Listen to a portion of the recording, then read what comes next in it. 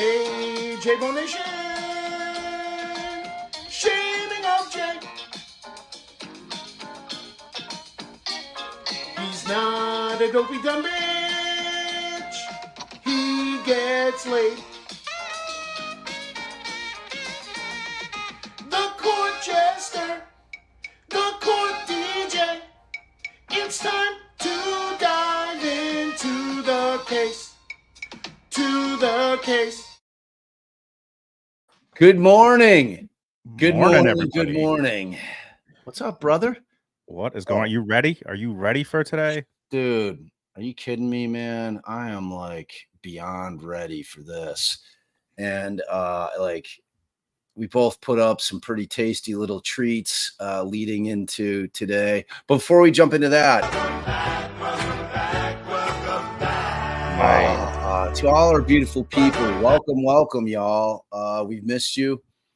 Jay and I got to see you guys for a bit yesterday as we ran through some of the inconsistencies that have been popping up throughout this trial, in particular with all the folks inside that house. So big day today, Jay. What are you thinking, man? What do you think? Well, first of all, I'm thinking great job with that video you posted where you overlaid the testimony over. And like I was thinking, that is a big thing, but there's so much more. Not only is there that, there's obviously the how long to die in the cold search. There's the fact that another witness has now testified that she took screenshots and gave Jen McCabe the screenshots of a conversation. Like the investigator. Like how long could this is going to take all like the rest of this is a half day for folks. This is going to take the whole day, right? Or do you think it'll be less? I think it's going all day. I think it's all like I think that there's so many areas that Jackson has to hit. And you know how he sets it up. Like we were talking about it with Josh, who is going to be here at some point today. Thought he was going to be here in the early morning. Maybe I misread the email, but he'll definitely be here. But Jackson loves to set it up for the big takedown. So I am fully anticipating. I'll be a little bit shocked if it doesn't go the full half day. You know, she's a really big witness, and Lally is going to have so after I posted the video, and I love the engagement, like both of us get a lot of engagement when we put that up, obviously, like the Julie Carpenters of the world. Oh, Bob, but you forgot to put this Julie, this video. I don't think I'm like, I didn't forget anything. I'm like, what happened in court, because Lally played that video, gives the appearance unequivocally that Jen McCabe lied. Whether there exists some excuse for it, I don't know. But I blame Lally more than I blame Jen McCabe. Like, it's like he's sitting there not listening to, oh, there he is. I'm not going to, without further ado, the man in the middle, lawyer extraordinaire, host of the incredible new YouTube channel, Courtroom Confidential. Let's go. What's up? Hey, Josh. Hey, what's happening? Ritter, welcome back, brother. Hey, I'm sorry about that. I was just, I don't know. It is like finding my link and getting everything going. In the morning. You don't need to apologize for shit. You are good, man. How are you guys doing? Good, man. Ready for today? Are you ready? Yeah, this is going to be a watershed day, I think. I mean, this is really kind of make or break for the defense, right? Because, man, I agree. I know a lot of people have their feelings about how testimony ended on Friday. I think they went into the long weekend with the prosecution really having scored some heavy points. And wow, but, really? I think you do, you don't. I mean, well, so here's my thing. I thought she held up like they always do on direct very, very well. The issue that I had was this portion of the testimony where she's describing what happens when they get to John O'Keefe's house. Yeah. Goes into great detail. I saw you did a post about that even. Yeah. Right. And so Lally, it just befuddled me 5 minutes later, playing the video that she's clearly describing, because she says unequivocally, it's when we got to the house, when we got out of the car. This is because I'm thinking, And then he plays this video that shows that none of that happened at that juncture, you know, and however that's going to play down the road, I don't know. What I do know is that when the jury put that together, that's the video that he's talking, that she was referring to, that it makes her look like a liar. It just does. Oh, well, I mean, they're going to put it together this morning, because you can be sure AJ's going to get up there and I mean, you did a fantastic job of laying that out. Buckle up. I mean, he's going to lay into her on exactly that point. Yeah. But my point, I guess, was, listen, if you come from the standpoint of she's lying and they're all lying, then you have your feelings kind of already set in stone as to how she did. But if you're coming from a position of, I'm going to just believe this person and take them at their face value, the things that came out of her mouth were fairly devastating to the defense, as far as what Karen is saying, the broken tail light, the idea that they get out of the car and she makes a beeline towards where his body is laying. All of that kind of stuff is devastating to the defense. So for those jurors who may still remain on the jury that are undecided or leaning prosecution, this is a make or break moment for the defense, because if Alan is not able to come out and explain that the way that you explained it and turn around what she said, I think we can all agree she was probably the strongest witness for the prosecution thus far. She certainly had the most to say. You know what I mean? Yes. She was the closest to the situation. So from the Commonwealth's perspective, she had to be the gal. You know what I mean? Like, she was with Karen. She's such an integral part of the case against Karen Reed that she had to come out like that. Jay, like, and Jay and I both have come into this with an open mind. Like I've obviously seen everything. I've heard all the noise out there. Jay and I both have. We both said, look, we're coming into this with an open mind. I have no like predisposition to thinking they're all lying at all. And I think for the most part that I've felt, and I'm going to ask Jay afterward, that they've been truthful for the most part on the stand. Have there been moments where I felt like they were not being honest and that they were being evasive? Of course. But what is your thing been, Jay? Like, I mean, how have you felt overall? I got into a fight with chat the other day where I was like, I thought that Ally McCabe was believable, and I think generally they have come across as believable. If you're coming in as a juror who should know nothing about this, you don't have all the spreadsheets, you don't have all the tweets, you don't have all the stuff that these jurors haven't seen. And I've got some comments on the videos. I just posted a video and was like, you know, what do you think? And some people were like, it was between Jen and I said Karen. Karen obviously hadn't testified, but like the theory that Karen's team is setting that this is like a beatdown or whatever. And there were people that said, I believe Jen, and that's okay. But I think sometimes people have to, like, just like the people who give you a hard time on that video, Bob, who come in like, well, I don't care about, like, some of the people who are on the other side need to come into it a little bit like, all right, let's take a step back. But then again, we're waiting for Cross here, which, like Josh says, could be huge. And the one thing I was thinking about, not once yet, and you pointed this out, Bob, has the defense brought in, like, is Alan Jackson going to have some sort of, particularly for the how long to die on the cold, is he going to refer to a report that says, from his expert that says definitively that he thinks it's like, or are we just going to go by her word again? Because that's what they've been doing with every witness. They have not provided any evidence, any other evidence from someone who is an expert that, like that. Well, I think, and I wanted to touch on a couple of things with Josh. So Josh, we all know about this 2:27 a.m. Cellubrite extraction that's claiming that she made the Google search "house long to die in the cold." Do you think that Jackson will? So on direct, she definitely brought up the 622 and 624 Google searches for that. She didn't touch it. Lally didn't front it. Once again, decided not to touch that with a 1,000-foot pole. Is the defense going to try to go beyond the scope of direct and bring that in, or are they going to wait, do you think, until their case in chief to bring that in and maybe recall her? What is your feeling on it? Do you think we're trying to approach it today? I think he has to ask her the question didn't you in fact make this search at 2:27 a.m., ma'am? Isn't that in fact true? And her deny it so that they can complete the impeachment when they call their expert. And to answer Jay's question, they have an expert. I mean, they have to. Oh yeah, have someone somewhere is going to lay that out for them, and then they're going to call that expert to impeach her exactly on that point. But I mean, listen, she's never going to admit it. I don't think that I think it's just going to be wasting his breath to try to get her to admit it.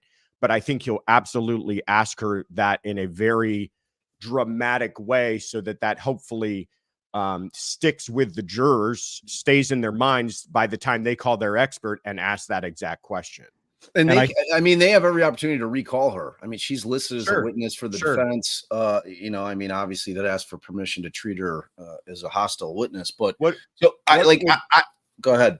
No, I was going to say what will get interesting is how will Lolly handle it on redirect. If he does ask her that, does he get up and try to at all address it, or just leave it as her answer and then it becomes a battle of the experts down the road? I don't know if he tries to lay some of the foundation of what, because I'm guessing the prosecution, the Commonwealth, has a expert as well who will say exactly when that search took place. 100%. And I'm sorry, Jay, go ahead. I was just gonna say, I think one thing is very clear from her answer to that question. She knows it's going to be a problem. She knows, because she was like, you know, it was cold out. My hands were shivering. I have like, she was very detailed in the reason. Yeah. Like, I think she knows this is going to be a huge deal. She knew on direct. It was almost like she was defending herself before she had to defend herself.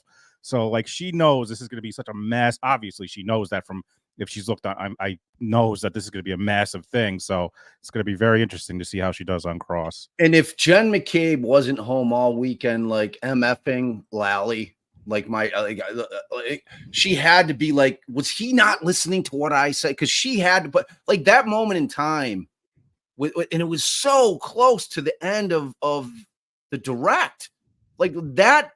If the jurors put that together, and again, Josh, it's exactly like you say. I mean, what the hope is, the true hope is those jurors come in with no predispositions about this case. They don't know jack shit about FBI investigations. Yes, there's been one slip of the tongue that there's this Fed investigation going on about the investigation, but I don't know that that's been enough for them to put that together, that this thing has been a shambles to the extent where the Feds are like, we're going to take a peek at this, to the tune of, you know, a 3,500 page report and convening a grand jury, a federal grand jury. So I don't know that they know that. So when like just on its face, when you're looking at her testifying, you know, all throughout the morning, you're like, all right, you know, I mean, she's coming, she's very harsh in terms of her evaluation of Karen Reed, who is a woman who is clearly distraught, you know, like just constantly like painting her as the hysteric, you know, just screaming and constantly screaming and yelling. Like I don't know how that played off with the jury. It seemed to make her,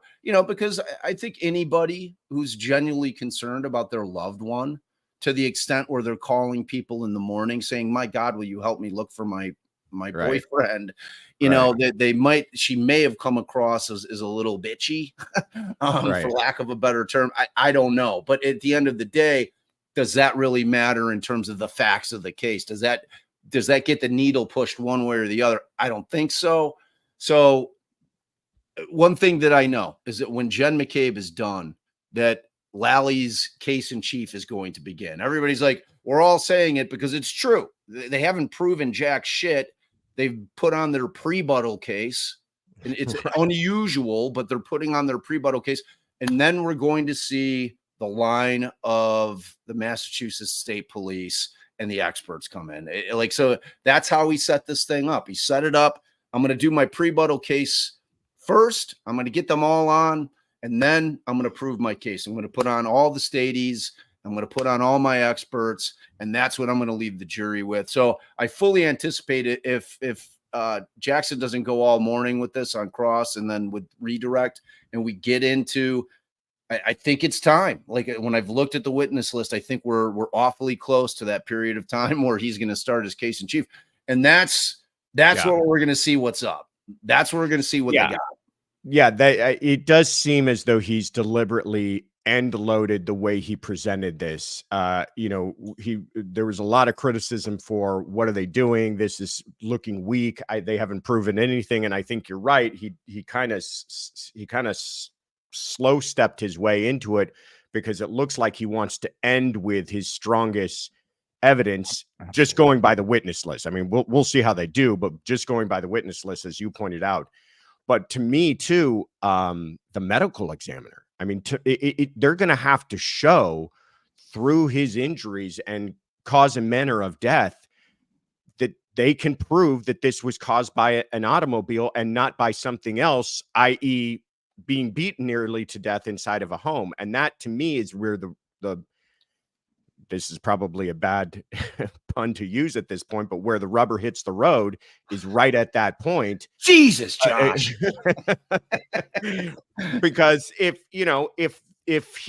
they don't have someone to emphatically put an end to whatever defense argument at that point, case over for them. If there's any opening for the defense to say, aren't these also consistent with, and lay out their theory, then the prosecution, I think, has major problems. Agreed. And I think that, look, like Jay and I have talked about it on repeat. I mean, there has to be data from that black box of that Lexus. And to me, that's definitive. And like Jay and I were talking about this concept that we keep hearing people. And again, we understand that it's noise, but that there's no data, because they're claiming that the speed was 24 miles an hour, which is decidedly convenient for the Commonwealth, because what people keep saying is that Lexus, that it won't register any information unless it's 25 miles or over. Now,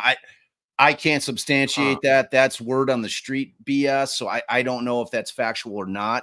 That would seem to me to be insane. Like Jay was in his former life was a insurance adjuster. Yeah, that seems way high to me. I remember handling cases like 10 miles seems like accurate to me, but 20 miles per hour for it not to register. I mean, half the a lot of accidents are around there. Yeah. I could be true. I don't know Lexus. I don't know every car, but I've had cases with lower, where it registers. So I don't know.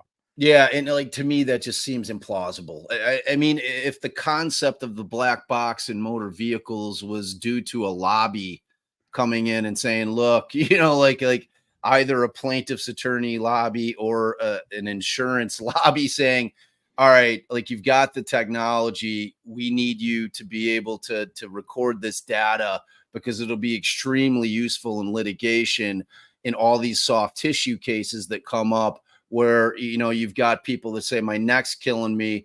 There's nothing that's showing on an MRI. And there's a dispute as to what the speed of the impact was.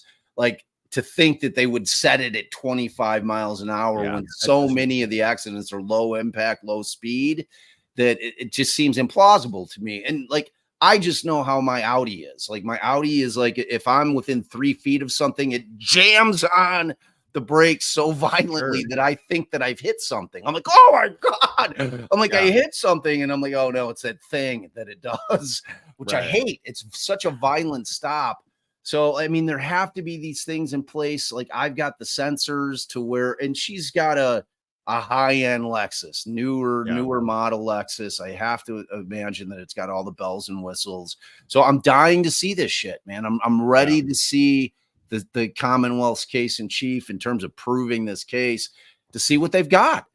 Because to your earlier point, in terms of these witnesses, like I've felt enough of them have been credible that I've decided myself personally, without really trying to push it on anybody else, is that there was a third explanation for this. I don't necessarily think he went in that house, took a beating, and got placed out in the yard. I don't think, at least at this point, that he was struck by the vehicle. Like I think that I talked about it. Like, I really think that it's possible that he slipped, fell, crushed the back of like that wound, that major wound, the wound that really like killed him along with the hypothermia, is right where you would hit your head if both your feet went out from under you. You don't have the ability to break your fall, and you crush the back of your skull. You get up, you're woozy, or you're up on all fours. You do another face plant, and then you get yourself up, and then you finally stumble over to where he's ultimately found. And then, I mean, if you look across the street, I keep posting this map of 34. You're keeping an eye on this, right, Jay? It looks like we're Yeah, I got it up. okay. I think It's not started yet. It's still on the thing. Okay. But like if you look across the street from 34 Fairview, it is a huge patch of like forested area. There's nothing, there's railroad tracks that ran behind the house, and then all woods. Like, and I'm like, all right, what animals are indigenous to this area? You know, I'm like, are coyotes big over there? So I come to Google that bobcats are, you know, I mean, because like Andrea we had her on after you, and she made a very interesting point that really got my mind running, that helped me with my theory. Because like people are like, well, when would he have gotten those what appear to be scratches on the arm? And she's like, well, when we get the MEs on, you know, the way that those wounds look, she felt that they looked like they might be post-mortem wounds, which would fall in line with a wild animal coming upon a body. And if he's dead at that point, you know, wild animals don't necessarily want to dig on corpses. Like, they like to make the kill and eat contemporaneously. That's not to say that they won't go at it, but I mean, there's possibilities that exist in my mind that there's a third thing that may have happened here that isn't either one of the theories that we're seeing. So Yeah, I don't know, man. I agree with you. I am trying to look at this objectively and honestly, and I agree with you that I don't believe. I believe that they have proven, and this is without getting into the defense case, but just with the defense cross, I believe that they've proven he never went into the house. Now, the defense has raised a lot of questions about that, but I don't think they've proven it or disproven the prosecution's theory that he never went in. But they also haven't proven, the prosecution, that she hit him at this point. So at this point, we're left with, like you said, what happened if he didn't go in the house? And they haven't proved that she hit him. Well, then what happened? And that's why I think Jen McCabe's testimony was so impactful, because for the first time, that was the element of she may have been involved, right? Her reactions to all of it, her cracked tail light, the fact, I mean, to me, that the idea that she went straight to where he was lying is huge in my mind. If Jen McCabe is to be believed at how that all happened, the idea that she went directly to where he was, to me, shows a lot of a person who the only person who knew where he could have been, because that's where she dropped him off. And again, you still got a problem of, did she hit him or does she just know where she dropped him off? But that's why I think to go along with your point earlier, this is where his case begins. Yeah. Everything before now is just kind of been trying to close the door on the defense case proactively, and now this is where his case begins. I mean, you could have seen it easily beginning with this witness. He could have started 100%. With this witness. Yeah. 100%. And to your point, I don't know that I've seen any evidence whatsoever that has helped me have an understanding of just how intoxicated Karen Reed was that evening. Yeah. I'm surprised that the bartender that was serving them was not used to put a receipt of some kind on, in terms of this is how much they spent on booze. We know that she was drinking a clear liquid. We can look and at least try to guess. There were, 40 shots of vodka, because we know that Matt McCabe was drinking vodka and Crystal Light. We know that there were probably a couple other people, a lot of the guys, because they're those guys. We drink the beers. That's what we do. I drink the Bud Lights. I mean, they're beer dudes, right? So, that concept of how intoxicated she is, to know if she had blacked out at that point and she doesn't remember, plays against the concept that she made a beeline, that she knew that she struck him and went straight for him, because either you remember or you don't remember, one of the two.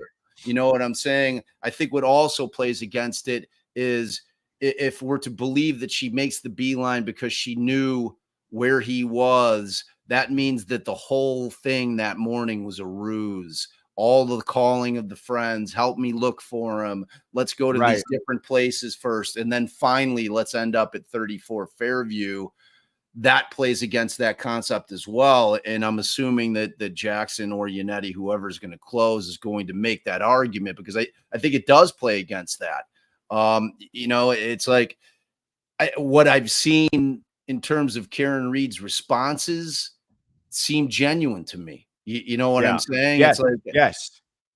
I don't know if she's that gifted of an actress. I agree with you. I think that one thing that certainly was established through the prosecution witnesses is her being completely distraught and beside herself upon realizing that he's dead. That to me, you're right. You have to be some 9th degree black belt level of sociopath to be able to fake that kind of emotion that everyone was saying that she had that morning. Right. Which to me, you're right. It's either she had no idea. I've had a theory that there was some fight, that she was very intoxicated, and that at some point early in the morning, she's coming out of it and may have realized, wait a minute, where's John? And starting to piece together the elements of what happened last night, and this nightmare is creeping around in the back of her head did I hit him? Did I hit him? And then she's realizing the nightmare is true that morning. That to me seems like how this might be playing out.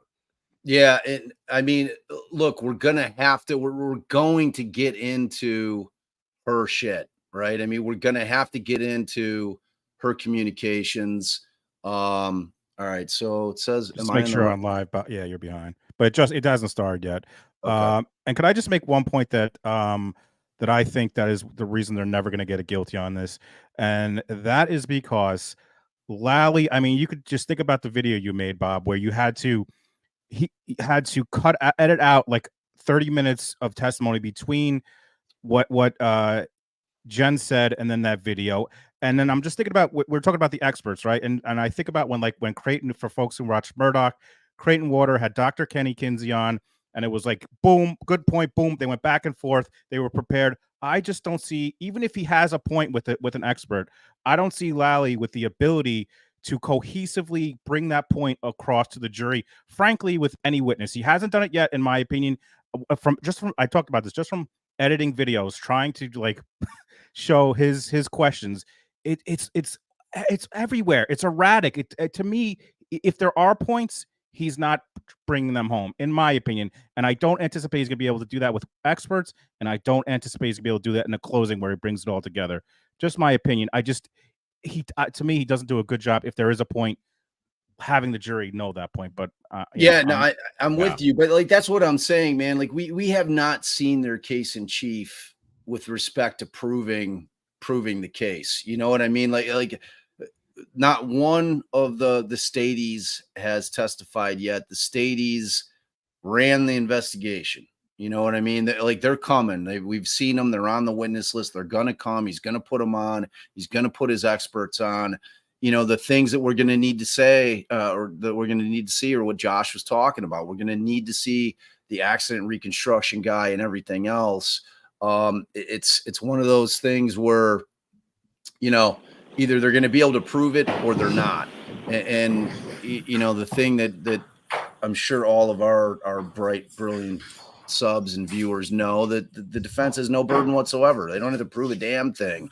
They just have to create reasonable doubt, you know. But like, what's pretty clear about this is that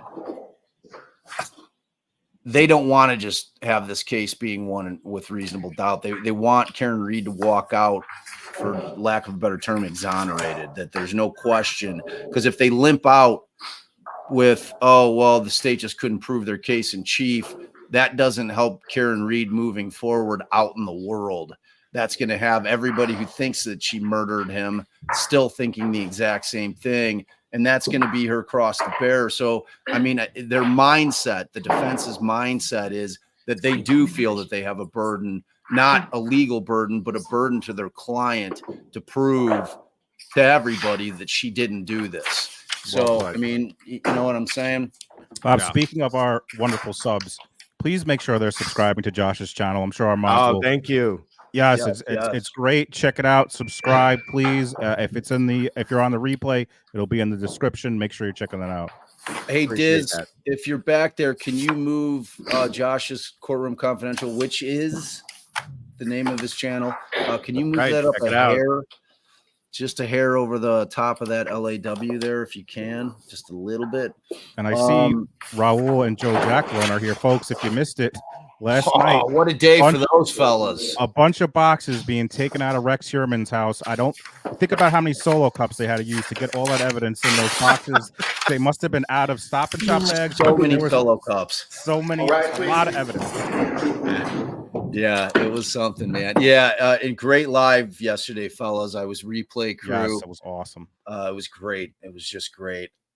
When Mike was talking about having to put gel in his hair, I was rolling, man. It was like he's like the media called me. He's like, God damn it.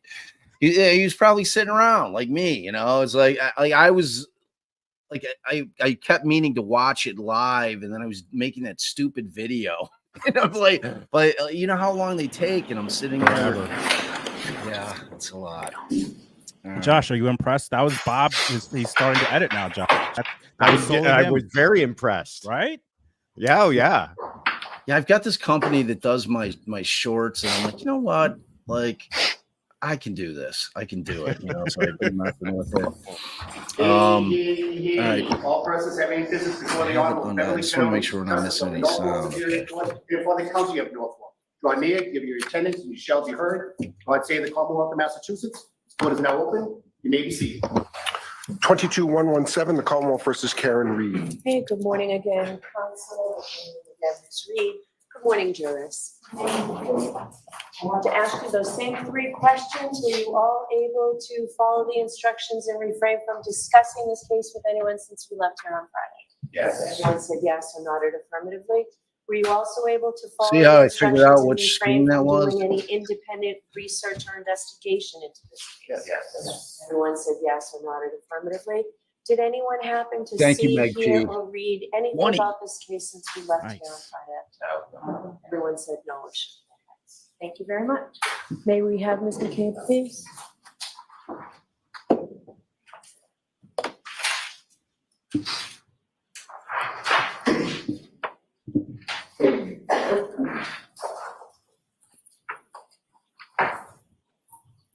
So again, just be mindful of the step. Raise your right hand. You solemnly swear the evidence you're going to be recorded during the case that you should the truth, the whole truth, and nothing but the Chew. truth. All right, I do. here we go, boys. Buckle up, Buttercup. Good morning. All right, Mr. Jackson, whenever you're ready. Thank you, Your Honor. Ms. McCabe, family is important to you, is it not? Yes, As a matter of fact, it's probably fair to say that family is one of the most important things in your life.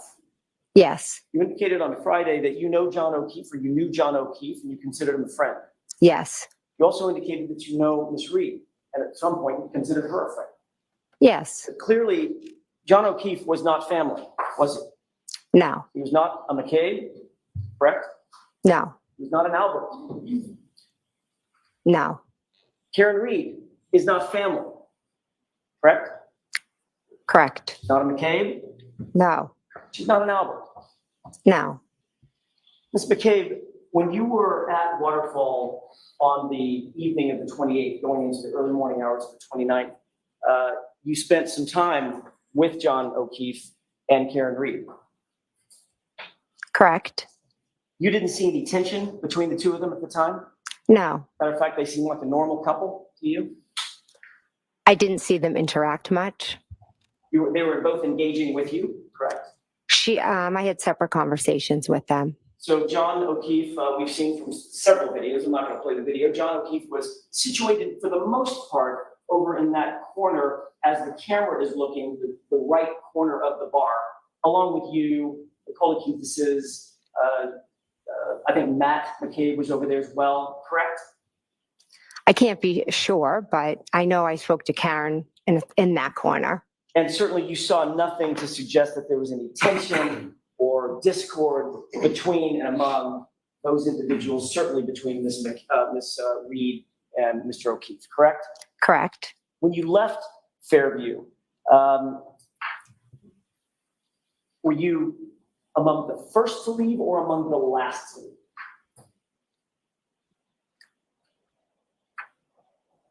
I left with, there was 4 of us that left total. It was Yes, sir. myself, my husband, Matt, Julie Nagel, and Sarah Levinson. When you walked out, Karina Kolkithis was close by, close to Sarah, correct? Oh, wait, are you talking about leaving the waterfall? The water. Oh, I'm sorry. I was confused. I was talking about Fairview. Leaving the waterfall? Correct. Yes, we were one of the last to leave. All right. And Miss Karina Kolkithis was sort of in tow right with you as you were walking out, correct? Yes, And Karen Reed, my client, was also heading that direction as well, correct? yes, You said something to Miss Reed, did you not? As you walked out. we were in a conversation. Yes. Did you say specifically, you're coming with me to Karen? No, You didn't say that. not exactly those words. What exactly were the words that you used? I said, why don't you come with me? And you even waited outside in what was ultimately freezing cold temperatures for Miss Reed, correct? Yes. If you could take a look, Your Honor, with court's permission, Exhibit 53, I'd like to play about maybe a 15-second clip from that. Okay. Actually, it's a little bit longer than that. It may be a minute. Can we pause this, Mr. Biggs?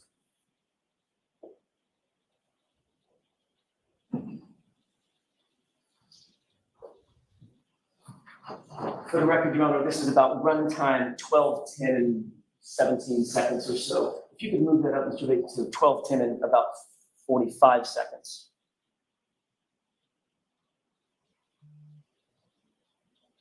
That's close enough.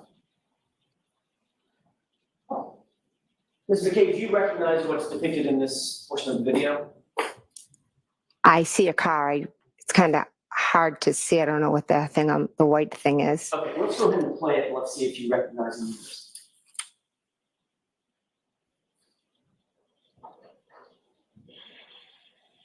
Is that a flag? I was wondering the last time we saw this. That's a terrible place to pause. Gotta be, I think. Move further.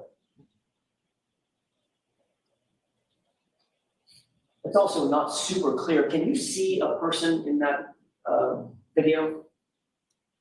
From where I'm sitting now. I can't either. It's a little tough. Me Yes. Let's go ahead and play it forward. Well, actually, we enhance that just a little bit. Did you see a person in the background right there? Still no. I honestly, I don't, I can't make out what that is. Let's play it forward and see if this helps. Oh, there you go. Now do you see a person? Yes, The lighting is terrible. I apologize. Not my video. Do you know who that person is? I don't know. That's you, isn't it? I can't tell from that picture if that's me. Okay, let's maybe play it a little bit further forward.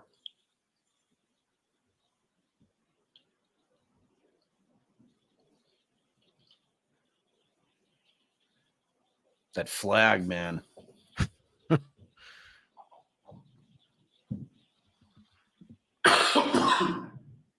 Awesome.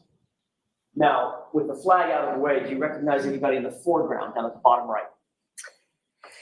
That looks to be John. Mr. O'Keefe? Yes, Do you see someone to his right? I do. Yes. And who is that person? I cannot make it out in the photo. Okay, let's go ahead and play it forward. And pause.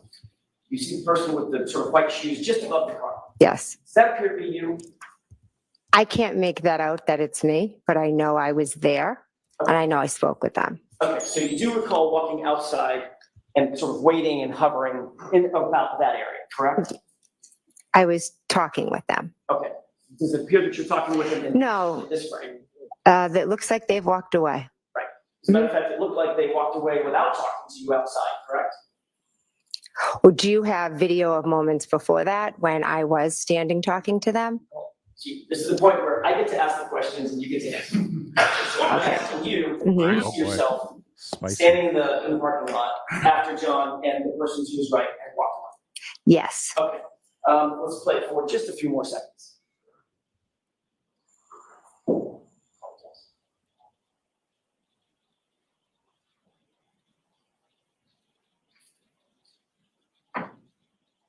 Good pause.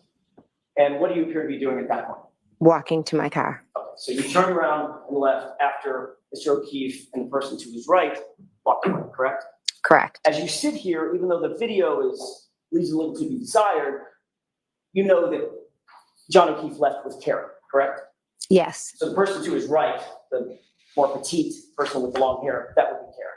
I would assume. Okay, so you waited out in the parking lot for a few minutes after you said or joked, "You're coming with me," or something like that, correct? I wouldn't, no, I was speaking to them and then I walked to my car. You didn't say to Mr. O'Keefe, "You're coming with me." You said to Karen Reed, "You're coming with me," or something to that effect, correct? Mr. O'Keefe was not outside when I said to Karen, "You're coming with me." I told Karen, "You're coming with me," because John was still in the bar with Matt. So you asked Karen to come with you in your car Yes, to give her a ride, yes, separate from John O'Keefe. yes. I figured he could go with Matt because they were still in the bar. Was there a reason why you wanted to separate Miss Reed from Mr. O'Keefe at that moment? No, Why not just walk to your car with Matt and go where you're gonna go? Matt was still inside. So you thought it was important enough to make the statement, "You're coming with me," or something to that effect to my client, to separate her from John O'Keefe, even though your testimony is John O'Keefe was just inside the bar. Objection. Sustained as to that form, ask it differently. Sure. Did you believe it was important at that point to ask Miss Reed to come with you, which would separate her from John O'Keefe? There was never any idea of separating them. Except for the fact the idea was, "You're coming with me," not "you two are coming with me," correct? Incorrect. By definition, if she came with you, you'd be separating her from John, wouldn't you? We were standing outside My question talking. would be answered yes or no. By definition, your statement to her, "You come with me," would separate her from John. Would not, because we were all going back to Fairview Road. Not at the same time, ma'am, correct? Your idea is to bring Karen with you, separate and apart from John. We were waiting for John to come out, and I said, "Why don't you just come with me?" It was innocent. I'm not asking for your explanation. Oh, You'll get boy. to that with Mr. Lau. I'm asking for a yes or no question, or yes or no answer. By definition, your invitation would separate Karen from John, would it not? Objection. Right over. Sustained. Move on. Would it or would it not separate John and Karen for the ride over? Objection. Sustained. Jay. I mean, Now, he's really when trying to you make this arrived at premeditated, Fairview- huh? Wow. Some folks were already there, correct? Yes. Who was already there?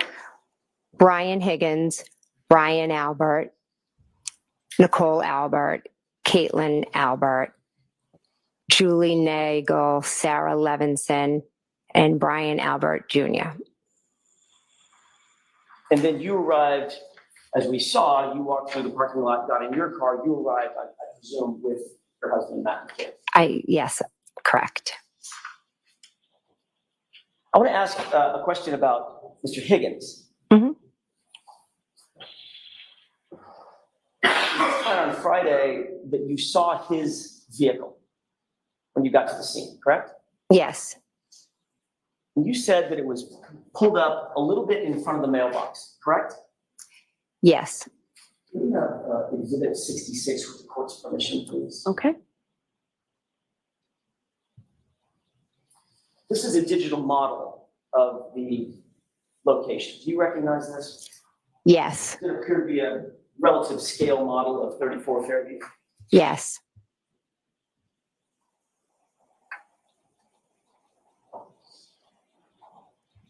This would be the front door, correct? yes. And where's the mailbox? If you can point to it with the laser pointer.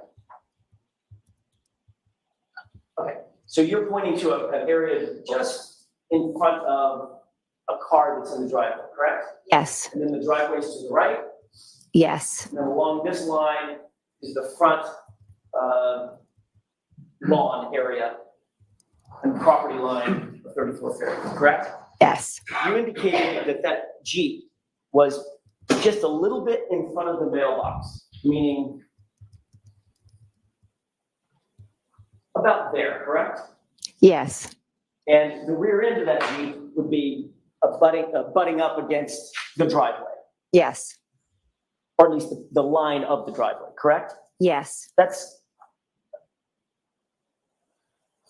quite a bit of detail about where that Jeep was. Would you agree? No, because I drove down the street and I took a left into the driveway and there was a Jeep there. Okay. What I'm asking is, you didn't just say, your memory was not just somewhere in front of the house. It's literally right in front of the mailbox, the front end of it, adjoining the line of the driveway, correct? Yes, That detail obviously stuck out in your mind. it did because I was wondering whose Jeep it was. Did you discuss that detail with your husband at any point? Not sure. You're not sure? You might have? I'm not sure if I said whose Jeep is that. No, I don't mean then. I mean between then and now, have you and Mr. McCabe ever discussed where that Jeep was, your memories of where that Jeep was? Possibly. You're aware that he put the Jeep in the exact same place that you did. Objection. Are you aware of that? I am. Oh, wait, no. Excuse me. Repeat the question? You're aware that he puts the Jeep in the exact same spot you just put the Jeep, right in front of that mailbox, right? I know he knows where the Jeep was. I'm not aware what he said in here. Does he know where the Jeep was because you told him what to say about the Jeep? Absolutely not. It's because we drove together in the car and I asked. I possibly could have asked. One at a time, please, ma'am. I'm sorry. I didn't mean to step on your words. I thought you. That's okay. You can continue. Thank Oh, you. thank you. Appreciate that. I don't think we got your answer, though. What the hell was that? Okay. Yeah, I think That was Madam so Court nice of Reporter her. was asking for your answer. Can you repeat your answer? To the question of did he know where the Jeep was? Whether or not you told him where the Jeep was. I did not need to tell Matt where the Jeep was. He knew because we were in the car together. But you two discussed it. When are you asking? At any time between January 29th and today. I'm sure we have, yes. You were also interviewed by Trooper Proctor on January 29th, 2022, correct? Yes. And you were asked a series of open-ended questions. What did you see? And where did you see it? Correct? Yes. Have we put any words in your mouth?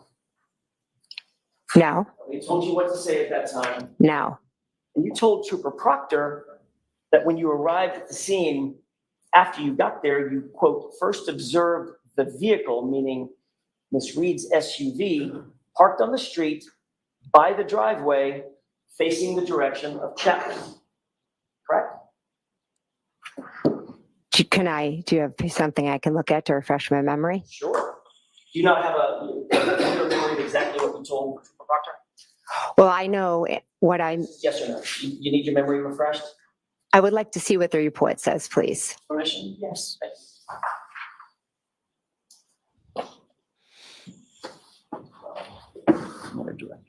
This is tense, man. Yeah, and I want to bring something up that I forgot to bring up before. Some Paragraph people come at me and Bob, and they're like, when we Face page. post these video about review that. witnesses, they're like, well, I don't Especially want the highlighted portion. Let me know after you've reviewed it. Just read it to yourself.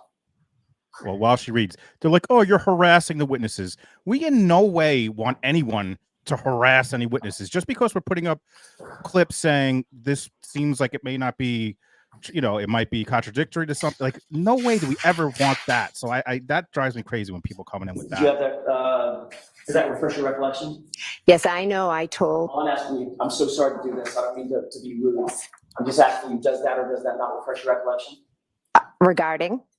What you said to Trooper Proctor on the 29th. Well, I know what I said to Proctor Trooper on the 29th. Okay. I have to do it this way, it's court rules. Mhm. Does that help you with your recollection of what you told Trooper Proctor? I didn't tell I told Trooper Proctor the car was outside when I looked at the front door, it was straight outside. I can't quite get the answer I'm looking for. The court is going to require me to ask this question again. Mhm. Does that refresh your recollection, yes or no, as to what you told Trooper Proctor? Yes. I did not say this to Trooper Proctor, no. It doesn't help? No. Okay. May I approach? Yes. Thank you. So you did speak to Trooper Proctor on the 29th, correct? Correct. And Trooper Proctor asked you some very specific questions about where things were, correct?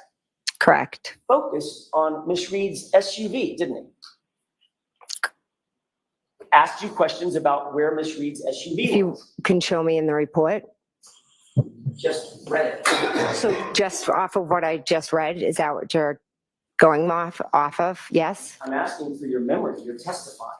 Yes, so my memory is exactly where the car was. Hold on. So it's very important that both of you, one person at a time, speaks. Okay. Madam Court Reporter has to do what you're both saying, and she can't do it simultaneously. And she has to do So it the into this best way to weird do that thing. is, It's Ms. weird. You McCabe, don't know how just she does it. Counsel asks the question and Okay. then you answer, and if it takes a lot more time than we expect it to take, it does. Okay. Okay, so just Thanks. go ahead, Mr. Jackson. Thank you, Your Honor. I'll slow it down. Did you talk to Trooper Proctor about where the SUV was? Yes, Thank you. And he asked you questions about where it was situated outside, correct? yes, And you told him that you first observed it parked on the street by the driveway facing the direction of Chapman, correct? I told him that when I looked out the front door, the car was straight ahead. And yes, it was facing up Chapman. And you left out a little part by the driveway, correct? That could have been his interpretation or an error on his part. I see. So Trooper Proctor is wrong about what you said. Objection. No, I'll let him have it. Do you think he's wrong about what you said? I 100% said it was straight out the front door. Okay, next question, please. Thank you, Your Honor. And during the course of that conversation, you never once, Ms. McCabe, not once, mentioned a several-ton Jeep with a snowplow attached to it, did you? I'm not sure if I did or not. Let's take another look at the report. Would that refresh your recollection to see the report? Objection. Do you think that will help you? I'll take a look at it. Okay, May I? yes.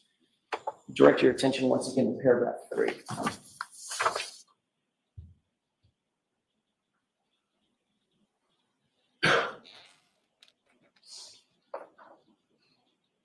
Yeah, this thing's going all day. Yeah, yeah. You had an opportunity to review. I have, yeah. May I approach, Your Honor? Yes.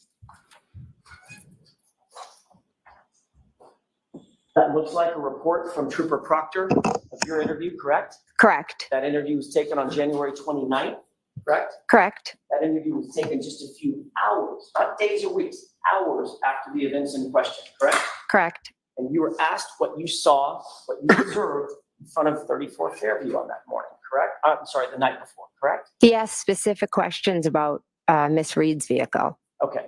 And when you said where you remember Miss Reed's vehicle being, you placed it in the exact spot where you're now saying there was a Jeep with a snowplow on it, correct?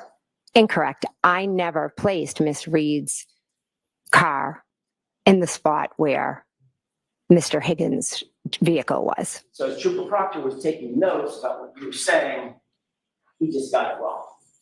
You'd have to ask Trooper Proctor. I will.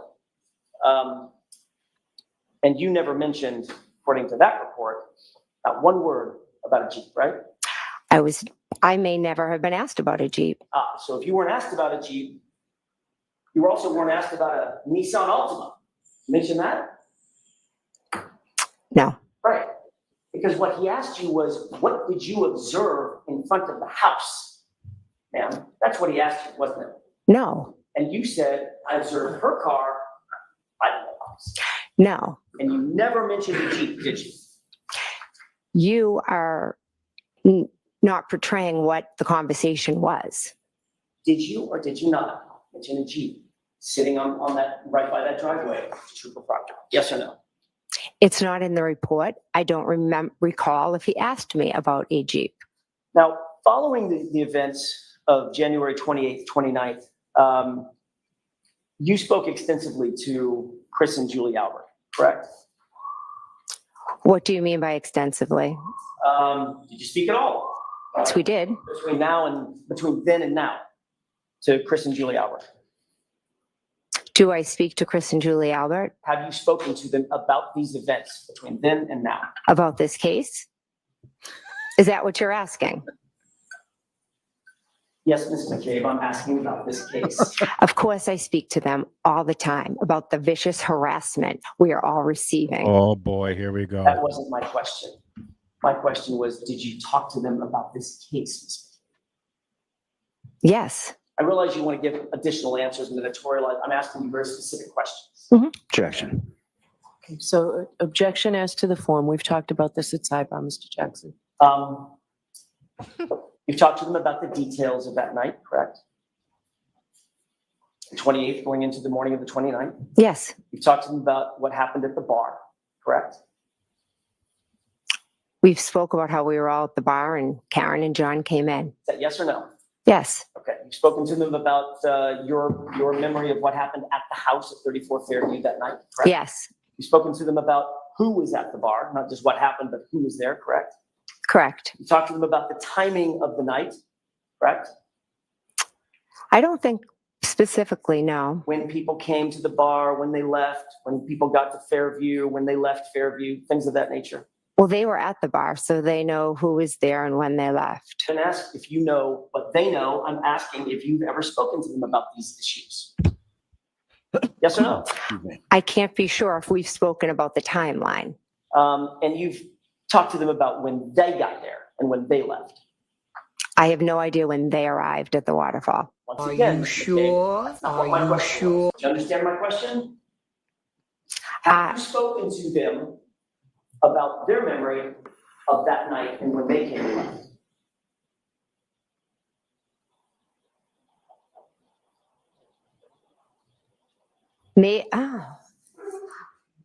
They have not shared with me when they got there or when they left.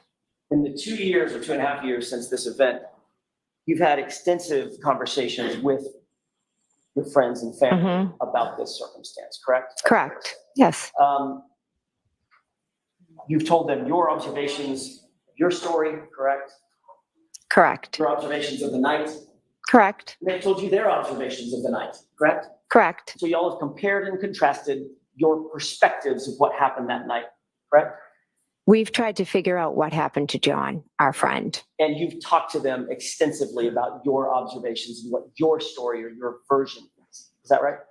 To be honest, not extensively. Speaking about it is very painful and difficult. What does extensively mean? More than twice? Well, you tell me. I'm asking the questions, Ms. McCabe. That's how this works. I understand, but extensively would mean almost every day.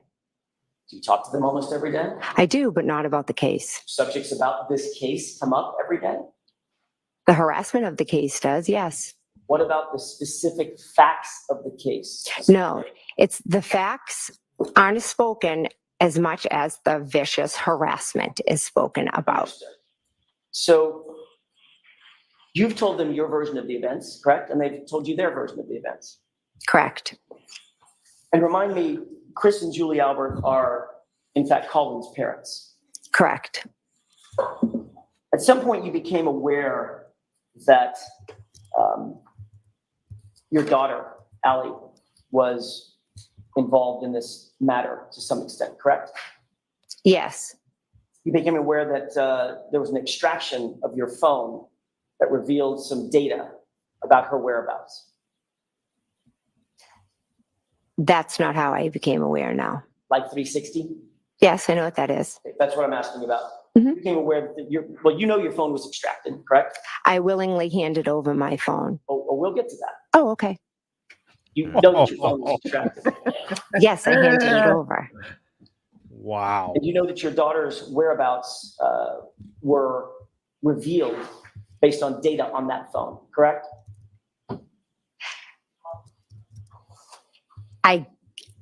That is not how I became aware of my daughter's whereabouts. You testified at the state grand jury, Mhm. questioning by Mr. Lally, correct? Yes. You were asked about the Life 360. Yes. You answered those questions very fluidly.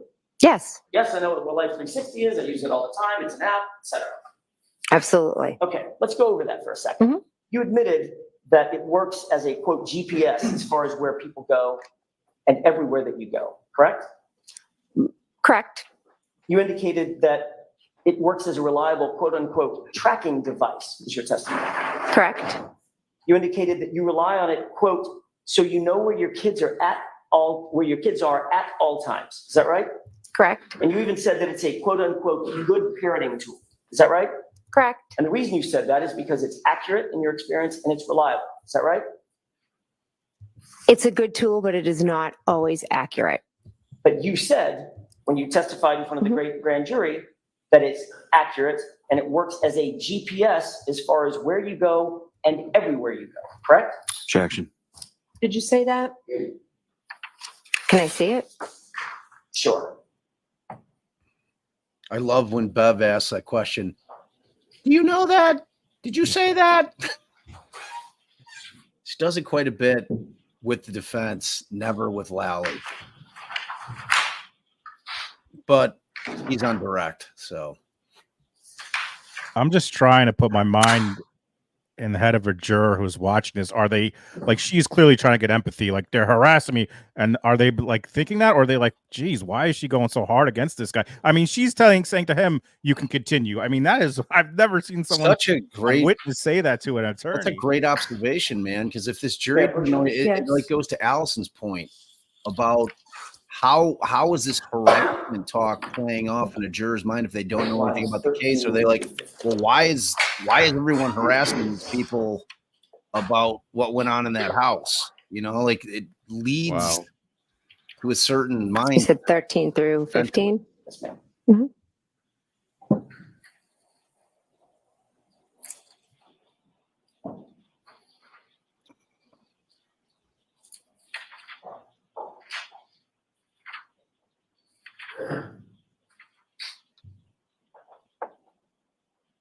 Okay. May I, Your Honor? Yes. Mhm. Does that refresh your recollection? It does, yes. Question and answer? Well, I just don't see the word accurate on there. I don't know if I missed it. Ms. McCabe, does that refresh your recollection as to the question and answer about whether you said it works as sort of a GPS as far as where you go and everywhere that you go? Correct. And your answer was, yeah. Correct? Yes. Okay.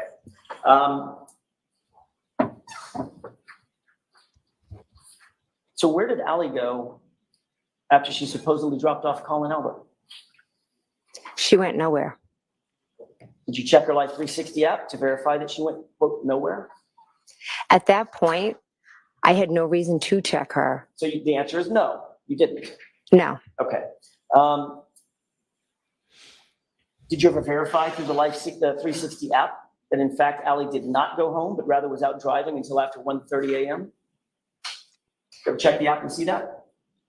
Did I ever check Life 360 app for that? Yep. No. Okay. But you believed her when she said she came home. Yes. And just like you believed her when she said she picked up Colin, dropped him off, and then came home. Yes. Okay. The Alberts had a dog, pardon me, correct? Yes. What was the dog's name? Chloe. You indicated that on the morning of January 29th, Mhm.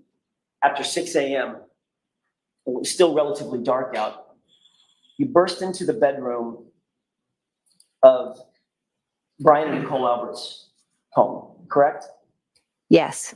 You did that specifically to wake up, according to you, Brian Albert and Nicole Albert, correct? Yes. Where was Chloe? I don't know. So you'll agree that, at least from their perspective, you walked in the front door unexpectedly, correct? Yes. You walked upstairs unexpectedly, correct? Yes. Still dark outside, right?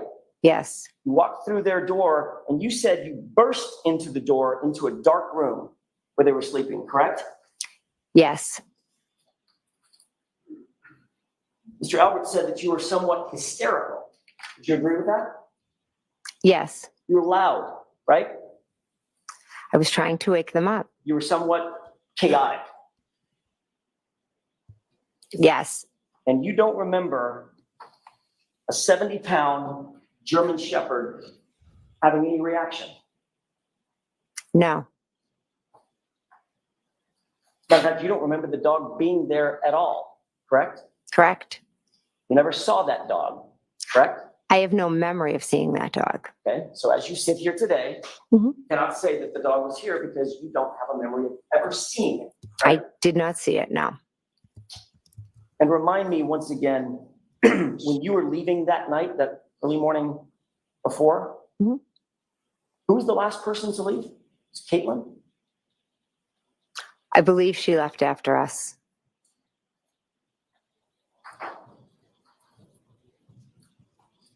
We've talked about this, and I want to get into a little bit more detail about it. You indicated that at some point you looked outside and you saw Karen Reed's SUV in front of the house. Safe to say, correct? Correct. About what time was that you first saw it?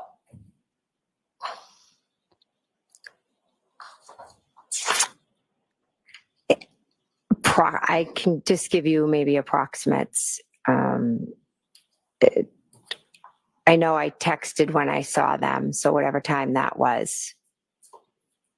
All right, let's see if we can narrow that down just a little bit. Mhm. You also indicated that you saw Ryan Nagel's vehicle outside. Saw lights. Okay. Lights belonging to the vehicle, right? Yes, I knew there was another vehicle outside. And where was that in relation to Miss Reed's vehicle? It was behind it. I didn't pay much attention to it. Okay, and where was the Jeep in relation to Ryan Nagel's vehicle and Karen Reed's SUV? I remember seeing Karen Reed's SUV straight, and then I saw the lights of Ryan Nagel. I did not pay attention to where it was. I was just looking at Miss Reed's vehicle. Was Ryan Nagel's vehicle and those lights that you remember, Mhm. were they in front of the Jeep or behind the Jeep?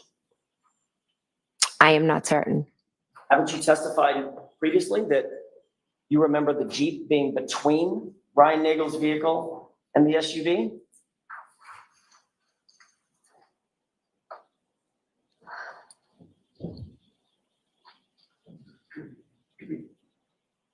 I am not certain where Ryan Nagel's vehicle was. So as you sit here now, you don't know if it was in front of the Jeep as you placed it by the mailbox. It would be, Let me finish my Mhm. question. Mhm. Behind the Jeep or somewhere in between? it definitely was not in front of the Jeep. Definitely was not in front of the Jeep. No. So it was definitely behind the Jeep. Behind or to the side, I'm not sure.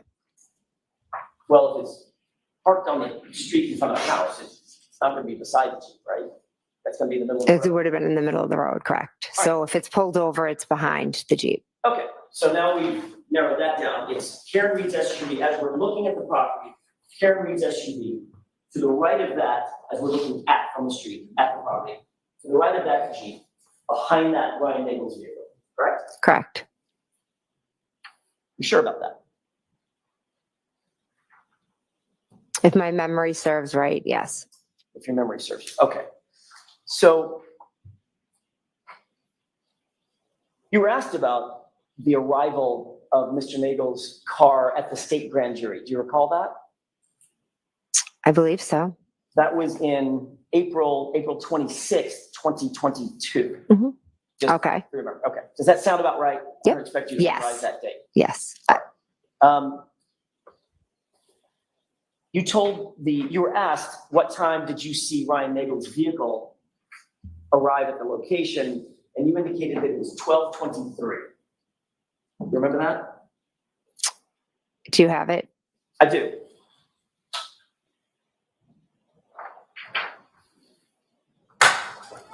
Yeah. Yes.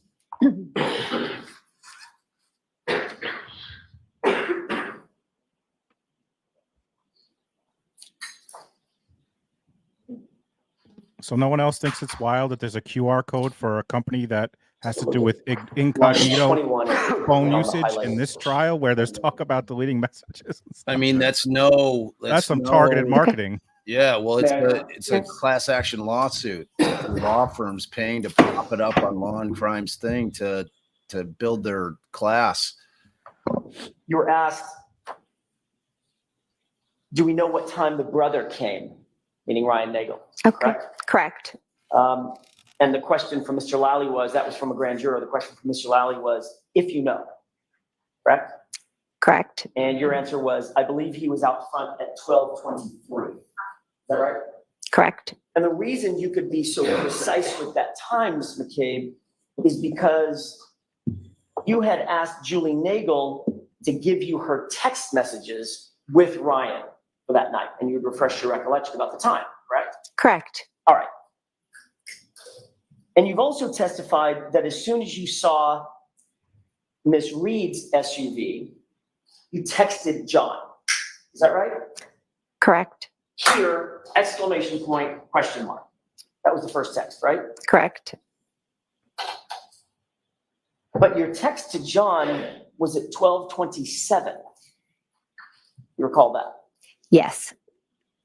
That's 4 minutes after you know Ryan Nagel arrived at the scene, correct? Correct. Since Karen Reed arrived before Ryan Nagel, she and John had to have been there 4 to 5 minutes before you ever saw her. Correct? Objection. Is that right? Ryan Nagel texted his sister at 12:23 here. And then he texted again that he was going to leave. Then Julie Nagel went outside Ms. and McCabe, that's not my question.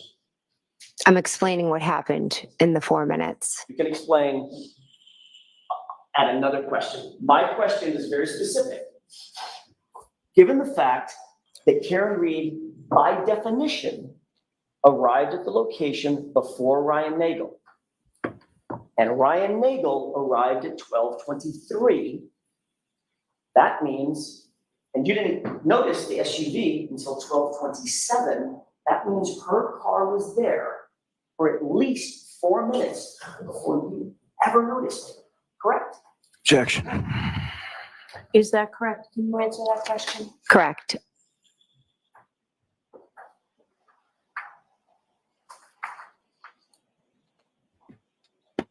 Yeah, I'm seeing in the Snow chat. condition. The fact We've that heard a she lot about knew the the snow minute condition. I'm not gonna repeat that Nagel here. texted speaks volumes. But it's safe to say that you would agree with me that it was a light dusting of snow, correct? I should be specific about the time. It was a light dusting of snow at or around 12 to 12:30, 12:45, something like that. It was starting to accumulate. And accumulate means stick to the ground, not just fall and melt, right? Yes. So it was starting to turn like a very thin blanket of white. Yes. You indicate that, or you indicated on Friday that you saw some sort of tire tracks. Is that right?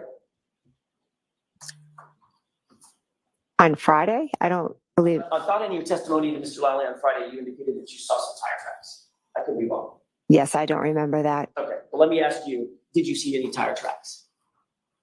At one point, yes. Okay, when was that point? I'm not sure. Was it before Ms. Reed's vehicle got there? Was it after? Let's use that as a barometer first. I believe it was after Miss Reed's vehicle was there because that's why I was drawn to look outside. And what did those tire tracks look like? How would you describe them? Almost like as a wave went like this. So Like a half J?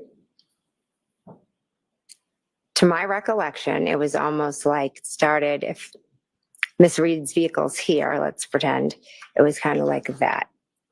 Just Like a bit of a wave. So if you started on coming towards her, it'd be more of a wave, okay. like this in the road. The wave What it comes sounds back. like is perhaps, I don't want to put words in your mouth, but perhaps what you're describing is tracks in the middle of the road. If someone is pulling off parallel, they would pull to the right and then stop.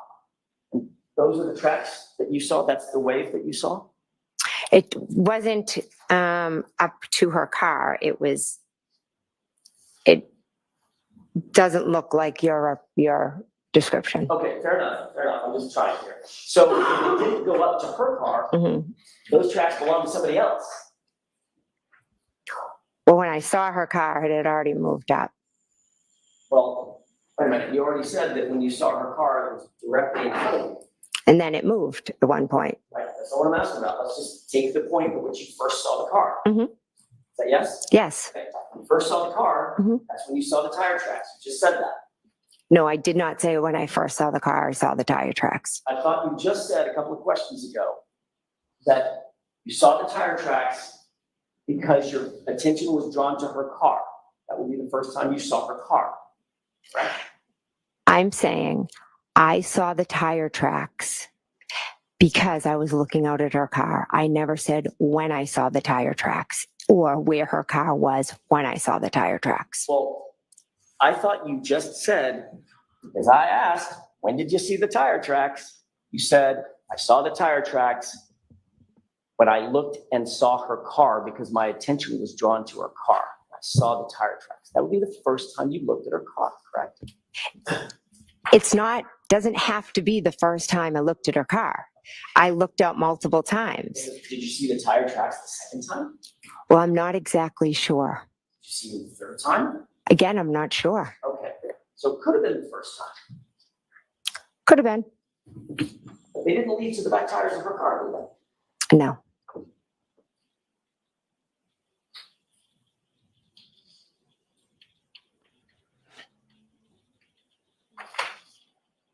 Let me have just a moment, Your Honor. Yes. Man, I mean, it seems to me she's not answering questions. She's trying to push a narrative. Like she is, I don't know. What do you think, Josh? Well, I think she's so paranoid about In addition answering to anything incorrectly that she Mr. won't answer anything at all. I'm sorry, Great Trooper point. Proctor interviewing me on Jeez. Were you done, Josh? Yeah, sorry, I didn't mean to interrupt. It's just No, that no. she is so on edge that it's almost like even the inane just kind of let's get us through the story questions that he's asking. She won't give him an inch, and it's starting to appear at some points as if she's being evasive and not really answering what are simple questions, which causes him to respond with kind of more hostility and coming after her even harder, and it's just becoming kind of either she's hiding or pushing a narrative, as Jay says, or she's just so anxious to not answer anything incorrectly because she's so worried about how he's going to handle it. Right. Yeah, and look, man, I mean, you will have antagonistic cross examinations, and this is every bit of that. And like you were saying, as a defense attorney or prosecutor, either one, when you get that juror, or I'm sorry, that witness, that you can feel that you're getting to them, that's like blood in the water for the attorney, you know. And Jackson's really good about not coming in a way that he appears to be bullying her, but he's definitely poking the bear. You know, he knows that he's got her agitated. From the jump. He believes she's lying, and so he's just coming at her like she's an absolute liar from question number one. 100%. All right, let's see what goes. On the 29th, you also gave extensive testimony on April 26th, 2022 in front of a state court grand jury, correct? Correct. And you were asked about the location of Miss Reed's vehicle. I'm still staying with that for just a quick second, if you don't mind. Is that right? Correct. You were asked where that SUV was in relation to Ryan Nagel's car. Is that right? Would I be able to look at it to refresh my memory, please? Well, let's start with this. Do you remember being asked about Karen Reed's SUV and Ryan Nagel's truck? To be honest, I've had a few grand juries, so if you could show me what you're talking about, I would greatly appreciate it. See, she has zero trust in even the questions he's asking her, she can rely on. Right. Yeah, usually it's not the witness who's like, usually it's the attorney's like, can I give you this to refresh your recollection? She's like, can you preemptively like show me what you're looking at before I answer anything. Yeah, well, I mean, she knows. You know, I mean, and this goes to the point that I was making last night. I mean, is there anybody that believes that her and Matt have not discussed his testimony? I mean, 100% in bed. You know, she's on high alert as to the fact that Jackson's going to be trying to trip her up with inconsistent statements throughout this entire course of the cross-examination. Which typically isn't the indication you're telling the truth, because if you're telling the truth, you just tell the same story. You don't have to worry about like what someone has. You just answer the questions as to what happened. Just a moment. Okay, I don't take know, your man.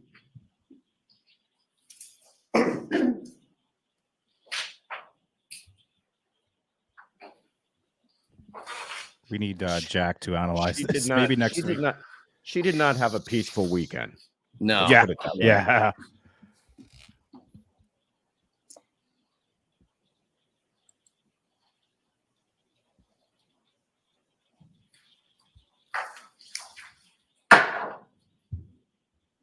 Entire grand jury, director attention to 182 to 187. May I approach? Yes. Thank you.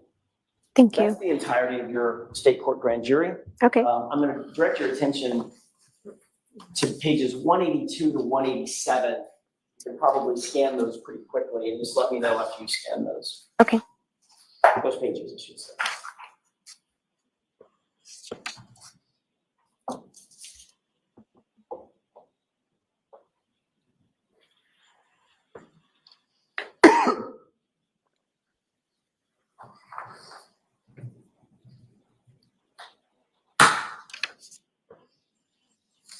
See, the interesting question, though, is does the jury believe that she's being evasive enough in her answers that he can come after her as hard as he's coming after her? And I think he's being very respectful, but he's not giving. He's got snide little kind of comments anytime she's evasive. Yeah. And is the jury along for the ride for how he's treating her? And if they It's a believe that very, she's very being thin evasive, line. yeah. If Really they believe is. she's evasive, then they're like all on board. But if they feel like she's doing her best, then they might be viewing him as being more hostile than effective. Yeah, Right, and that's a great point. And sorry, Jay, if That's we're in a case, say like Murdoch, where we know there's a definitive bad guy, and Right. you have a lawyer going after her the way Jackson's going after Jen McCabe, our chat's gonna be like, oh, this lawyer's a fucking asshole. This guy's coming at her so hard. This is such a different situation because we just don't know if she's truthful, and there Right. is no definitive bad guy yet. You know what I'm Right. saying? So but it's such a thin line in how it's going to play to the jury. And I was just gonna say that if they are on, like to Josh's point, if they are on the point where to the side where it's kind of bullying to them, just wait to redirect when she starts. She's gonna be crying. She's gonna bring this up, and she's gonna cry. She's gonna be very emotional. I anticipate. If they're on that side, that's gonna even push them more. If they are, we don't know, obviously. But May I, Your Honor? Yes. Thank you. Thank you. Did you have an opportunity to glance at those pages? I did, yes. As you glance at those pages, my question is a relatively simple one. I wondered if you have an opportunity. At no point, when you were describing the vehicles that were out front in front of 34th Fairview on that night, at no point, under oath in front of that grand jury, did you ever mention a Jeep? Did you? I was not asked about any other vehicles out front. So when you were talking about the vehicles that you saw in front and with some painstaking detail, talking about the black SUV and Ryan Nagel's truck, you just left out the Jeep because nobody asked you about it. I didn't read anything in that about Ryan Nagel's vehicle. Did you miss it? I must have. Okay. Is it in there? Yeah, it is. Okay, You what, in fact asked about Ryan Nagel's Jeep, weren't you? if you want to show me. Well, I don't want to sit here and, did you review your I transcript? just read it all. I didn't see it.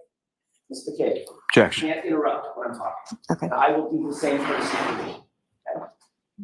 As you reviewed those pages, you were asked about the cars that you saw in front, did you not? I was asked about Miss Reed's vehicle. Okay. And at no point did you mention a Jeep being behind Miss Reed's vehicle, as you testified today, correct? The questions were all about Miss Reed's vehicle. At no point, my question is this, it's yes or no? You did or you didn't? Did you mention ever in that grand jury that there was a Jeep behind Miss Reed's vehicle? Yes or no? I'm not sure. I'd have to read it all. As you sit here, do you recall mentioning the Jeep? I was asked about Miss Reed's vehicle, and those are the questions I answered. You need to keep your Okay. voice up, please. Sorry. Let's try this again. As you sit here, Do you recall mentioning the Jeep, ma'am? I would have to reread the transcript. You don't have to reread the transcript to answer that question. Do you recall mentioning the Jeep? If you don't, you don't. I may not have been asked about the Jeep, so I did not mention the Jeep. Fair enough. See, that's not answering the question. Did you, No, Mr. Higgins, between then and now, between the date of the incident and now, have you ever had a conversation with Mr. Higgins about where his Jeep was parked? No, Have you ever had a conversation with Mr. Higgins about anything having to do with this case? I do not believe so.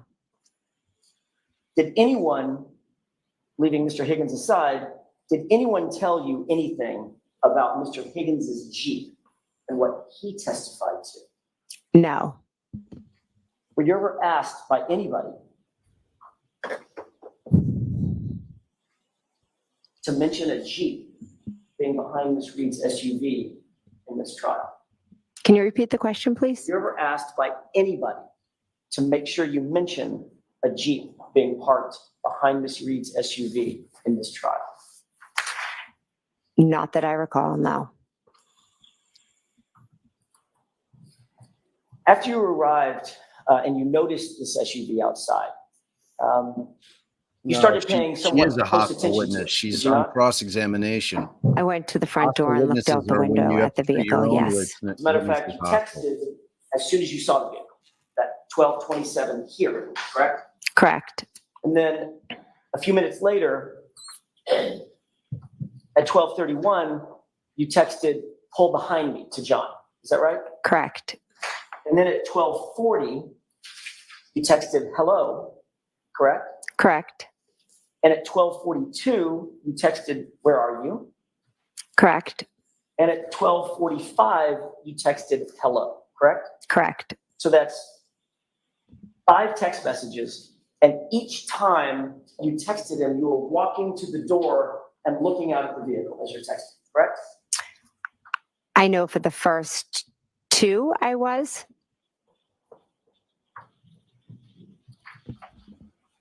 You testified at another hearing, another proceeding on June 8th, 2023, correct? Correct.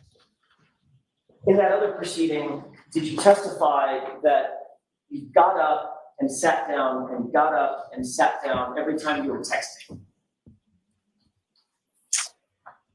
Possibly. Okay, so if you got up and walked over to the door and you see the SUV and you text, Mhm. and then you walk away from the door and sit down for a second, that would be one text and one view of the SUV, correct? Yes. So if you did that at 12:27, 12:31, 12:40, 12:42, and 12:45, you'd agree that's 5 times that you were up and down looking at the SUV, correct? I'm not sure if I did it 5 times. How many times do you think you did do it? I know I definitely did it the first when I said here. I know I definitely did it when I said pull behind me because that's when the vehicle had moved up a little bit. And then did you see the vehicle move up again? A second time? Yes, that's when I told him to pull behind me. Okay, so that's the first time. So just so we're clear, when you first saw the SUV, it was stationary, correct? When I first saw the vehicle, it was straight ahead out the front door stationary. And you texted here. Correct. Then you walked back over to the window, or, I'm sorry, to the door, to the storm door, and you said, pull behind me, correct? At 12:31. Correct. All right, at that point, you saw that it had moved up a little bit. Is that right? Yes. Okay, so if you saw it move up a second time, which you just said you did, then that would be a third time that you had to have seen it and texted, correct? Why would that be third time? Because it only moved once so far. You saw it move twice. So the first time I saw it, it was here. And I said here. And then the next time I texted, I said, pull behind me. So that was 1 time, 2 times. Keep going. You said you saw it pull up again, a second time. So you saw it move twice. From one place to the flagpole to further up. Right, so that's 3 times that you're up to the door. Okay. Is that yes? I'm telling you, my memory is twice to the door. Mr. McCabe, it's not a trick question. You just testified that you saw the car move twice. By definition, that has to be, you looked at it 3 times. Stationary, move once, move twice. Maybe I used the wrong wording. Maybe. There's one of those little I mean, snarky comments Josh was talking about. I'm gonna have just But one it's more. like, what do we? You also kind of get lost of what the point is that's trying to be made with all this back and forth between the two of them. They're doing so much kind of internal bickering that the point is kind of lost. I consider that a win for Jen McCabe. Maybe, but she could also, to the jury, be coming off as just evasive. Yeah, or a liar. Right. Yeah. When you testified in front of this other proceeding,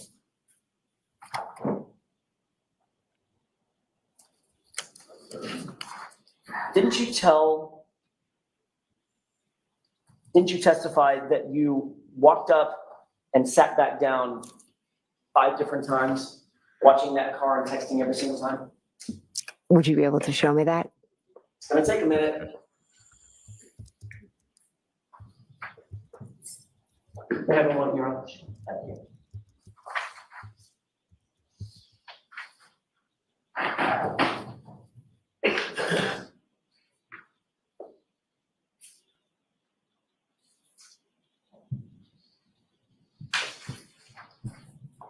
Yeah, he's getting frustrated with her, but doing his level best not to let it show and try to remain respectful. Right. But you can tell. I mean, I've said this before. I've known him a long time.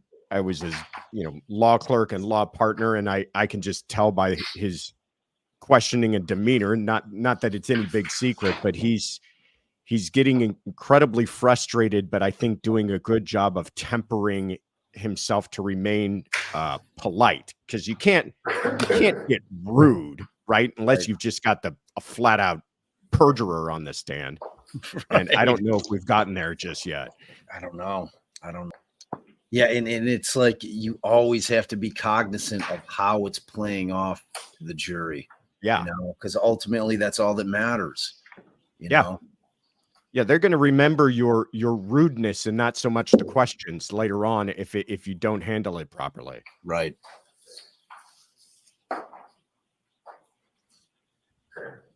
See, we got folks in here that just think she's full of shit. Yeah. She's incredibly evasive, and which leads you to, if she's being so evasive, what does she have to hide? Right? Yes. She will not give him an inch unless it's shown to her that she said something. Usually how this question goes. Didn't you say this at a prior? Yes, I did. And nobody, but this whole, well, show me. So she doesn't trust him further than she can throw 4 him. pages. No. She doesn't. For the record, that's And even when he has her, she'll say, "That's not what I said to Proctor." After you've had a chance to review that, just look up. She still won't admit it.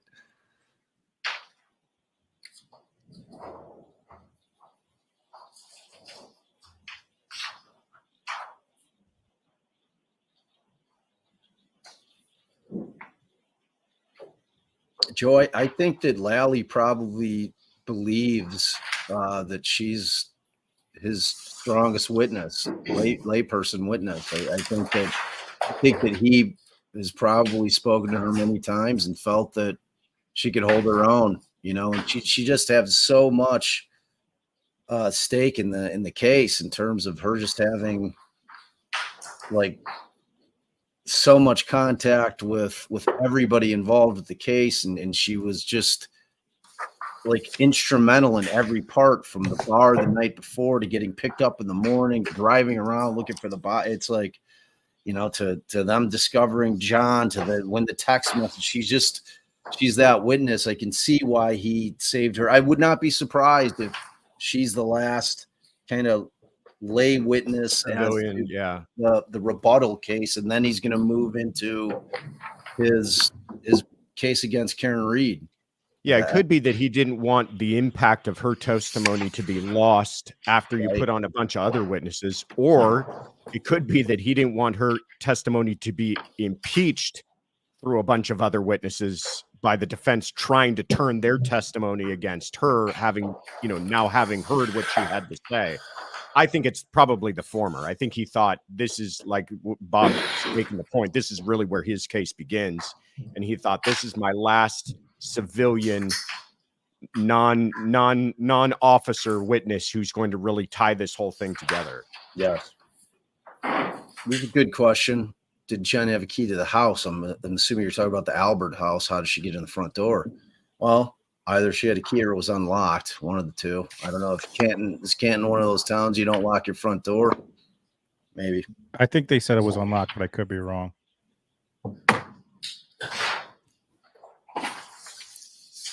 May I? Yes.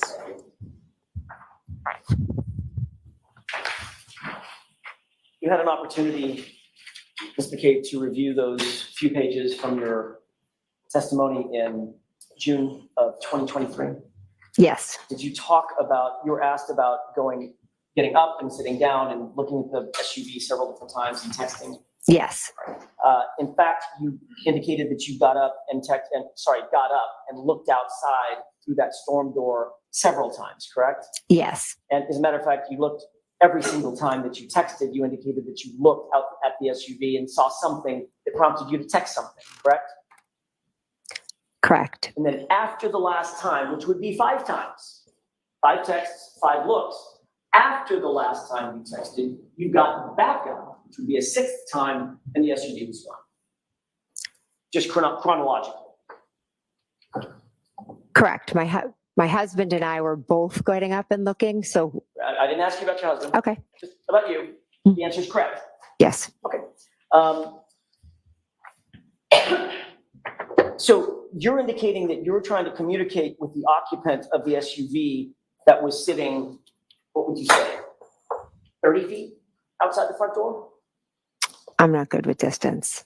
It's further than you and I are from each other, correct? Correct. At least double that, right? Correct. Okay, so could you give me, maybe yards are easier, like 10 yards, 15 yards? Again, I'm not good with measurements. Okay. Just right outside the front door, though. Within, Straight outside, yes. well, straight outside until it moved. To the front door. Of the front door is where it was. Ms. McCabe, straight outside until it moved, according to you, correct? Yes, and then it moved. Correct. And then moved the second time, correct? Correct. It moved to the flagpole and then it moved up again. Okay. Then you indicated that you had an absolutely clear view of the SUV. You were asked those questions, correct?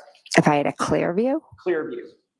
I could see the car out front. Yes. You were asked, you were looking out the front door of the house. Your answer was, uh-huh. You were asked, and there's a window in that door, right? Answer, it was opened. Yeah. Question, so you had a clear view outside. Answer, a clear view outside.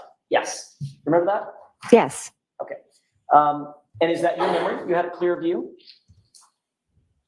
I had a clear view of Karen's vehicle outside. Correct. And then you reiterated that with the following exchange. Question, was the amount of snow coming Objection, down Your Honor. sufficient? So let's hear the question. Was the amount of snow coming down sufficient to obstruct your view of the vehicle, or did you have a clear view of it? Answer, I had a good view of it. Objection. The objection is as to the form of the question and the reading. No, that's okay. I'm Uh-oh. going around. There's a Whoa, basis. Uh-oh. Wow. Is that your testimony? Uh-oh. Yes. Base So not only flipped did out. you have a clear view, you indicated in your words you had a good view of it, right? Correct. Then you noticed that the SUV was gone after the 12:45 text, right? Correct. So you're looking at that SUV over the course of between the beginning text and the end text. It's about 19 minutes, right? 12:27 or so to 12:45, 18, 19 minutes, something like that, correct? Correct. Maybe add a minute because you got back up and didn't text, the SUV was gone, right? Correct. So you would agree, we just do some basic math. You're looking at that SUV on average about every 3.5 minutes. I guess I'm, if you want to pull out the times, then you can look at them. Well, we talked about the times and you Mhm. agreed that you were texting between 12:27 and 12:45, Correct. right? So if you were just to divide that by 5 times, getting up and looking. I don't know, I was doing the math in my head, maybe it's every 3 minutes or so. Correct. At no time did you hear any noise or sound outside that was unusual? Caught your No. attention? You didn't hear any squealing of tires or squealing of brakes? No, You didn't hear any screaming or yelling? no, You didn't hear any loud voices or foul language or doors slam? no, You didn't hear any verbal argument or the revving of an engine, anything like that? no, Matter of fact, you didn't hear any collision or crash, did you? no, Matter of fact, the entire time that you looked out at that vehicle with that clear and that good view, you didn't see anything out of the ordinary, did you? no, And you would agree with me, as you looked at the SUV, you're looking over the lawn to the SUV out at the street, correct? correct. There was no obstruction between you and the SUV. You've already testified to that. Is that right? Correct. And you could see everything in your field of view. Correct.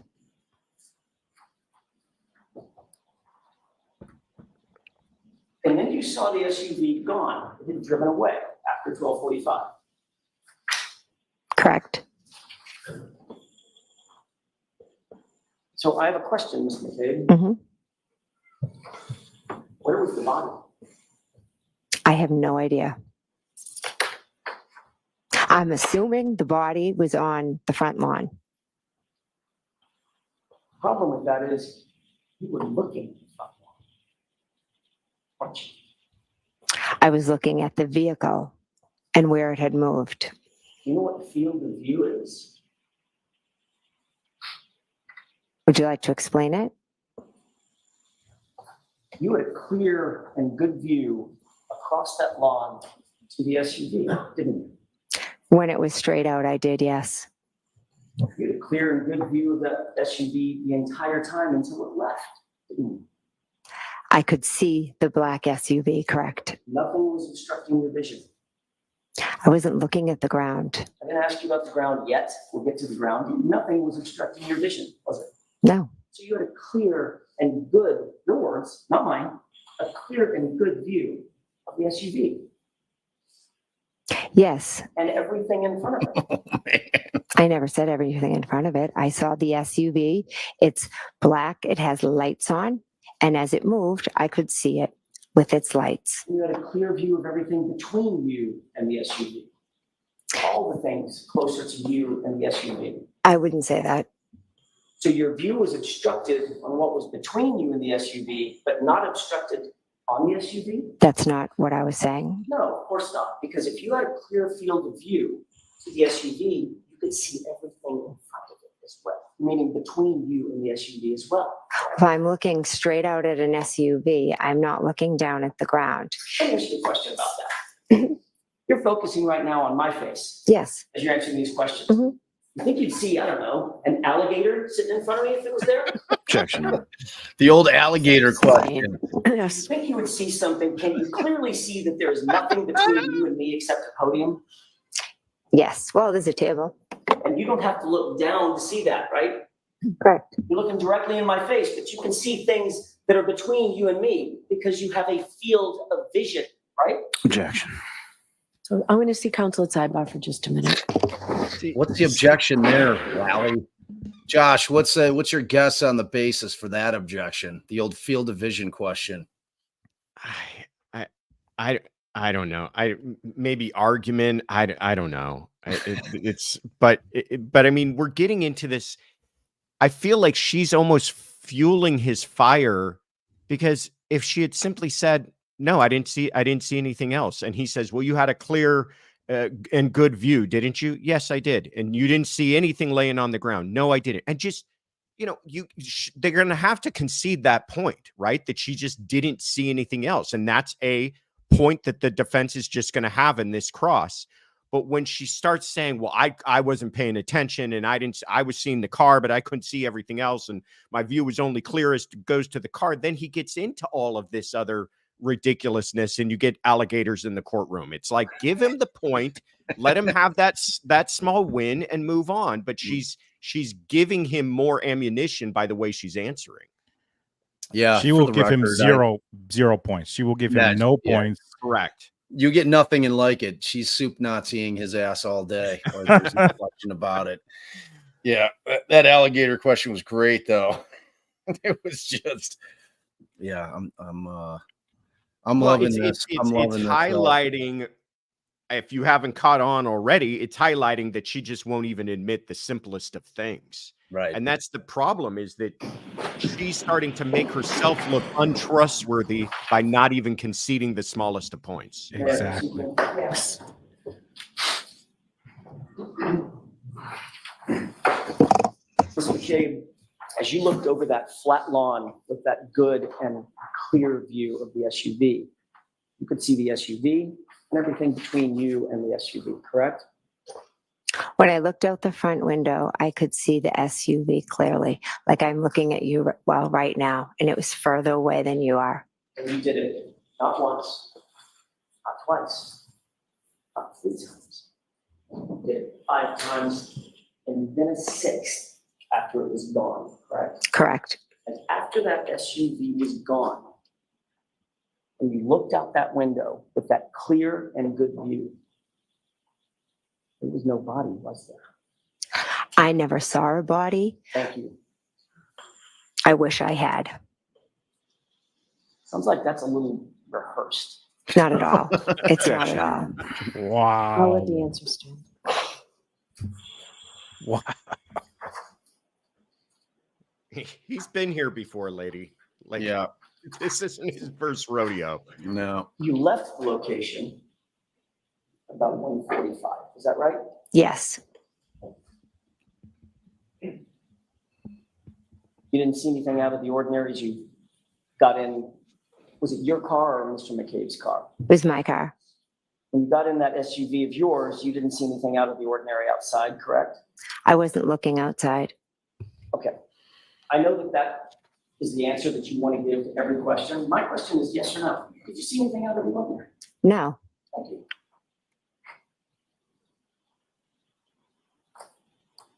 You didn't see anything out of the ordinary when you got in the vehicle? No. You didn't see anything out of the ordinary when the vehicle backed up? No. When that vehicle turned to the, I guess it would be to the right, to leave toward Chapman, and the headlights illuminated the area in front of you? Didn't see anything out of the ordinary then? I wasn't looking out the front window. Again, there's that question. I mean, there's that answer. My question is, did you see anything out of the ordinary? Well, you were asking about the headlights out the front. That's why I said I didn't see anything out there front. Oh, you didn't see the headlights turned on? I was turned to the back. Right. Did you see that the headlights came on in the car? Yes, in the driveway, the headlights came on. Right.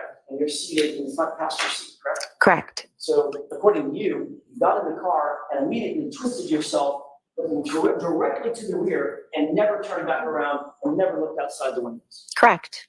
Got it. Is that normal for you? Yeah, I'm a very chatty person, so I turned to talk to the girls. So you made sure that you did look out the window. Nope, that's not it at all. You also didn't hear anybody, you did hear some of the girls in the back, since they were so chatty, talking about bread and sandwiches or something, right? Correct. But you never heard anybody say anything about noticing anything out of the ordinary, correct? Correct. You didn't hear Julie Nagel say that she saw a black object in the yard. Never heard that. But you were turned around looking right at it, according to you, correct? Correct. Indeed, engaging them in conversation, according to you, Correct. so that you can make sure that you weren't looking out the front or right windows. Objection. Can you answer that? Is that why you did it? No, that's not why I did it. I was talking to the two girls. When you got home, what did you do? I went up to bed. What time do you think you got home? Oh, Somewhere boy. after approximately Oh boy. between 2 and 2:15. Took you a few minutes to drop the girls off? Correct. Google search time. Time for the Google search questions. When you got home, you got on your phone, correct? Yes. Before you got on your phone, you went upstairs to your bedroom. Yes. Did you use any applications? Well, let me ask it this way first. Did you make any phone calls, just using your phone, any phone calls after you got home, either downstairs or upstairs? I do not believe so. Did you use any applications to communicate with anybody through Wi-Fi? Do you know what I mean by that? Like FaceTime audio or WhatsApp, phone calls, things like that? Text message? No, actually, and you may not use these, but I'm asking, did you use any kind of third-party app that uses Wi-Fi, VoIP calls, other than just a phone call? No. Sounds like you don't even know what that is. I don't even know what you're talking about. He's Fair enough. setting up his expert. So it's safe to say that you didn't use or you don't use any multimedia to communicate. You don't use FaceTime or Snapchat or Signal or anything like that. I've used FaceTime with my children, yes. Not for phone calls. No. Like FaceTime audio is a way that you can make a call. No, I've FaceTimed with my kids at school, but, that's videos. Like, oh, okay, so yeah, I guess not. you didn't do that night either. Not that I recall. Did you, now I'm going to get back to your question. Did you text anybody? I did, yes. Who did you text? I texted my sisters and I texted my husband and a friend in a group chat. You texted your husband and a friend in a group chat? Mhm. Yes? Yes, Your husband was home? yes.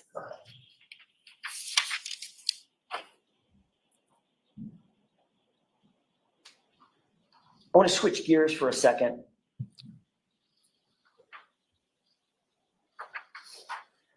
Just looking at Lally. And ask you real quick about later that morning when you went to John O'Keefe's house. You mentioned on Friday that you went into his house and began to look around for him when you first got there with Carrie Roberts and my client, Karen Reed, correct? Yes, You indicated that you looked in his bedroom and saw that the bed was made, correct? yes, You indicated that you looked around other parts of the house looking for him, searching for him. Is that right? yes, You obviously saw the blankets and pillows on the couch downstairs in the living room, correct? I peeked over at the couch. And you're aware that Karen Reed stayed on the couch that night to wait for John to come home. I'm not aware of that, no.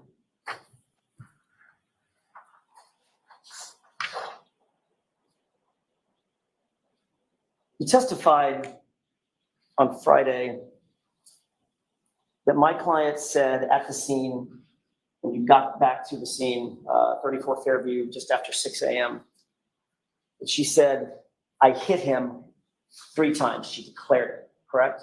Correct. Not once, not twice, 3 times. I hit him, I hit him, I hit him, correct? Correct. You have a very specific memory of that event, do you not? I do. Obviously, that's an incredibly impactful thing for you to remember. Is that right? It was an impactful statement, yes. And you remember it today as well as you remembered it the day she did it. Yes.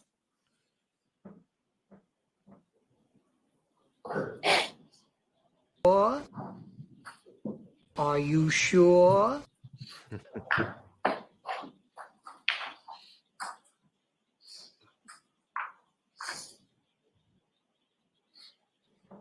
I may have just a moment here. Thank you.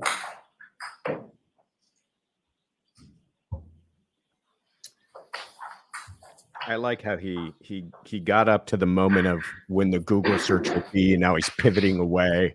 Right. He's circling his prey. That's right. He's setting her up. He's setting her up Yes. for It's just the entirety. that line of questioning. Yeah. I'm going to hand you a document.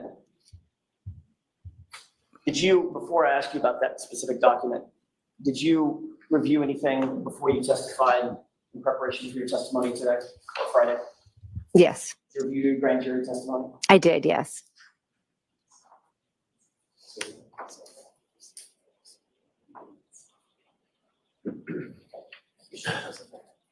Understood.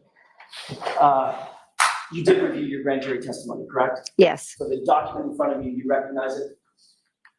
yes, That is in fact a true and correct copy of your grand jury testimony on, that you gave on April 26th, 2022, is that right? correct.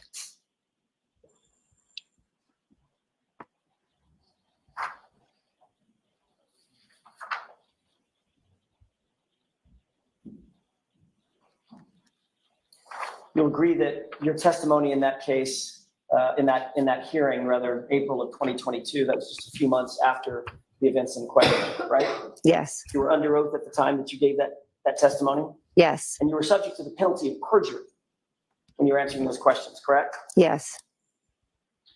Ms. McCabe, I'd like you to turn to the page, since you've reviewed this, turn to the page of that document where you ever said in your testimony, that my client said, I hit him, I hit him, I hit him.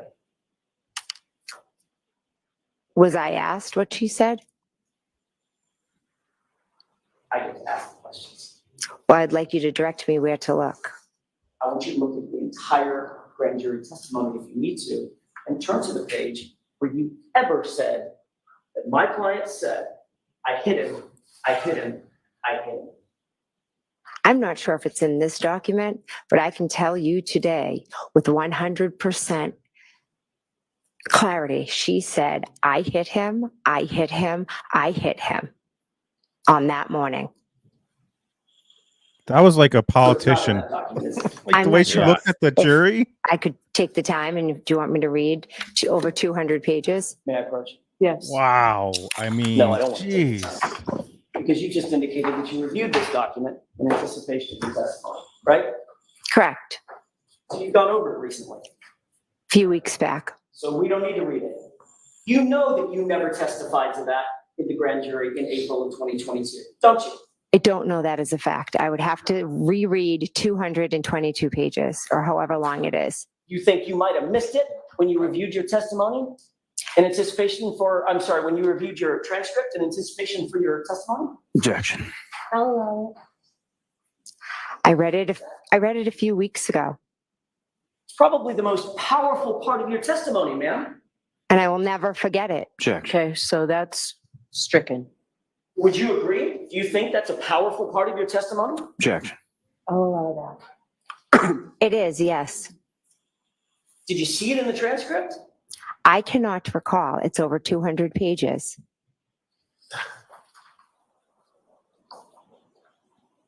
May I approach you? Yes. These are select pages. 190, 192, 193, 201, 208, 159. I'm just going to show you these questions.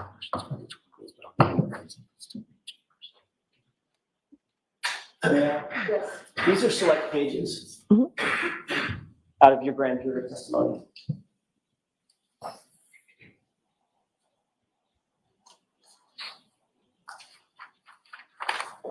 Isn't it true, Ms. McCabe, that you were asked when you testified no fewer than 12 times what my client said, either at the scene or on the way to the scene?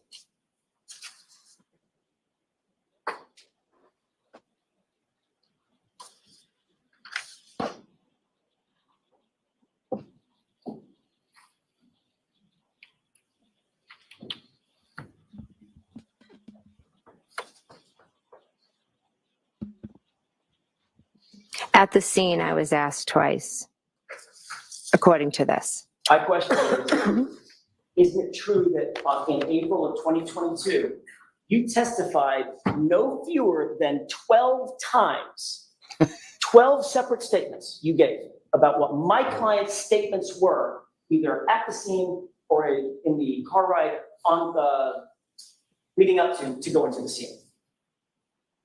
You remember that? I do. Okay, so on page 190 of what you're looking at, Mhm. these should all be highlighted. It is. You testified that my client said to you over the phone at 4:53 a.m., she asked the question, did I hit him? You see that? I do. Number two, on page 192, talking about when y'all were in the car on the way to the scene, Karen asked the question, could I have hit him? You see that? Yes. Page 193, lines 1 through 2. You testified that in the car, once again, she asked the question, could she have hit him? You were relaying that, meaning could I have hit him, correct? Correct. Page 193, line 23. In John's driveway, she asked the question, quote, and she's asking if she could have hit him. Yes. Page 201, driving to Fairview. She asked the question, what if I hit him? And could I have hit him? Correct? Correct. Page 202, lines 1 through 2. While driving to Fairview, she asked the question, could I have hit him? Correct.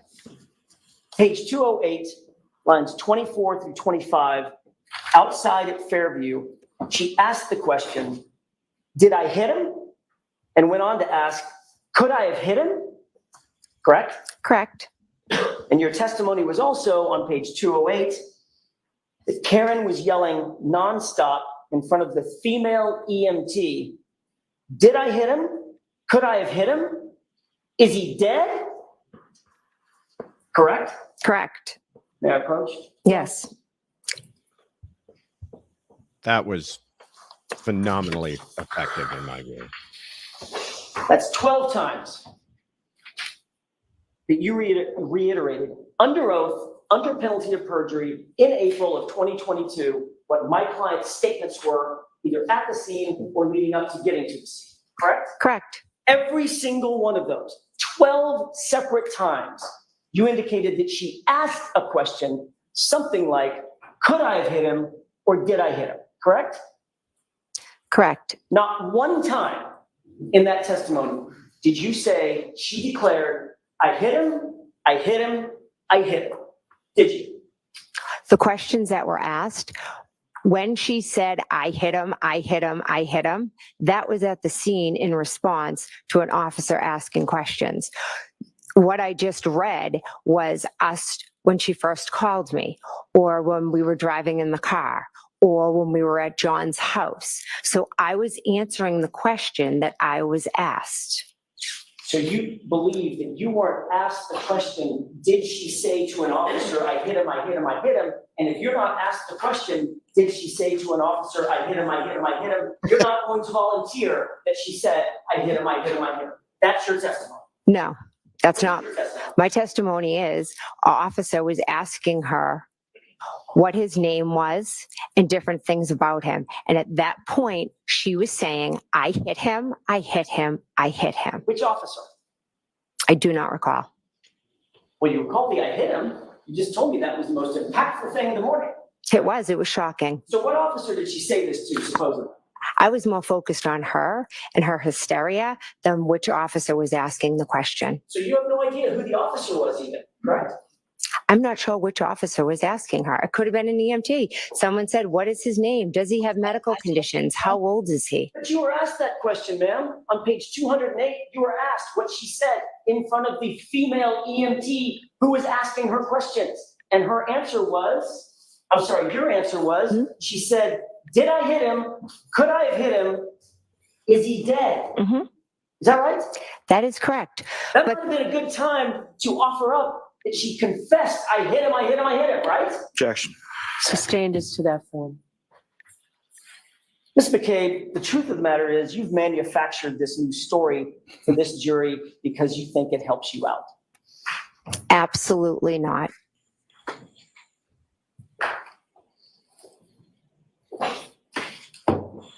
You called 911 at 6:04 a.m. Is that right? Yes. Your Honor, with the court's permission, Exhibit 36 has already been marked and entered. I would ask to play a portion of that 911 tape, not the entirety of it. Okay.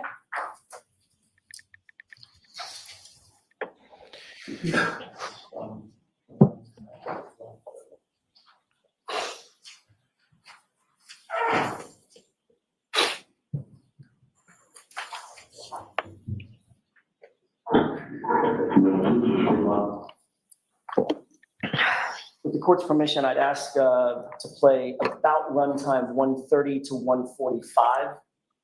If you can give me 2 seconds. Yes. Do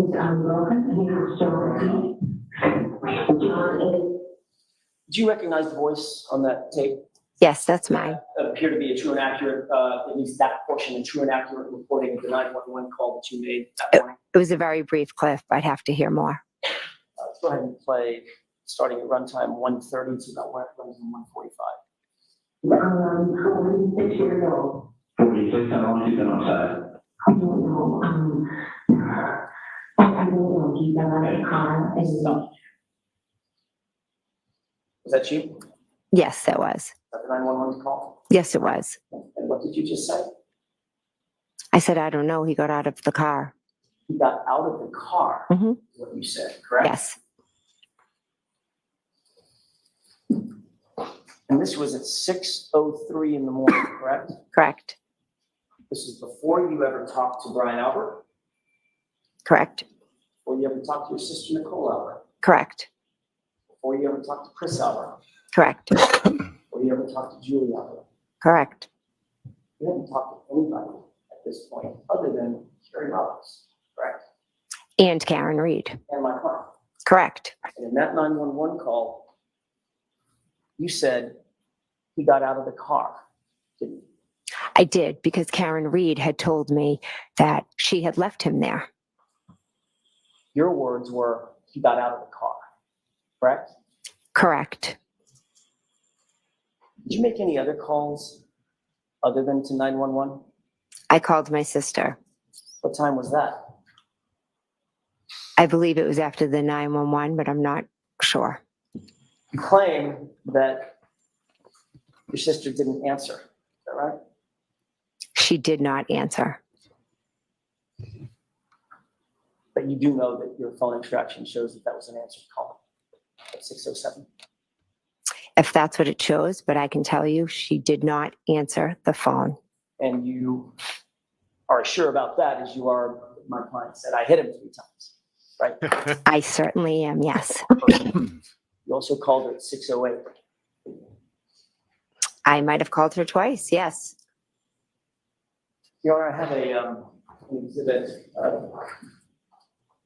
This may be as good a time as any to take a break. If you wish, I just have to cue it up. It's up to you. I don't mind. Folks, we'll take morning.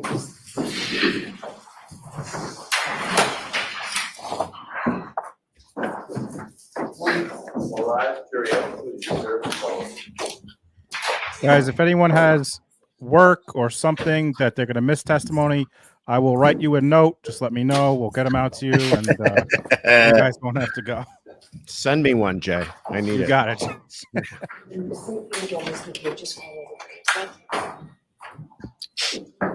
What a morning. Well, it was everything I hoped it would be thus far. Yeah. Oh man. It actually started shockingly abrupt. Like he did not kind of ease into the deep end as far as how he came after her. I feel like he came out of the gate not hostile but aggressive. On O'Keefe's phone, it does include the 911 call. I don't want to play the entirety of the 911 call, but I do want to play the entirety of this particular 4-minute voicemail. Okay, do you know what it is, Mr. Lally? I do. Okay, so is there an agreement that it's coming in? There's no objection to it. Okay, all right. Thank you. I just needed to know if it would make sense for me to review it if there was an objection. Thank All you. rise for the court, please. All right. Thanks, Diz. I jumped the gun there with pulling it off. Hey there, Karen Reed trial watchers. This is a Oh, not now, Penn Badgley. Oh, that's glorious. So yeah, man, that was something. So do we think he's circling back to the Google search at 227? 100%. Yeah, I mean, he's obviously willing to accuse her of lying and accuse her of covering up, and he's not going to be shy. I think he was I think he was setting up his experts for how this whole prosecution theory of how the time, the timestamp on the Google search, maybe at 2 a.m. when she's saying it was later. And by saying, were you accessing your phone in any other way? To me, that's what it sounded like, is that he's just laying the groundwork for his expert later on. But I don't think there's any way he doesn't come back to revisit that. Yeah, I'd be stunned if he didn't. Yeah. Stunned. I mean, that's the way to do it, though, right? You don't want them to be ready. Like he's doing that strategically, right? Like he got, like you said, he got up right to the point, and he was like, let's go this way, because you don't want them. Even though with her it doesn't matter, because she's gonna be like, hold on, can I see what you're referring to? I mean, it's like I said, it was like she was like a politician when she turns to him, she turns to the jury, she turns back. It's almost like, I did not have relations with that. Like it was like I did not have sexual relations with that woman. It wasn't like testimony. Half this time it hasn't felt like testimony. It felt like her having to get her point across. Yeah, she's definitely got an agenda that she's trying to push, which is not good for a witness. I mean, right. She should be coming across as just a person who's doing her best to tell what happened as clearly and truthfully as she remembers it. But if you start making sure that you add certain points in, that's going to look like you have an agenda. And he's highlighting that. Like, you keep on telling us and adding in certain things at the end. Isn't it true? You're trying to make that point. And if the jurors, start to see it the same way he's seeing it, then she's got major problems. Big time. Big time. I thought, though, that cross-examination, when it came down to whether or not she heard her say, I hit him, and going through that prior testimony, the way, and quite frankly, that it wasn't being objected to, that he was essentially reading in her prior testimony. That was a masterpiece in cross-examination, as far as establishing that all the opportunities that she had to say what is probably the most impactful piece of evidence in this trial, as far as she's concerned, and that she didn't ever mention it. But she did mention on 12 separate occasions that she was asking a question or had no idea herself whether or not she hit him. That could not have come out more perfectly for the defense. Yeah, it was super, super impactful, because it's like in her response, that they didn't ask me that specific question is just going to fall flat. Like if you've heard somebody confess 3 times in succession, and you've then testified to 12 other things that she had said, no one on that jury's buying that she didn't say that, oh, well, she also said, I hit him, because she wasn't asked that direct question. I mean, why wasn't she asked that question? I mean, during that entire prior testimony, why wasn't she asked? Did she say anything else, or did she say anything, at any point in time, did she say anything else in regards to hitting him?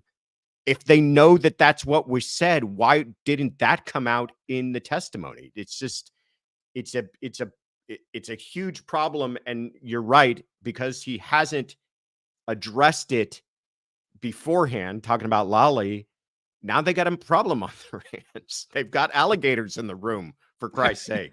The first meme has hit the interwebs. I cannot take credit for it, but it's out there. There's Jen on her phone, and of course the gator. I thought that was worth sharing.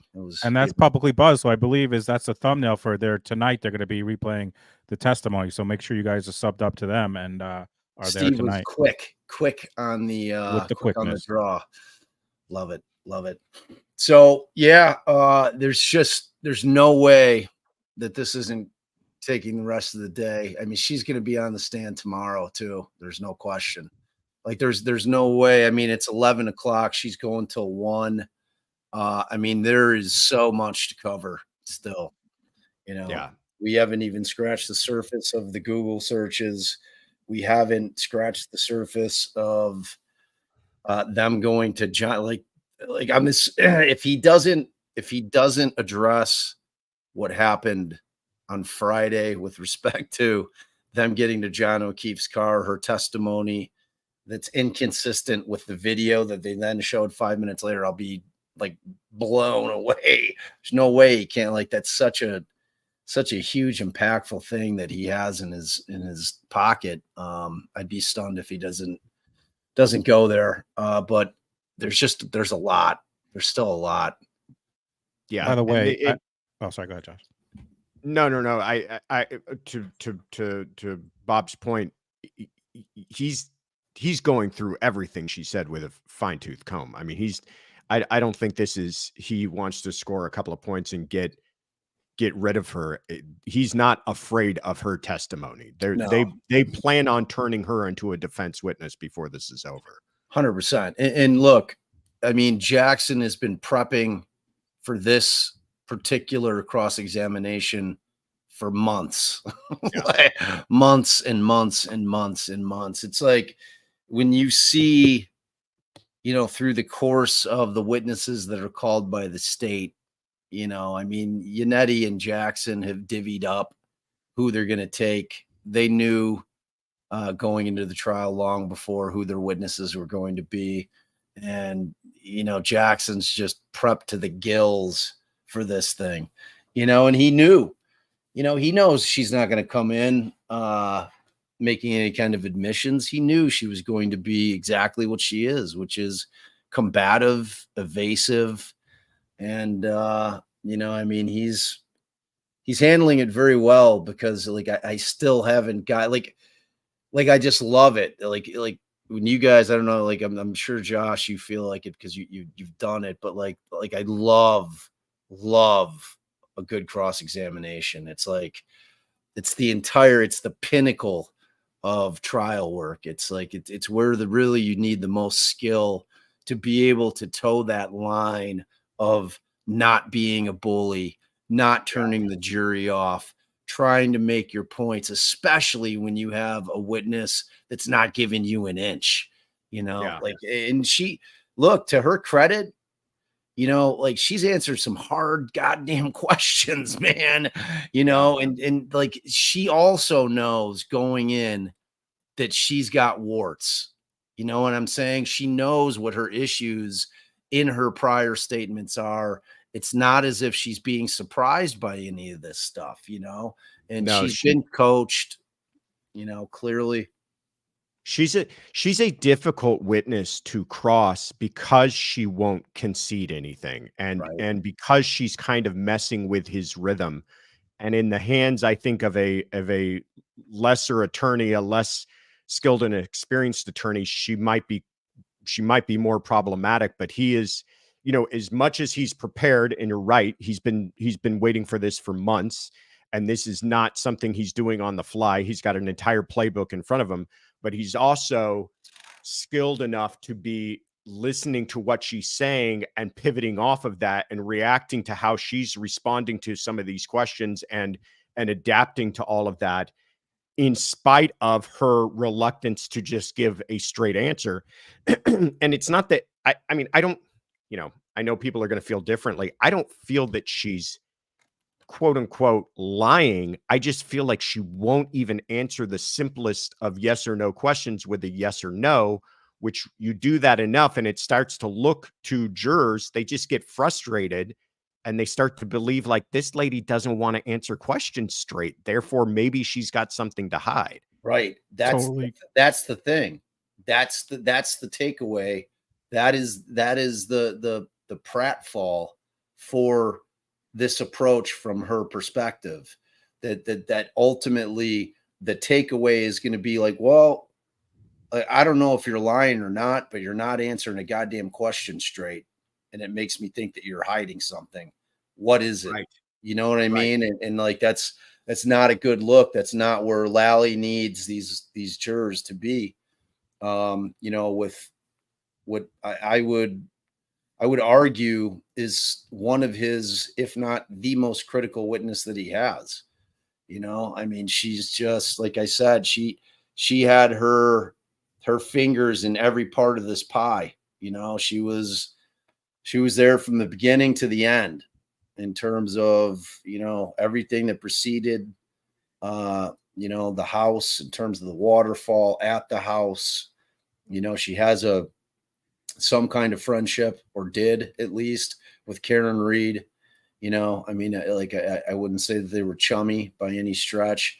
You know, and she also has this relationship with John O'Keefe, because we know that it's Jen McCabe texting John O'Keefe, "Where are you?" Like, what's you know, and John O'Keefe texting her back, which is, you know, he's not texting Matt, he's texting Jen.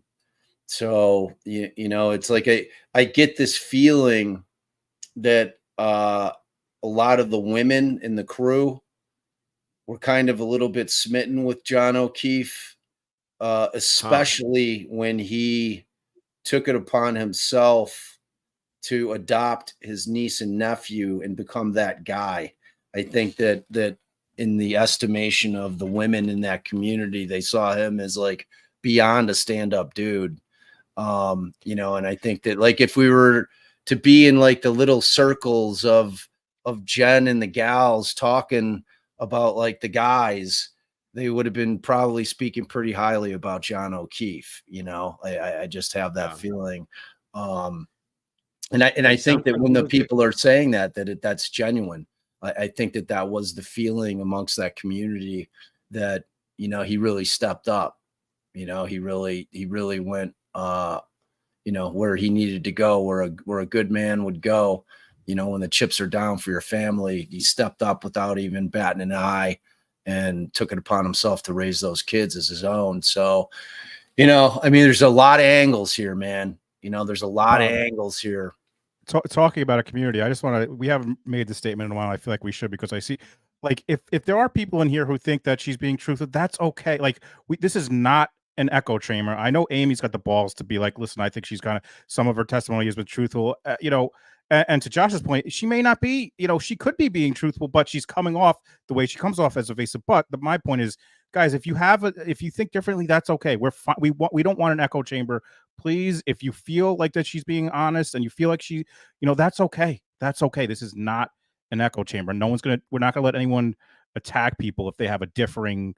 No, view like, here. I have no idea what happened here.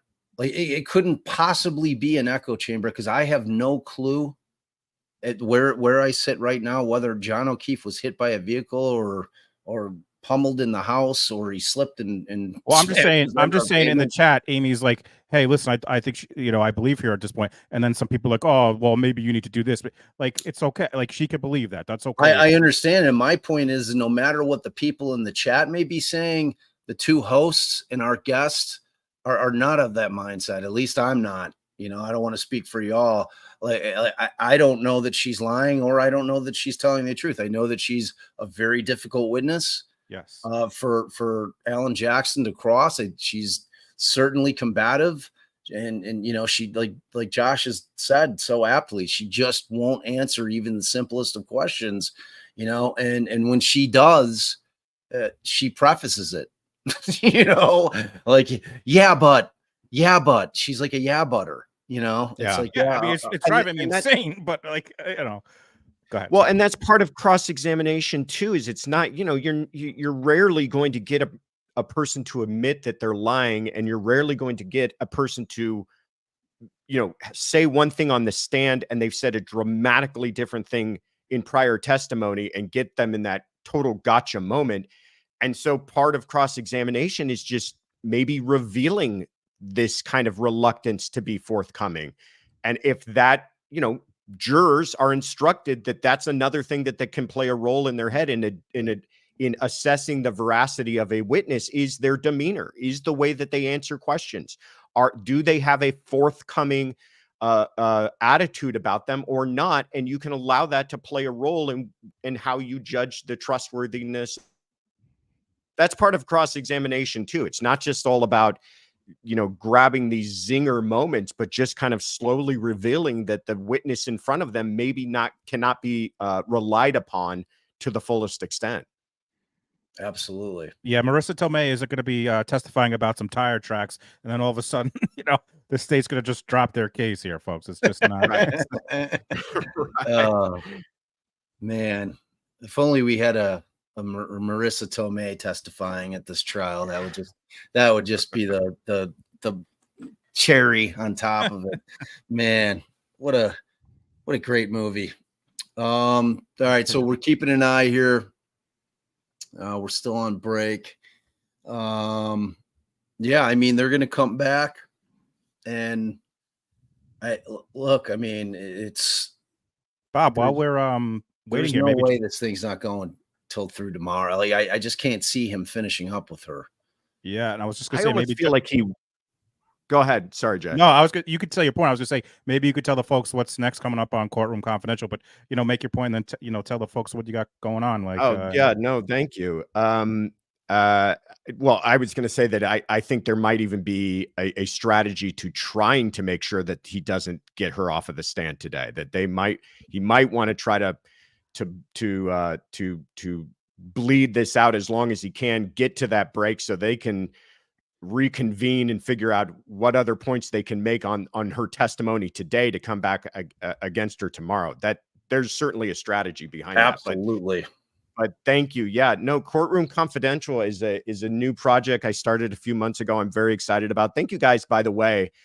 I have to say, last time I came on here, I had the hugest bump in subscribers that I've ever had. So yeah, I'd love to hear phenomenal. I appreciate the community that you two have built and all of the people commenting. Everyone's very involved and everyone's very informed on this case, and we really appreciate the new folks that have found out about our channel.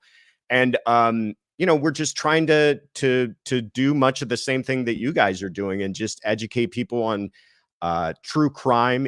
We concentrate on cases that are in the news, current trials. I do a show every Friday. Yeah, there oh she God, is. there's my mug all over the place. Look at that handsome bastard. Look at that guy. Somebody get that guy's. Tell him to back away from the camera every now and then. My goodness. I love it. I love it. Yeah, we're just. I've been doing. I've been on True Crime Daily for the last couple of years or more longer, doing a weekly episode with them called The Sidebar, and Bob's been on that a couple of times. Always been a pleasure to have him on. And I wanted to do this project myself, which just kind of gets more in detail to some of these current cases. We do a weekly show that kind of wraps up the week of everything that's taken place, and in between we try to add commentary where we can. And it's been really fun because we started out with absolutely nothing and we're continuing to grow. And because of that, being able to add more and more content. So look at all this content, y'all. Like he's got everything, and he'll go from like Josh, and these are all videos, guys. So yeah, and he's covering everything. We've got Treadmill Dad, Doomsday. We've got, of course, tons of Karen Reed. We've got the super creep Harvey Weinstein. Like if you guys didn't learn, his shit was overturned. He's covering everything. And Josh, have you range from like have you done any Adelsons? No, because we're going to once it comes back, but we started the channel kind of all of that is just kind of previous media hits and everything, and then we started in earnest doing our own content about 3 months ago. But yeah, Adelson, everything that's popping up in the news. Karen Reed has kind of been dominating the airwaves recently, but there's a lot of other really interesting cases going on right now that we just give my stupid little thoughts, having been a prosecutor and now a defense attorney, and just my hot take on a lot of these issues. So please jump on board, everyone. Appreciate it. Definitely. Yeah. I mean, you're such a bright guy. When I always come on True Crime Daily, and I'm on a lot of stuff, man. And you and I just have some fascinating conversations. I really always relish it because we really do. You just ask really insightful questions. Thank you. I mean? So I always really, really enjoy it. It's fun to have a forum too that's not like you're doing a media hit where you've got 30 seconds to get in and out, but like to actually be able to get into the weeds on some of these cases and discuss some of the background issues, and to realize too that there's an audience of folks who want that. They want a little more in depth and not just kind of a talking head giving them a quick 30-second sound bite, but like let's really talk about what's happening on these cases. And 100%. you do an incredible job of that on your channel. Thank you again for including me. I really appreciate it. Man. I was like thrilled that you were like willing to get up. And just so y'all know, Josh's a West Coast guy. So, he's 5:40 a.m. when we're starting to rock and roll. So now I'm beyond appreciative that you're willing to get up and hang with us, because I really value your insight, and I enjoy your company beyond that. So, Thank you. It's been great. It's been absolutely. He's also great. on. I don't care. I'm going to call it that. I don't care that Elon bought the site, but he's also on Twitter. So make sure you check it out. If you follow me and Bob, we're retweeting him. I met my wife on Twitter, not X. I will not call it X. Did you guys see that though? He officially moved everything over. So like you don't type Twitter anymore. It's now officially x.com. Yeah, it's oh really? You can even pull up Twitter anymore? No, That's funny. More. He had it for a long time, and now he went to x.com. Let's see. Josh, can you hang through the day, or good? All right. Yeah, well, Jay's gonna send me a get out of work card. So, yeah, I'm gonna hang for it's a half day today, right? Yeah, one half day. Typically Eastern. Yeah, plus I don't think I could pull myself away to see how the rest of this cross-examination goes. I mean, dude, like I was telling Jay before you were able to jump on this morning, like my 12-year-old Scarlett, as she's prone to do, drop the bomb on me. She's like, "Oh, Daddy," she's like, like you got to check your email. Like I have a thing tomorrow, or at least in my mind, I thought she said tomorrow. She's like, it's an innovation expo at the school, and I never miss my kids' stuff, So I'm like, oh my God. I'm like, oh Jesus. I'm like, why didn't you tell? Like, how long have you known about this? She's like, I don't know. I'm like, so I'm looking. I find the email, and like in my mind, I'm thinking it's this morning. So I'm like, oh. And like Jay's like, don't worry about it, man. I got you covered. I'm like, dude, I want to watch this thing. I know you got me covered. Like, I want to see it. Turns out that it's tomorrow. So I was relieved, because I was like, oh, what I've been waiting for all weekend, I'm going to have to miss like the first half an hour of it. So I got a reprieve. I've got reprieves all week. Like theoretically, I was going to be in Delphi, my boots on the ground there. They were supposed to have these hearings for the next 3 days, which were all theoretically pretty huge hearings. I mean, it would have like the third party culprit stuff would have been coming about. And I was very anxious to hear that stuff, but I was also, I'm torn, it's like, I'm like, Jay and I are in this, like, there's like, we're deep in, we gotta like, so I was thrilled when I was thrilled first when the trial got continued, thrilled, because otherwise I'd be waiting in line to get into the Carroll County Courthouse to try to report. And so I was thrilled when that happened. And then I was thrilled when that thing tomorrow. So it's all coming up roses for Bob these days. So I like it. Why has the judge explained this schedule of why the half days and the days off and she has not, but oddly that you mentioned that, she said on Friday, as they were leaving, that she was contemplating revisiting the half days. I think that she's starting to realize if we do this half day thing, this thing could go on forever. It sounded like she was going to address it with the jurors to see if they would be fine with probably moving it to full days every day. So I don't know. Oh, they are? All right. And by the way, if you guys, regarding the schedule, if you don't know this, next week, they are only on Tuesday for the entire week. So just a heads up. Yep. All right. Let's see. It must not be real time here. It's weird. It keeps pausing. Are you live, though? You're not. It should be. There you go. All right. Let's see, I think I may have muted it. I can hear it. Okay, whenever you're ready, Mr. Jackson. Perfect. McCabe, I want to go back very briefly to something you said just before we broke, and that was in respect of the statements that you attribute to my client out of the scene. You said, well, there was an officer possibly asking questions, or it could have been a female EMT, and I wasn't answering questions about that, correct? Hence, you didn't say, I hit him, I hit him, I hit him. Can you be clear on your question? Let me rephrase that. Before we broke a few minutes ago, you had said, the reason I didn't say, I hit him, I hit him, I hit him, is because I was never asked.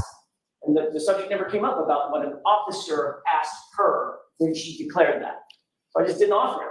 And then you said, or it could have been an EMT. Yes, I'm unclear who was there.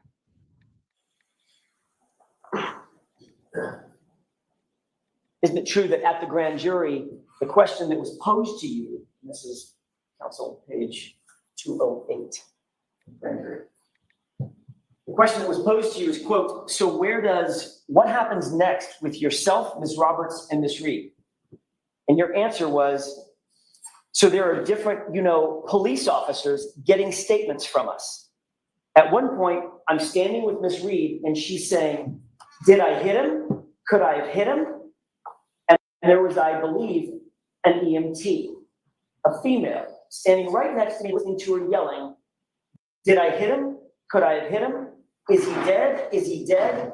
Is he dead? It was pretty much nonstop. Remember that testimony? I do. So in point of fact, you were answering the direct question about what happened in front of the police officer and the EMT, correct? There were multiple police officers and multiple EMTs present. So now this is another police officer and a different EMT. I'm not saying that. Okay. But nowhere in this did you say that she declared the words, I hit him. Correct? We agree on that. Correct. Your Honor, I have an item I would like to have marked as next in order. Okay. May I approach? Yes.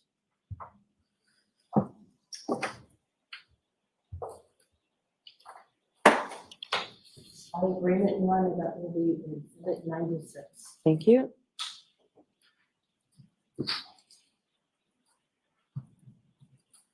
With court permission, I would like to play a portion of this and then stop it. Okay. And ask a couple of questions about it. Okay? It's audio only.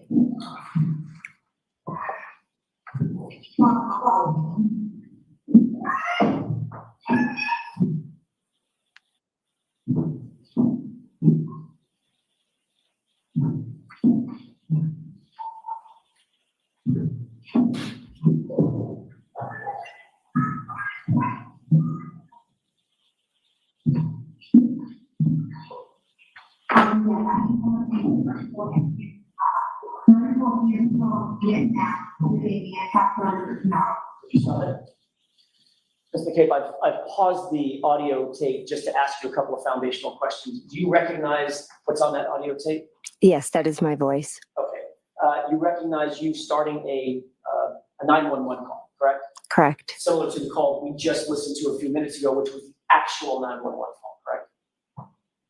What's the difference between the two of them? I'm about to explain it. It's a confusing question. I apologize. This appears to be a open voicemail overhearing your 911 call. Do you recognize that? Now that you explain it, okay. You hear a rhythmic boom, boom, boom, boom. The windshield wipers. Okay, so that was my next question. That would have been an open voicemail that was recording inside the cab of the SUV that you were seated in, correct?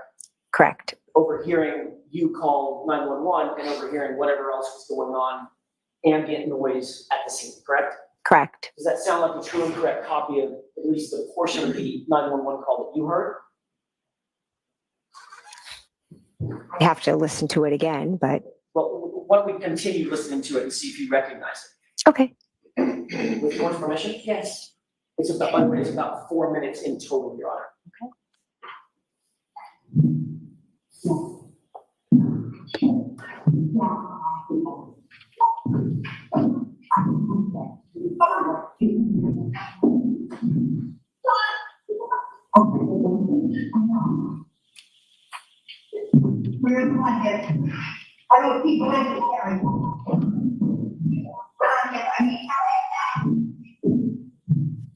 Pause it. Do you hear a person in the background screaming? Yes, Who is that? Miss Reed.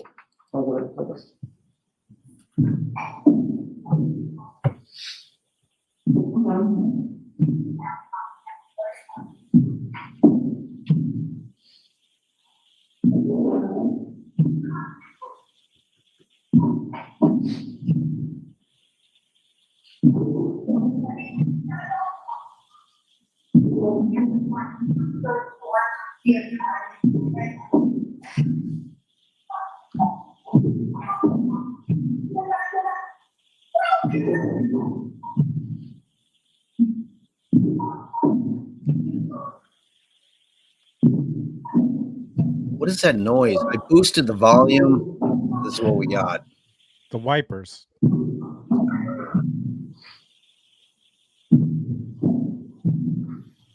We're voting.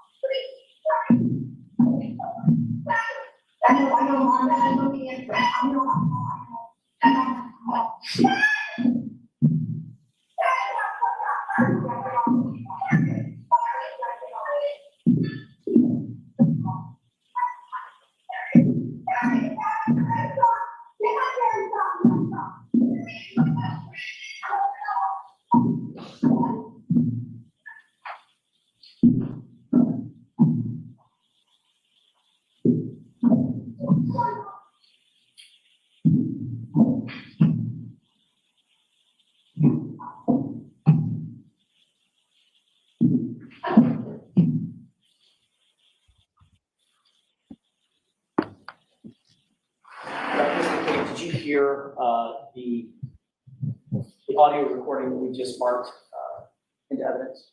I did. It was very muffled and some parts were very hard to understand. Understood. Mhm. The person on the phone, who was that person? I called 911. And the person that was, for the most part, the person's voice that you could hear screaming, sounding sort of hysterical, who was that? Karen. Could you also hear Carrie Roberts' voice at various times in the background? Yes. And she was, for lack of a better word, trying to calm Karen down. Yes. And at some point telling her to just shut up, you're not helping. Yes, exactly. Because she was so hysterical and so upset. Erratic. Just won't, man. I want to play the rest of this. It appears that this recording is longer than your 911 call. You would agree with that? Well, I'd have to see. Well, the 911 call is already ended, correct? I'm not sure how long was the 911 call. Okay, this is about 3.5 minutes into a 4-minute recording. My only question is, would you agree that the 911 call is subsumed within this full 4-minute recording? I couldn't make that from that muffled. You couldn't tell? I couldn't tell. So if you have my phone record, you could, I'm assuming, tell when the 911 call ended, because I know the 911 call was long because there were multiple, they had transferred me multiple times. Right. My question to you is, I'd like you to listen very, very closely, and I know that it is a muffled recording by definition. I'm not going to do that. From this point forward, I want you to pay very close attention. I want to ask you if you hear a voice, very muffled, toward the end of this recording. Let it with permission. Yes.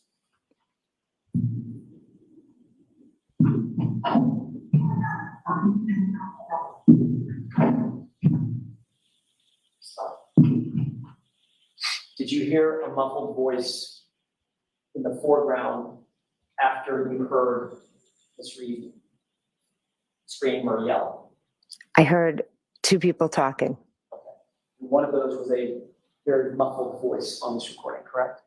Most of the recording was muffled. The one I'm talking about is I just played the voice that was muffled in the foreground of the audio recording, for want of a better phrase. Yes, I heard that, yes. Was that you? I don't know if that was me. There was nobody else in the cab of the car with you, was there? I was standing at the trunk of the car, outside of the car. Kerry Roberts was over by Mr. O'Keefe, Agree, yes, they were kind of running back and forth at times. and Karen was over by Mr. O'Keefe for most of that. Yes, But you were the one by the car. back and forth.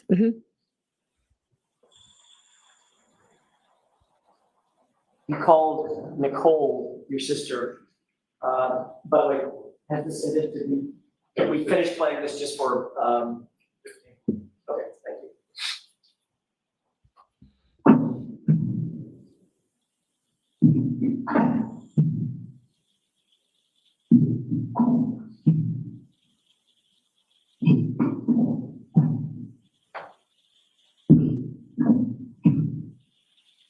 Okay, that appears to be the end of the tape. Okay.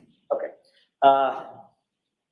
You called your sister at 6:07 and 42 seconds, correct? I don't have my phone record in front of me, Does that sound about right? approximately. And you made a second phone call at 6:08 and 17 seconds. Does that sound about right? I did call her twice, yes.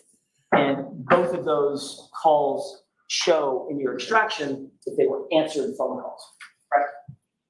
I don't have my extraction in front of me. Well, you've been asked this question a bunch of times, right? You were asked this question at the other proceeding, is that right? Yes, You and were shown phone records. well, if you have them, I could see them here. You were shown phone records then. Yes, And at that time, you were confronted with the fact that the phone records show a 7-second call for 6:07. correct? Objection. I'm going to strike the word confronted. Go ahead and ask. I'll pick another Go word. ahead and ask the You were question. shown evidence that the 6:07 call lasted 7 seconds. my sister never answered the phone. Okay. I know you want to answer your own question. Not the question. I want you to answer my question. Were you shown records that showed the call lasted 7 seconds? I cannot recall the exact record I was shown, but I was shown a phone record. Okay. And you were shown that the same phone record showed that the 6:08 call lasted 8 seconds, right? Again, I don't have it in front of me. Does that sound about right? About right, and there were a number of other calls that showed answered, weren't answered. Well, we'll get to those in a minute. She can't help herself. So the two No. calls at 6:07 and 6:08, at least the records indicate about 15 seconds worth of open line time, talk time. 7 seconds, 8 seconds, right? You have the record in front of you. I don't.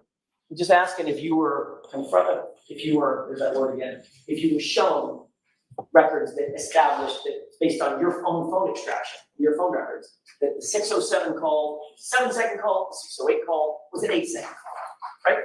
I was shown records, but I don't know exactly what they were, how long the call said, because she never answered the phone regardless.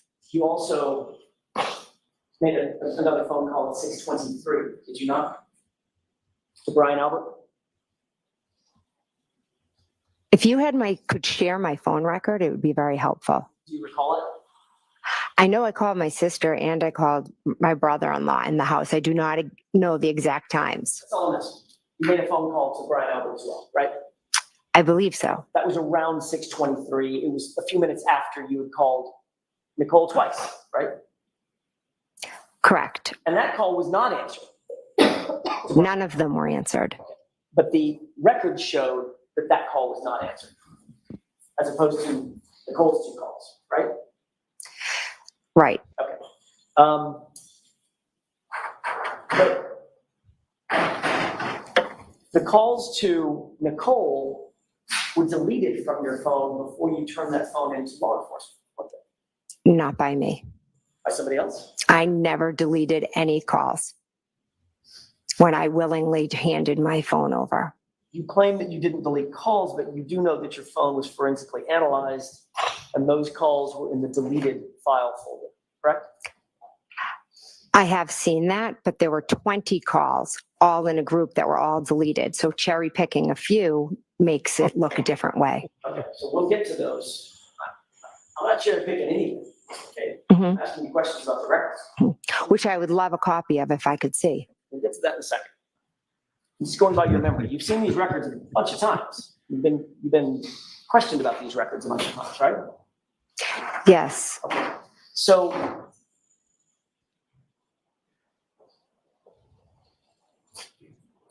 we know that you called at 6:07, 6:08, or thereabouts, and about 6:23. 2 to Nicole, 1 to Brian, correct? Correct. And you'll agree with me that notwithstanding those phone calls, by the way, did you leave voicemails? No.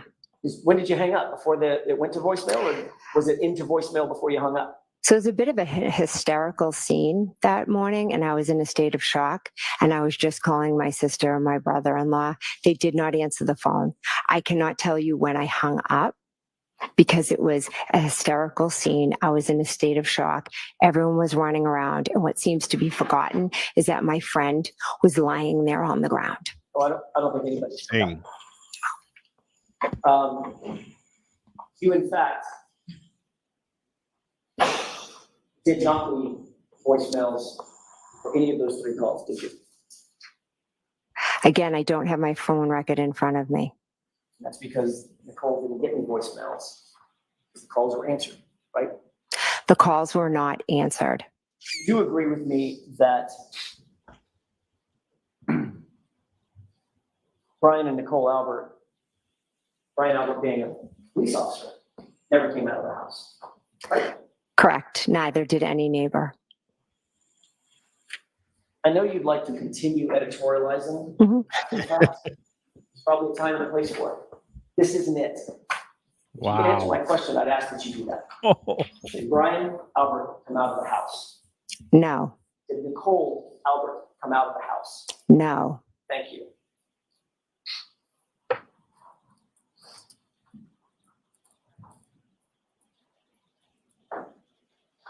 How many of the initial police officers from Canton Police Department who responded to the scene were you friends with? I would say I am friendly with Mike Lank. He was 5 years older than me. I knew him growing up. If I saw him around town, I would say, "Hey, how are you?" Pretty much that's the extent. Anybody else other than Mike Lank that you're friends with? Not that I am friends with. I knew of Officer Sean Good, but I wouldn't say I was friends with him. I just knew who he was. And you also knew that Officer Lank was very good friends with the Albert family. Good friends, yes. You knew that Mike Lank and Chris Albert had a long-standing friendship, correct? Correct. You just indicated you also knew Officer Good, is that right? Didn't know him. I said I knew of him. Okay. With regard to names like Sarah, Delaney, not so much. Sarah has a sister that's the same age as my sister, but I had never, to my knowledge, met Sarah. And of all the officers who responded to the scene, the 2 who actually went inside the Albert home to talk to Brian Albert and others was, in fact, Mike Lank and Officer Good. I don't remember Officer Good in the house. I only remember Officer Lank. The reason you know that, the reason you have a memory of what was happening inside the house is because you were allowed to actually go into that home, correct? Correct. And you went into that home before any of the officers went into the home. Is that right? Correct. You were allowed to have private conversations with Brian Albert? I woke Brian Albert up. Were you allowed to have private conversations with Brian Albert? Yes. And you were allowed to have private conversations with your sister, Nicole? Yes. That was before the police ever went in to do any formal interviews of you, Brian, or Nicole, correct? Correct. Did you discuss in these private conversations how you three were going to answer any questions for the police when you were asked? No. Did you talk about what you were going to say in any respect? We were in shock. There was Yes or no. Did you talk about what Brian and Nicole were going to say in their interviews with the police? No. Did Brian Albert give you any advice as a police detective what you should do or say when you were interviewed? No. Did he give you any advice as a police detective what you should do with your cell phone? No. Did he tell you that the police might want to get a hold of your cell phone at some point? No. Did you two discuss the calls that you made to Nicole Albert at 6:07 and 6:08 and the call that you made to Brian Albert at 6:23? No. Did you ever discuss the idea of potentially deleting any of those calls that were made that early morning? Absolutely not. Would you tell us if you did? Yes, because I'm an honest and truthful person. Did you tell him which officers were outside? I don't recall. Did you tell him that Officer Lang, specifically, friend of the Alberts, was outside? I don't recall. And then your husband, Matt McCabe, arrived at the scene, correct? Correct. He was allowed to come in the house as well, right? I believe Officer Lank was in the house before Matt came into the house. Again, not the question. And a little bit later that morning, Julie Albert came over, correct? Correct. And by the way, Officer Lank, after just a few minutes, then left the house, correct? Correct. Leaving all the witnesses inside together. Correct. And I can't remember if I asked this question or just thought it out loud. Did Julie Albert come over? She did. And then Chris came over. Yes. Even Brian Higgins came over. Correct. These are all friends and family of yours, correct? Not Brian Higgins. I had only met a handful of times. But you consider him a friend. A friend of Brian Albert's is how I would reference him. Fair enough. So these are friends and family of Brian Albert. Correct. And everyone was permitted to discuss the circumstances of the evening before, going into the early morning hours, with each other, with no police there, correct? I sat with my family in shock and horror. Were you allowed to discuss the circumstances of the night before, going into the early morning hours, amongst yourselves without any police presence? Yes or no? There was no reason for us to be allowed or not allowed. We did nothing wrong. Understand my question? Did you get it? Yes, I understand your question. Can you answer it, yes or no? Were you allowed, that group of folks, were you allowed to discuss the case without a police presence? Yes. Okay. She's not doing herself favors. So you listened during that friends and family gathering, you listened to what Brian Albert had to say, correct? He didn't really say much. He was able to listen to what you had to say? Again, you're creating a scene that didn't happen. Anything, Ms. McCabe, I'm asking some questions. You don't seem to want to answer. Objection, Your Honor. All right, so let's ask a question and let's get an answer, okay? Yes or no? Was Brian Albert there within earshot when you discussed your version of what had happened? I didn't discuss much. I sat there in shock and horror, so I spoke very little, to be honest with you. But what little you did speak, he could hear. Yes. And Nicole could hear. Yes. And Chris Albert could hear. Chris came much later. And your husband, Matt McCabe, he could hear. Yes. Okay. And then when Chris is talking about what happened at Waterfall, you could hear and Brian could hear. In other words, everybody could hear everybody. Chris came much later. When Chris came, I was almost about to leave. I'm guessing that the topic of what had happened was still on everybody's mind. Everybody was trying to figure out what had happened. And you're discussing it amongst yourselves. That's my point. With my sister and my brother-in-law and my husband. Correct.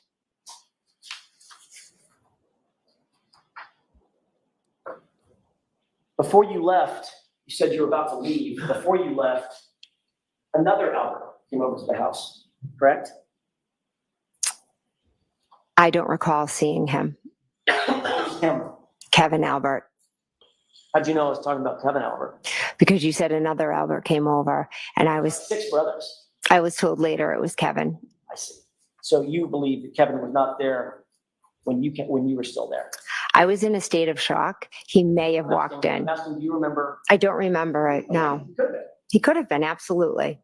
And you knew he was a Canton police officer. Yes, You had already gotten a call from Michael Proctor, hadn't you? yes, He told you he wanted to speak with you.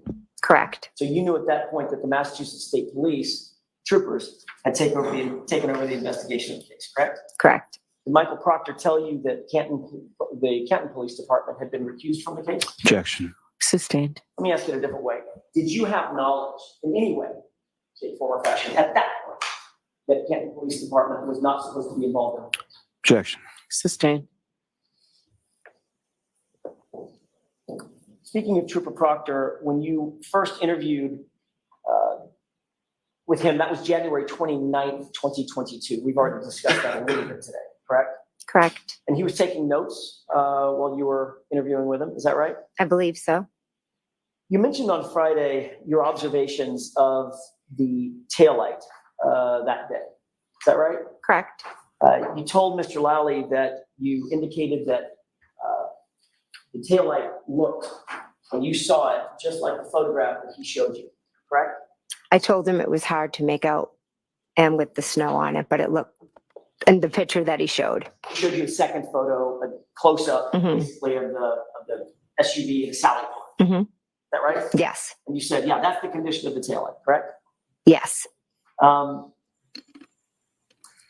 You also told Trooper Proctor about your observations of the taillight on that same day, the 29th, right? correct, That's literally the same day that you saw the taillight, correct? correct, Just a few hours later, is that right? correct. And what you told Trooper Proctor that day was that you, quote, saw a crack in it, end quote, correct? I told him that the taillight was cracked.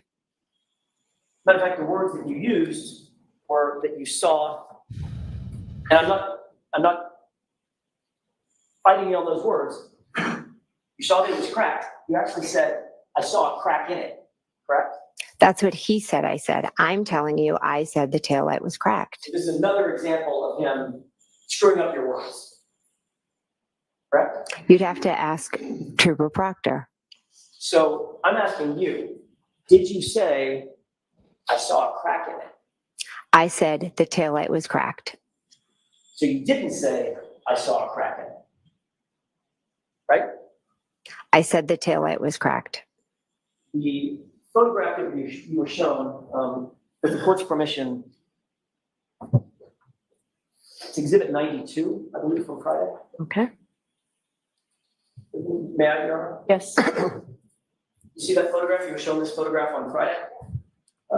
Does that look like, does it like has a crack in it? It's cracked. Yes. It's actually completely missing. Come on. And I believe in one of the reports, one of the many reports, it will say that I said it was cracked and missing pieces. Right. Does that look like it's cracked and missing pieces, or does that look like the entirety of the taillight is basically gone? Again, in that picture, there are the red pieces. There are some of it still there. So it's cracked and missing. In a state of shock, that was my description. Got it. So in a state of shock, you said there was a crack in it. No, Hours after, I said it was cracked. I never said there was a crack in it. so if Trooper Proctor wrote that down, that would be an example of him getting your words wrong yet again. Objection. Right? That's been answered. Let's move along, please. That's okay for that. Thank you, Your Honor. Okay.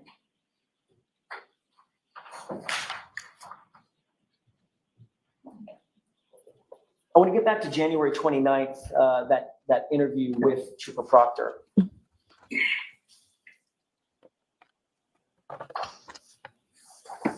After this interview with Michael Lank, you eventually made your way back to your house. Is that right? Yes, You went with your husband, Matt, yes, and you knew that Trooper Proctor was going to show up and interview you and Matt, Mr. McCabe, correct?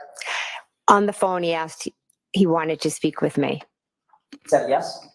So I wasn't aware. He asked to speak with me. I wasn't aware if he was going to speak with Matt. Okay. you were at least aware that you were going to be interviewed. Correct.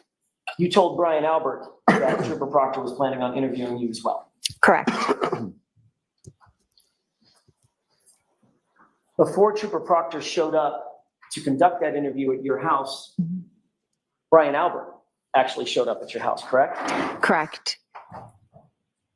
So Brian Albert made sure that he was in your home before Trooper Proctor made it to your house, correct? Objection. This thing.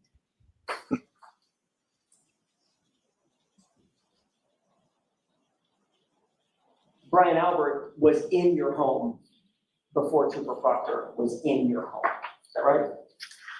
I am not sure who arrived first. But he was there when you were interviewed, wasn't he? He was upstairs, yes. And you believe, of course, with that statement, he didn't hear anything about what was going to happen, right? He didn't hear 100. anything about the interview, No, I don't think he could hear it from where he was. but you knew he was just a few feet away. I knew he was up in my bedroom. We've talked a little bit about your call records, and I want to pivot for a second and ask you about those call records.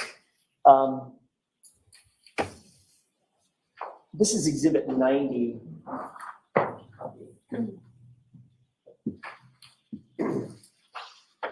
May I approach? Yes.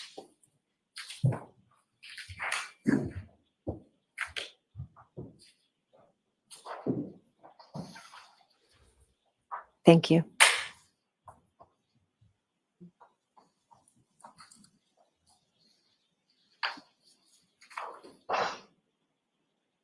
Do you recognize that document?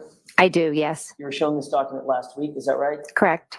This is a forensic extraction report of John O'Keefe's cell phone that you were shown on Friday, right? Correct. You acknowledge that it's an accurate report of calls found on John's phone between you and him. Is that right?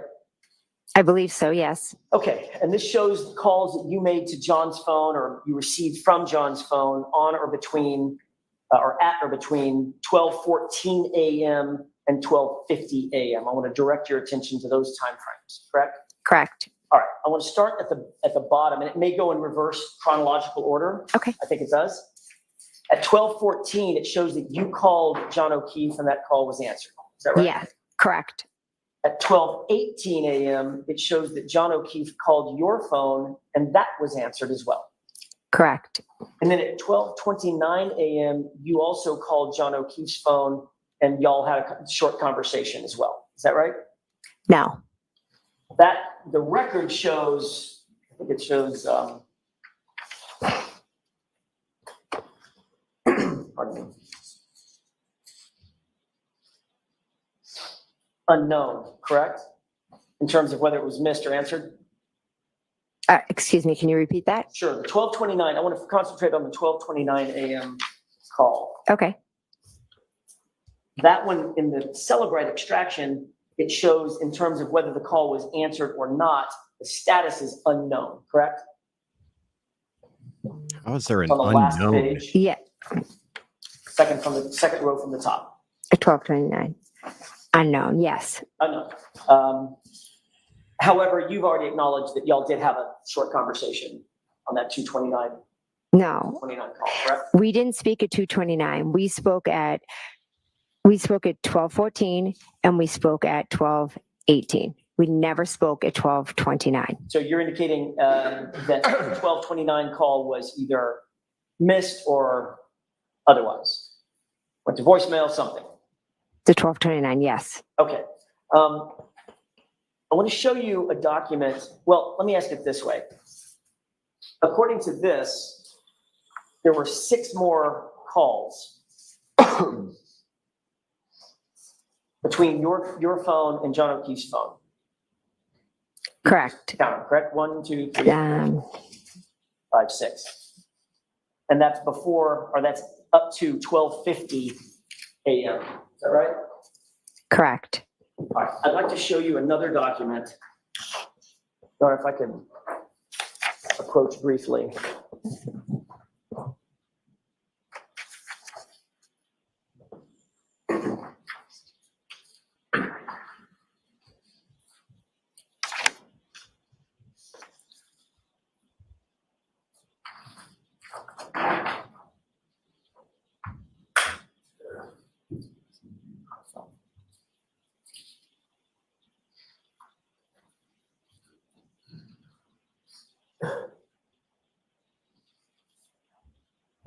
May I? Yes.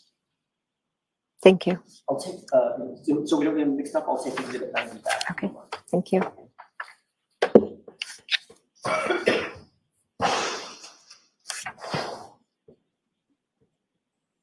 I want to show you one more document that you weren't shown on Friday. Do you recognize this one? No. Okay. If you look where it indicates on the left column, I'm just putting my thumb here, the Okay. left column, the MSISDN user, there's a number that ends there. MS.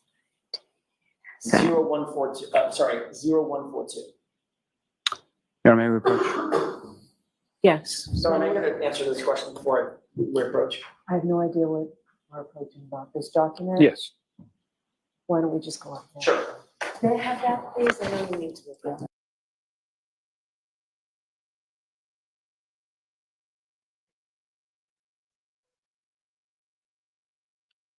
You think he's trying to squeeze in some testimony out of her that really should be coming in through an expert?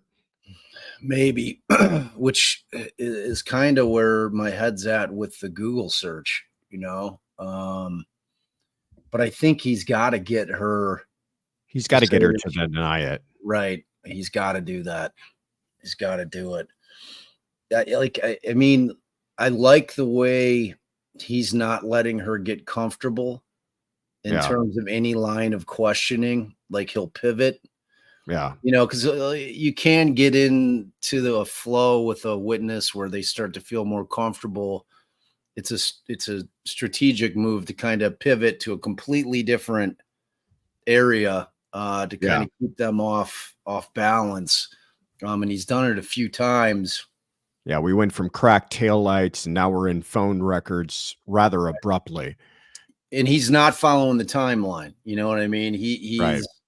He's going back and forth. You know, he's bounced from various times, you know, from the house to the discovery of John, you know, and he's bounced back and forth a few times, which is effective in terms of keeping a witness off balance in terms of, you know, because especially when he feels he's got her uncomfortable up there, but she's feisty, man.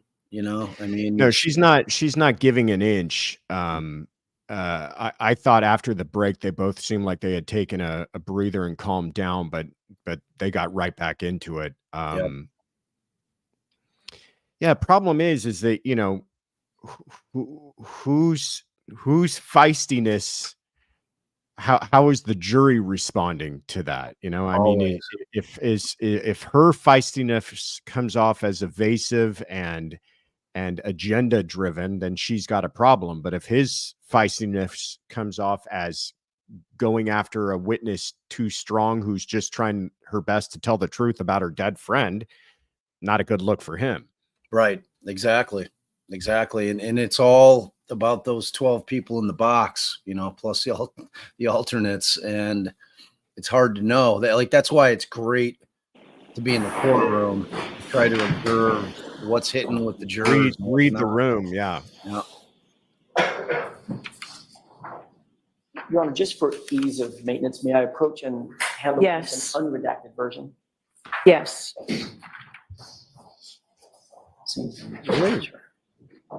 I love that. Thank you. You're welcome. If you look on the left column, Ms. McCabe, Yes. You'll see something that says Apple ID. Yes. Look to the right of it.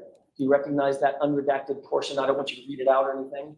You recognize that? Yes. Whose Apple ID is that? That's mine. Okay, if you look, 6 lines below that, there's a full phone number. Again, don't leave the phone number out. Just tell me if you recognize it. I do. Whose is that? That's mine. Okay. May I approach, Your Honor? Yes. I'll take the unredacted copy back. Okay. So we don't get it mixed up. Does this appear to be cell-right extraction of your phone records, your Apple ID? Yes. Okay. And you recognize, without telling me what it is, you recognize that phone number as your phone number back at the time and the Apple ID back at the time? Yes, associated with the phone that you then turned in to law enforcement, correct? correct. Nice. Got some boots in the ground in the chat. You've just looked at the extraction report for John O'Keefe's phone, and you saw those calls between your phone and John O'Keefe's phone after going from 12:14, after that, all the way up to 12:50, correct? Correct. Take a look at the last couple of pages, page 3 and 4 of your own cell phone extraction report.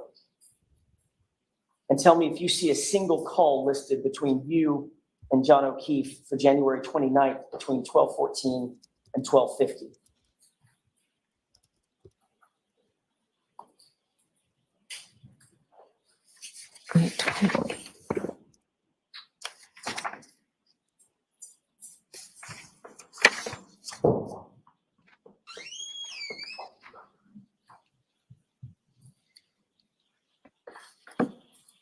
Oh my.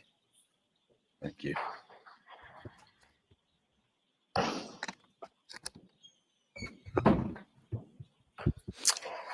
There are calls to a number that I'm assuming is John.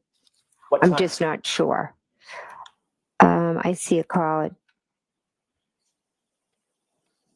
Wait a minute.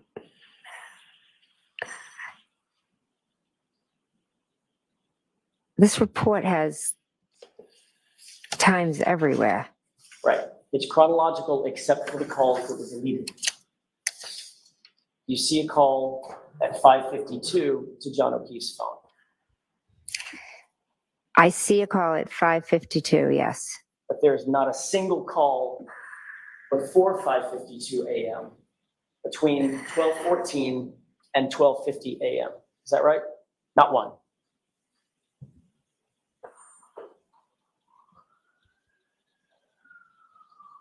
It's very hard to this report time-wise. You can look at every single time on the report. There's not that many. Mm-hmm. I'm just trying to say that it goes from 7:21 to 5:52 to 7:33 to 7:49. There's no order. They're out of order. I understand that, Mr. McCabe, but if you look at every one of the entries, there's not a single entry for 12:14, 12:18, or any of the subsequent 12:29, any of the subsequent phone calls that are all shown on John O'Keefe's phone extraction. Do you agree with that?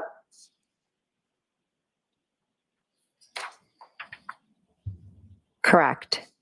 May I approach? Yes. Thank you.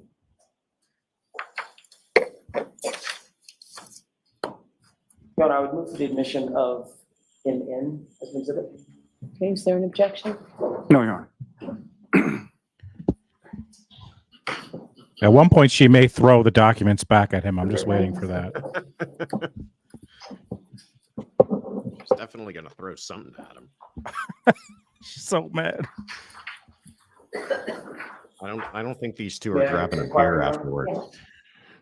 Fact of the matter is, according to those Celebrite records and that extraction from your own phone, every one of the calls that you made to John O'Keefe's phone between 12:29 and, I'm sorry, between 12:14 and 12:50 a.m. was deleted and unrecovered, correct? I didn't understand that report, and I'm not an expert. When you compare the two, you saw a bunch of calls on John O'Keefe's phone, right? You know, he couldn't have deleted them.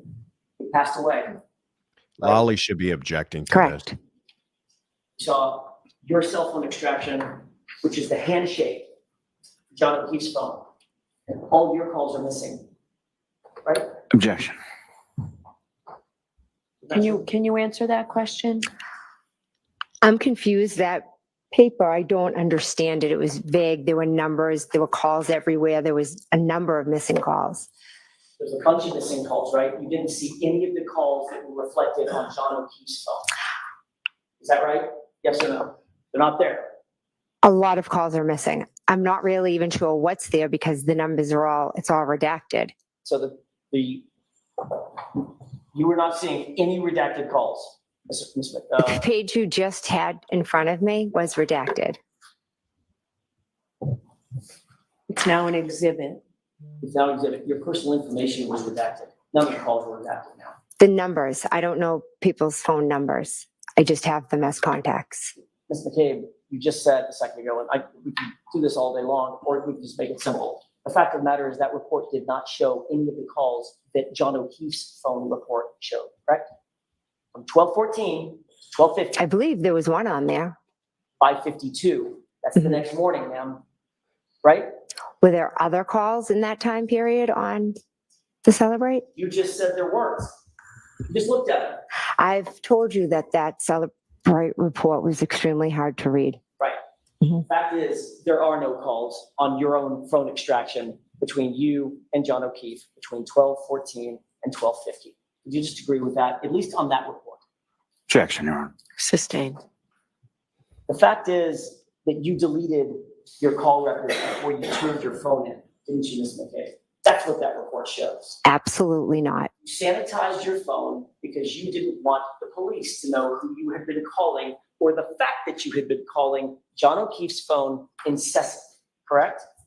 Incorrect. I willingly turned over my phone. After you deleted your phone call logs, correct? Absolutely not. What date did you turn your phone over?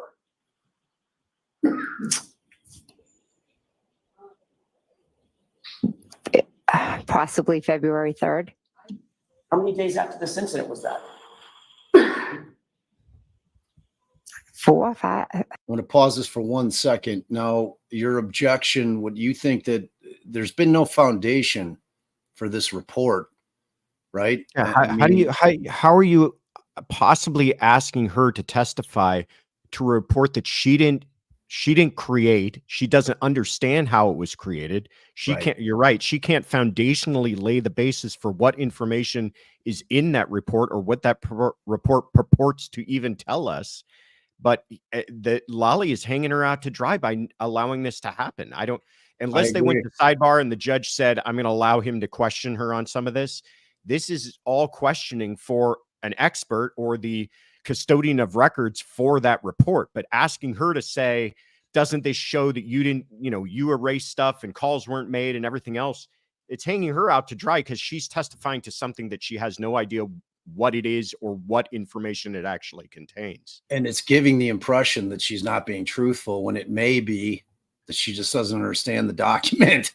Right. And good on Alan for doing it. I mean, I applaud him for getting as much mileage out of it as he can. It's on Lolly for allowing this to take place, or the judge for allowing it to take place. Agreed. I mean, this is a common theme, though. Lally just he feeds them to the wolves every single time. Yeah. 100%. So you had plenty of time to talk to that friends and family group and ultimately decide to delete your phone calls, correct? Objection. Sustained. Let her say no. Did you ever have any group chats with family members who are witnesses in this case? Yes.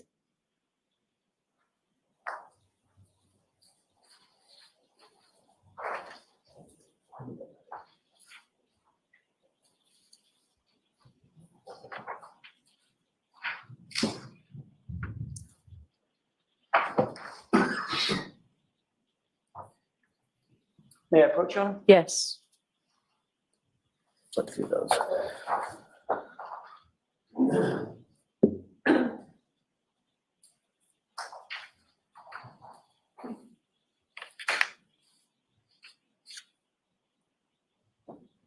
While he reads this, we have almost 2,500 people, 2,400 people.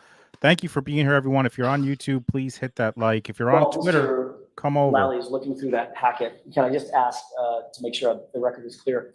Did you delete any of your calls before you turned your phone into law enforcement?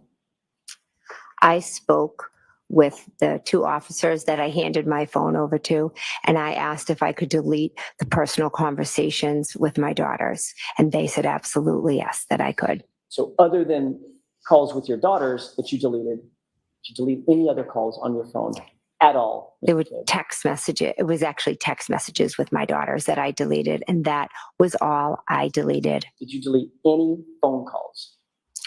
I do not recall deleting any phone calls at all. I would have no reason to delete anything. So that's very different Then I no. didn't delete any phone calls. I do not remember deleting phone calls. Means you might have. In day-to-day life, people delete things, but I do not recall deleting any phone calls. In day-to-day life, did you delete any of the calls to John O'Keefe? No, Did you delete any of your calls with Nicole Albert? no, Did you delete any of your calls with Brian Albert, no, with Chris Albert, no, with Julie Albert, no, Colin Albert? no, With any of the witnesses in this case, did you delete any calls before you turned that phone over? no, no. For the record, I never Mayor deleted Pro Tem. phone calls. Yes. Yeah, right. What do you mean I mean, deleting phone call? Like what? that I made a call or somebody called me? I never delete that shit ever. The record of the call, right?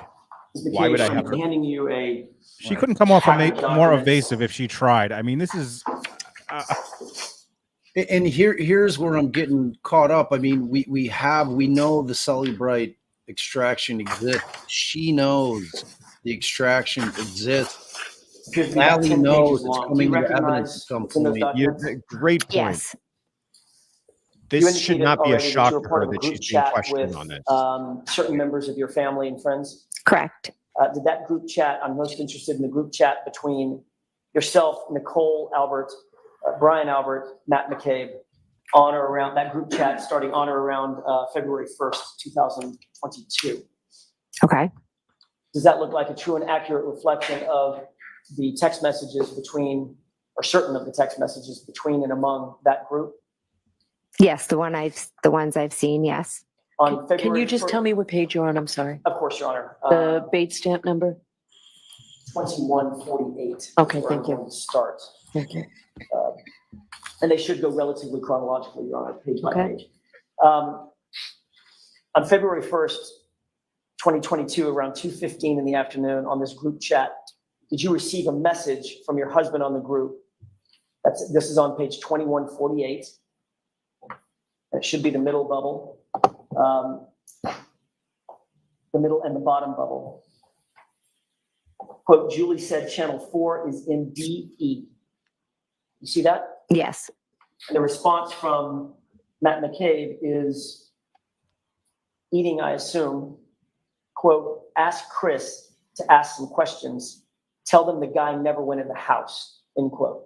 You see that? yes. You look at the next page, the top, Mhm. 149. There's a one-word answer from Brian Albert. Mhm. What is that answer? Exactly.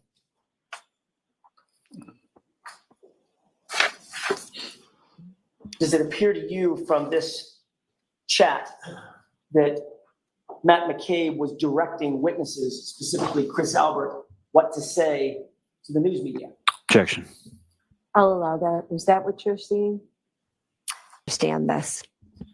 He never went in that, tell them he never went in the house was the story that had been concocted between and among this group of people on this chat, correct? Objection. I'll allow that. No. John never went in the house. It wasn't a story. It was the truth. And it is the truth. Just like she said, I hit him. Correct.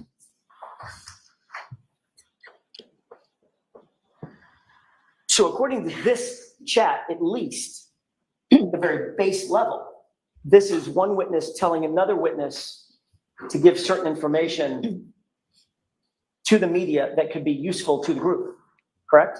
Tell them the guy never went in the house, right? Objection. Sustained. Matt McCabe was directing Chris Albert. Chris Albert wasn't even at the house, was he? Chris Albert was not at the house, no. But this chat is Matt McCabe, your husband, telling Chris Albert, who was never at the house and would have no personal knowledge of what happened at the house, to specifically say, the guy never came in the house. The guy, by the way, being John O'Keefe. Right? That's what he wrote.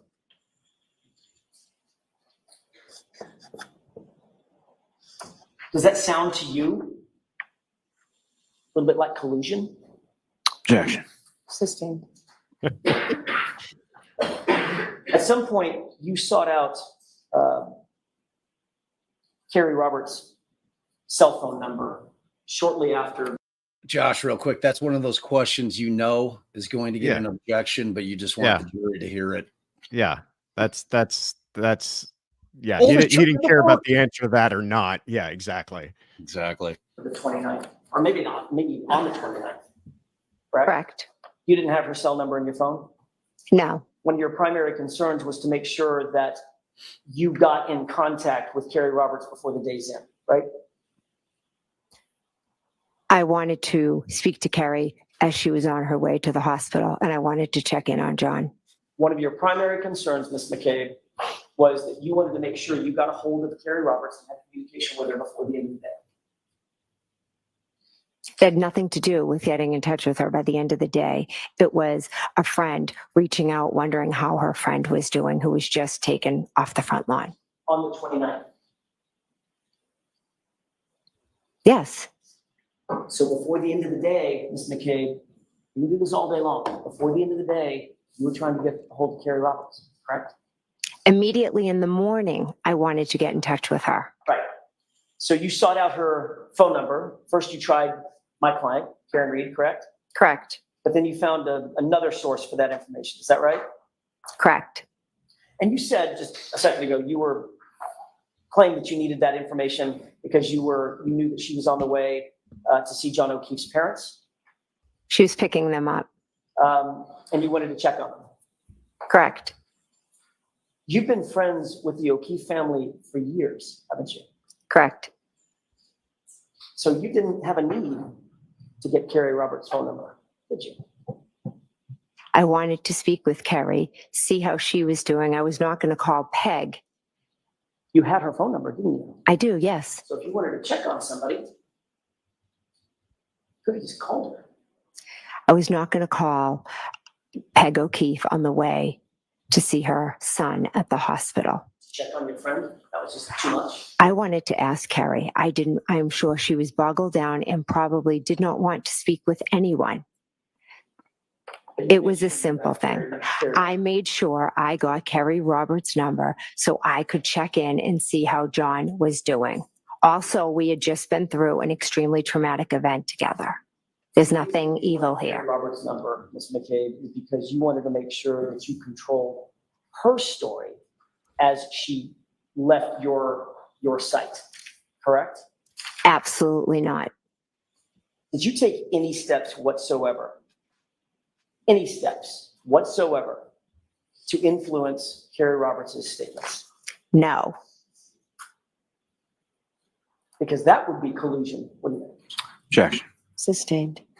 Did you write a text to the group, including Brian Albert, Nicole Albert, and Matt McCabe, where you informed them that, quote, and this is, Your Honor, on page 2158, where you informed them, quote, Carrie is here going over timeline, end quote. Correct. So you reported back to Brian, Nicole, and Matt that Carrie was where? She came over my house. And you two sat down and went over a, quote, timeline together. Peggy spoke to Carrie. Or no? I didn't ask about Peggy. Well, that's where the timeline started at.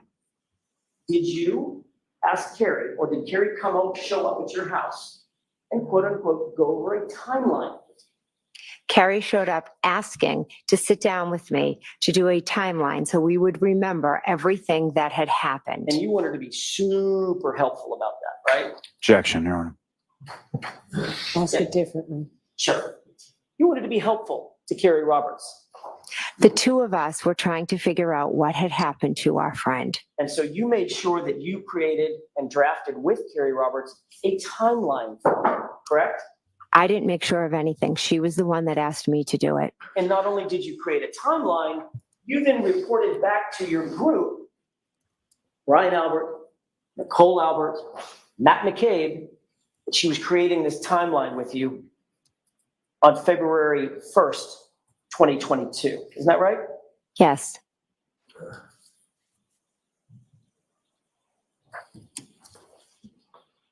After you created or drafted this timeline with Carrie, she actually sat for an interview with the police, did she not? That's not in the chats. I'm just asking. She sat down for an interview with the police, didn't she? When? You tell me. It's my question.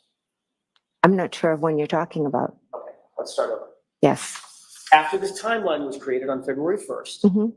at some point thereafter, Carrie Roberts conducted a formal interview with the police about this case, correct? Do you have the report of that date? We're sort of bearing the lead. She did the interview in your living room, ma'am. Right? There was Ah, on Tuesday, two Wow. officers came to the house and she sat in the other room and spoke with them. so, using my question, she did the interview at your house. Oh, they came to my house to interview me and she happened to be there. So they asked if they could speak with her also. Okay. Did she or did she not do an interview at your house? Did, yes.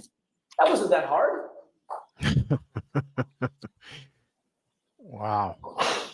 You were present for Wish that they were interview, weren't you? I was eating dinner. You were present for the interview, Ms. McCabe, I was in the house, yes. and you listened to that interview, didn't you? No, I did not.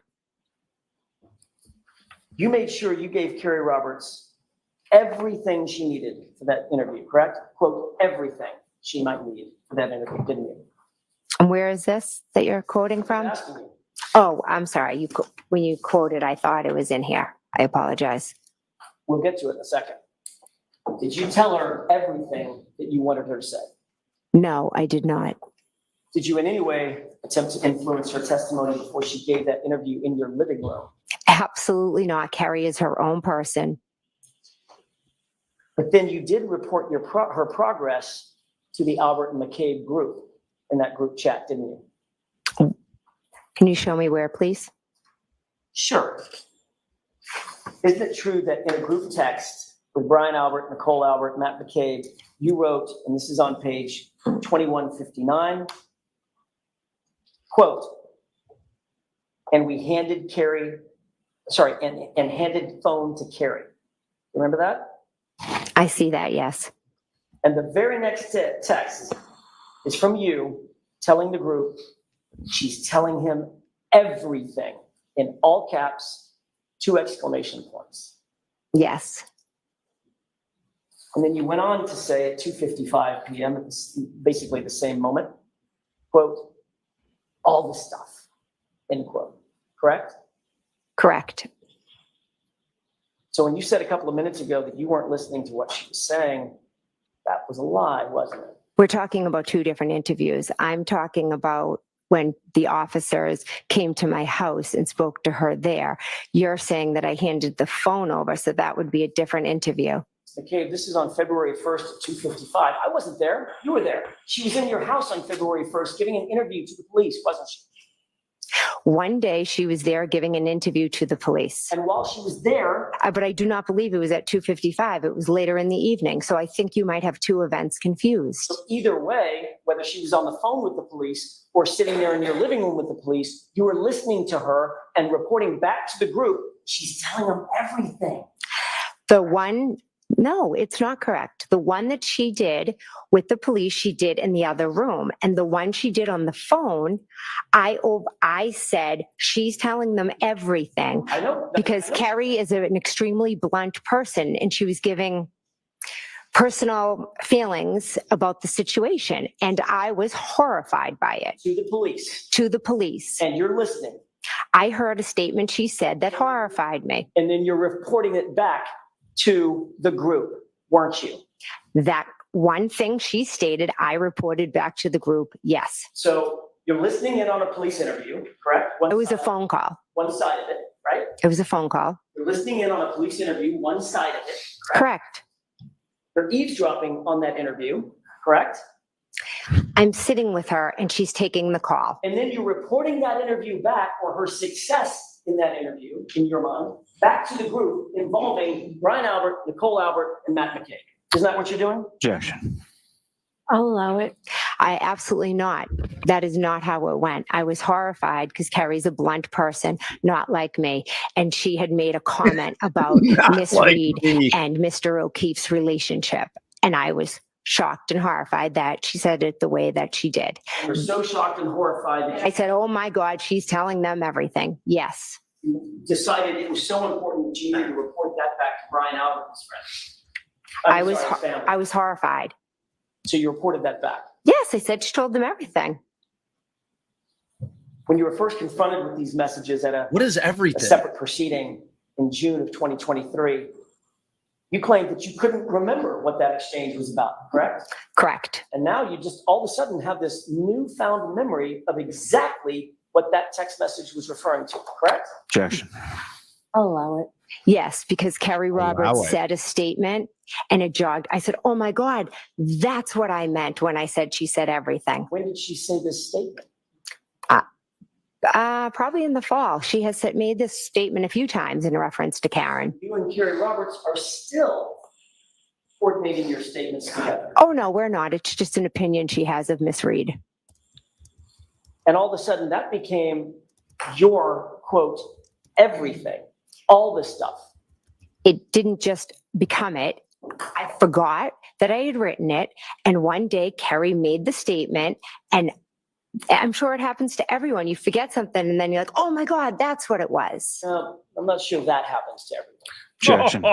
Sustained. Let me ask you a different question. Wow. You asked under oath a year ago, Mhm. when it was things were fresher in your mind, you were asked specifically what you were referring to, and your answer was, I have no idea, correct? Correct. Because you didn't want to tell them that you had coordinated your statement with Carrie Roberts. Isn't that right? No, that is not right. I did not remember what it was. Went on to be asked specifically, do you know who you were referring to? And you said, maybe Carrie, maybe. I'm talking to Carrie. And the question was, but you don't recall this text? And your answer was, I don't remember. That's what you testified to a year ago, correct? Correct. But now you're talking about some memory of a disparaging comment that Carrie Roberts has about my client. And that's the everything in your mind. Yes, the things that she was saying. Quite obviously, what you were referring to in that text in real time, Ms. McCabe, was that Carrie Roberts was telling the police, quote, everything that you had laid out for her in this timeline meeting you had with her, correct? Objection. So it's sustained as to that form. You can ask that question. and Why does he talk about it. object there? Let her say no. The everything you referred to in that text in real time was what you had worked out with Carrie in that timeline meeting, wasn't it? That was the everything you were referring to, correct? Incorrect. We never worked together to come up with a story. We have the facts, and the everything was a comment about your client. You went on in your group chat with Brian Albert, Nicole Albert, and Matt McCabe to give running updates about whether or not Carrie Roberts was actually following the script, correct? Incorrect. There was no script. 167. Matt McCabe texted the group, Brian, comma, sitting separate, end quote, correct? Yes. Sounds like Matt McCabe is reporting back to Brian Albert, following their instructions, we're sitting separate. Objection. Sustained.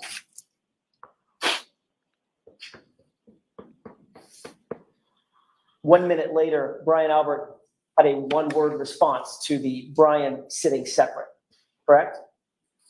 Yes. What was that one-word response? Okay. So it sounded like he was giving his approval for people were situated in that meeting, correct? Objection. Sustained. At page 2168, 515. It's very hard to just look at two texts and try to understand what the context is. Ms. McCabe, if you don't understand a question that I have, just let me know, but otherwise let me ask the question. On page 2168, at 515, you wrote the group, quote, you listening, correct? Yes, And at the same time, 5:15, you then wrote, "Cops here again," end quote, correct? correct. That was in reference to the police coming over to your house to further interview Carrie Roberts, wasn't it? That was when they came to talk to me. And Carrie Roberts was there. Was correct? at my house, correct?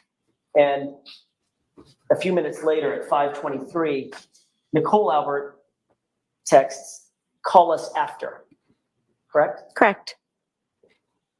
And a few minutes after that, Matt McCabe texts, quote, "This girl could write a book, ... nonstop," correct? Correct. So obviously Matt McCabe, along with you, was listening to Carrie Roberts in her interview. We were sitting in the kitchen eating dinner with our children, and Carrie Roberts was in a different room, but she was going on and on and on How do you as know? she does because they were in the other room. And you could listen.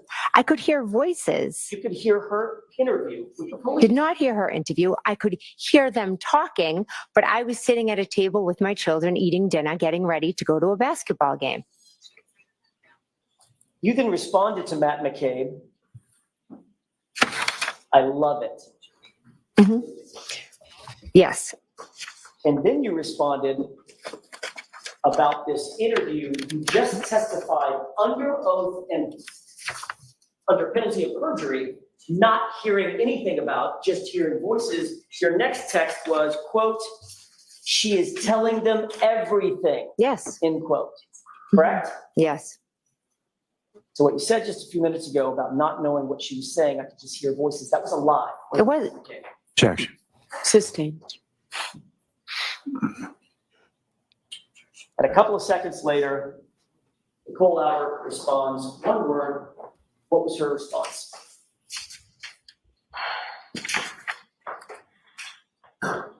Good.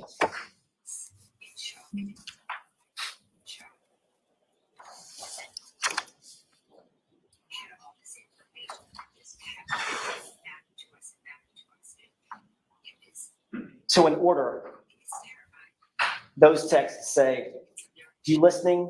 You say, "You listening?" Objection, Your Honor. The objection sustained. At the end of the day, you were eavesdropping on an interview Carrie Roberts was having with law enforcement in their official capacity.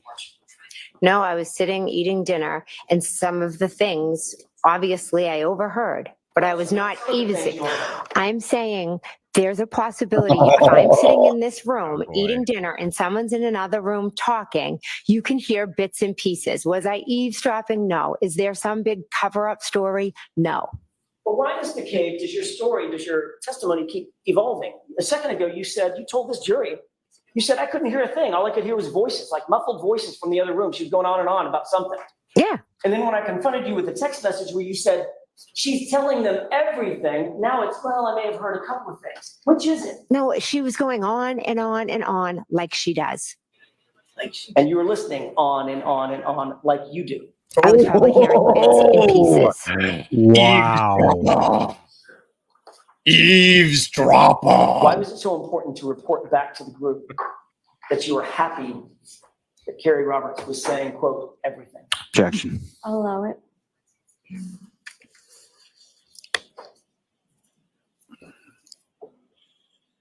We had both lost our friend. Carrie Roberts was in shock, as was I in shock. The two of us had all this information that just kept coming back to us and back to us. And it's terrifying when you go through an experience and you're in shock. And Carrie was remembering things. I was remembering things. So I was happy for her that she was piecing it all together, and I had pieced it all together because at the end of the day, our friend was dead and we were trying to figure out what had happened to him together. There was no direction. We were all trying to figure out what had happened because that's what you do when you lose somebody you love. Were you happy for her, or were you happy for you and Brian and Matt and Nicole? for me and for her because we were going through this together. There was no conversation. Got the story out that you're trying to get out from Carrie Roberts. Objection. I'll allow that. There is no story. There's facts and truth on this side. There's no story. The story that you've created is not the truth. Did I create? I hit him, or did you? That's fact. A fact that conveniently you didn't mention in your report. A Lank, grand jury, right? That kind of fact. Objection. Is that right? That is the fact I mentioned. So in some reports, it's there. Did I hear somebody yell out Proctor? Yeah. Or was that in my The mind? fact is, you wanted to keep very close tabs on Carrie Roberts, didn't you? No.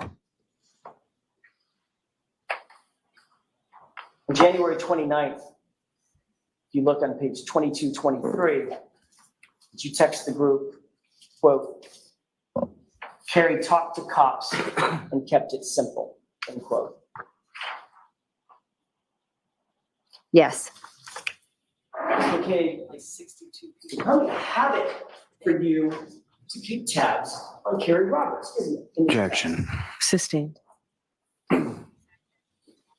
Objection. You'll agree that over and over and over and over again, you're reporting to this tight group, Nicole, Brian Albert, your husband, how Carrie's doing in her stories to the police, aren't you? Over and over and over. I am telling them what is going on. I wouldn't say it. Well, let's count them. Was there 4 of them? You're saying over and over and over and over. It's a bit extreme. I see. So you take issue with the way that I phrased over and over and over.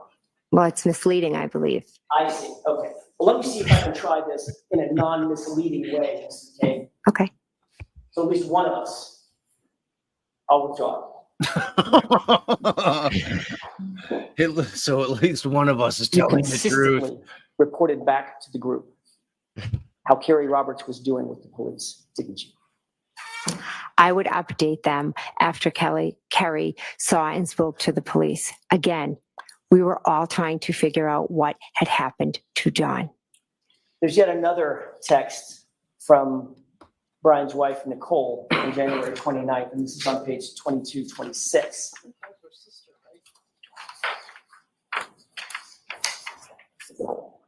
And she says, quote, we'll get more info tomorrow. Don't want to text about it, end quote. And then you texted, right, correct? Correct. What's that about? Objection. I'll allow it.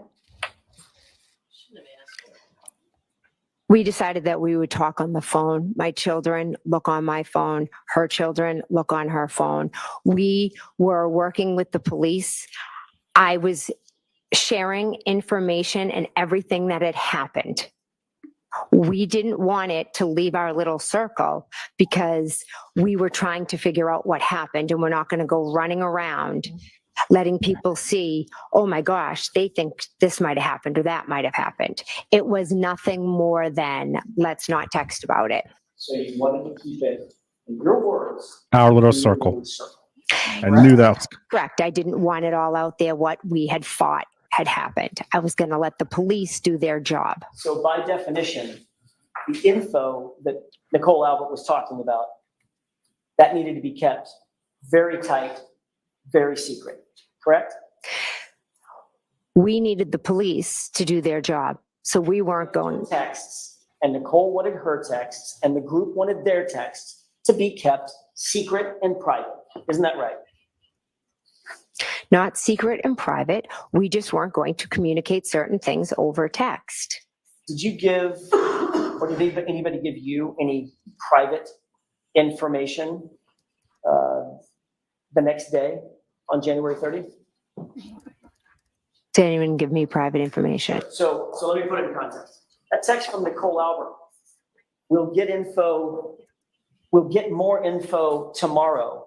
I don't want to text about it. That was on the 29th, right? Okay. So did you get additional info on the 30th, the next day? I have no idea. Did anything significant happen on January 30th in connection with this case? Any meetings, any get-togethers, anything that you can think of? I went to the O'Keefe's house. Other than that, anything else? On the way home, Kerry Roberts' daughter is good friends with Michael Lank. So we dropped her off at Michael Lank's house, and Mike's wife came out of the house. Him and Kerry are friends, and she, jumped in the car and was consoling Kerry and asks how the O'Keefes were doing. And, we talked to her. So you pulled up to Michael Lank's house on the 30th. That's never been reported, has it? I guess I never thought much of it.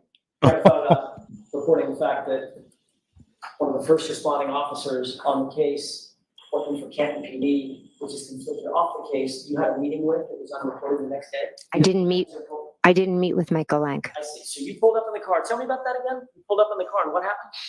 And Lex, her daughter, went into the house. Okay. And then you just drove away? No. Michael's wife came out of the house. Okay. And y'all had a conversation about what? She got in the car and her and Kerry are friends, and she was checking on Kerry and, just saying, oh my God, this is so crazy, just checking in on the O'Keefes. How long did that take? Well, Kerry's a talker, so could have been an hour. This is all a Hail Mary. Outside, Sitting in the car. sitting in the car on February 30th. Never came in the house?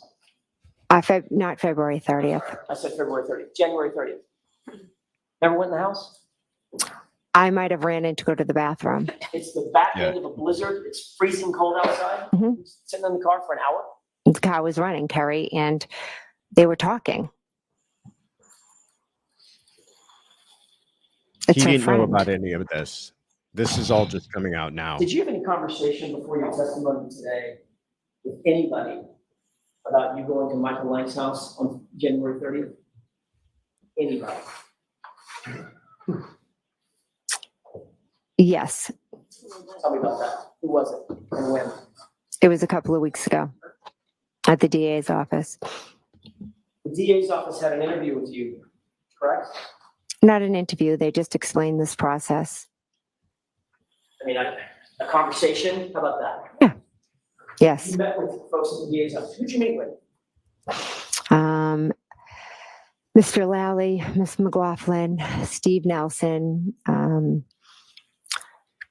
Trooper Brian Tully, I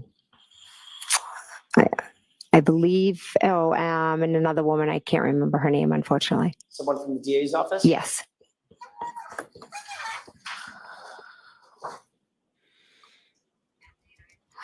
Beelan? No, Lynn Beelan? no, she's here today. She works with Steve Nelson. Ah, but an employee of the DA's office. Yes, It sounds like a pretty big meeting. I wouldn't call it a big meeting. There was, 5 of them? How long did you, 5 of them and then you? Right? My daughter Allie came with me also. The meeting's getting bigger. Anybody else? No, we both went. Was Allie in the room when you were, I was going to say interviewed, but you take issue with every word I use. When you were talked to by the DA? Allie and I were both in the room when they went over everything, how this all works, because this is all brand new to us. And then they asked me to leave the room.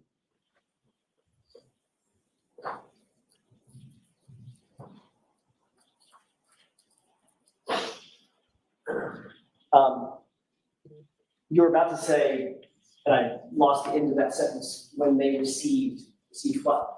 I didn't mean the word received. Did you receive anything? No, I looked at my grand jury notes. Now, at this meeting, was anybody taking notes? No. You have a bunch of lawyers and DAs, and nobody has a notepad in front of them, like notes? I believe Mr. Lally had a number of folders on the table. Taking notes? In your... I do not believe anyone was taking notes. It was a casual meeting to explain this process. Is that meeting recorded in any way that you're aware of? No. How long did the meeting last? Allie and I were probably in the room, I don't know, approximately 20 minutes. Then I left and they spoke with her. And then I went back in and they spoke with me. How long did they speak with you?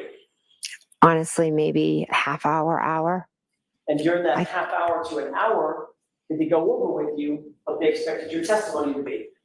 They never spoke about what they expected my testimony to be. They just showed me some pictures that might be shown. I listened to the 911. What pictures? Just of the house and how I'd be asked to, show, okay, we're going to put a picture of the house and they'll have a laser. Okay, when we started this conversation, it was because you said, in answer to my question, was anything ever brought up to you about this meeting at Lank's house? Mhm. You said yes. Mhm. So obviously they did talk to you about your testimony. It wasn't just about the process, correct? I asked what discovery had been turned in regard to me. So you wanted to prepare to make sure that you knew what you might be asked on cross-examination, correct? I wanted to know what was coming. Yes. And you knew that one of the things was coming after this meet. Well, let me ask it a different way. During this meeting, did Mr. Lowry tell you one of the things that's going to be coming is you had an off-the-books meeting at Lank's house for 45 minutes? Tell you that? No, that's not how I was told. Did he tell you that the defense had uncovered a report that established that you were actually at Michael Lank's house for 45 minutes that had never been reported to the defense or the prosecution before the phone extraction had been done? Did he tell you that? I was asked, oh, were you at Michael Lank's on the 30th? So you've had a lot of time to come up with a story about why you were at Michael Lank's, correct? Objection. I'll allow it. I didn't need time to make up a story because I have the truth of why we went. And the truth, according to you, is you pulled up at Michael Lank's house. The first responding officer and friends of the Alberts had a meeting with him the next day that was never reported to anybody for any purpose. I Just met with his wife out in the car while the car was running for 45 minutes to an hour. That's your story. It's not a story, it's the truth. Carrie dropped her daughter off. The wife came out. Carrie is a talker. They started talking. A tragedy had happened the day before. It is interesting, would you not agree, that the day before you had this off-the-books meeting at Michael Lank's house, Nicole Albert says, we'll get more info tomorrow, meaning the very day you show up at Lank's house. Again, I never spoke with Mike Lank at his house. It was not an off-the-books meeting. It was Carrie dropping her daughter at one of her good friends' house, whose husband happens to be a Canton cop. That is what it is. That is the truth. A lot of coincidences. Do you agree? Objection. Interesting.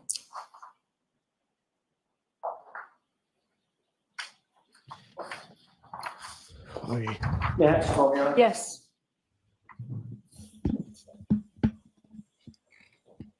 Wow. Could he be done? No way. I mean, Did he get into the Google? He didn't get to the Google yet, right? Well, he's also 10 minutes away from breaking, right? That's, Yeah. by the way,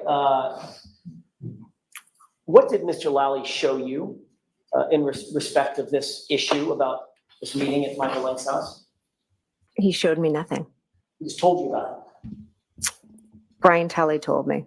Okay, what did Mr. Tully tell you? Trooper Tully, what exactly did he tell you at this meeting about this Michael Lank issue? He said, did you go to Michael Lank's on January 30th? And at first I said, no, I've never been to his house. And then I thought about it and I said, oh my gosh, yes, I did go there. And that was the extent of the conversation. You said, yeah, I did go there, and he didn't ask a follow-up, like, what the heck were you doing at Michael Lank's house the day after this issue? Objection. You visited. I'll allow it. He didn't ask a follow-up like that? I do not believe he did. So Trooper Tully had you come down for an interview. He confronted you with a fact that had never been disclosed before, to wit, you showed up at Michael Lang's house, and when you said, yeah, oh yeah, hang on, I think your words were, oh my gosh, yeah, I think I did go there. And he didn't ask a follow-up question? He was there. You're Yes.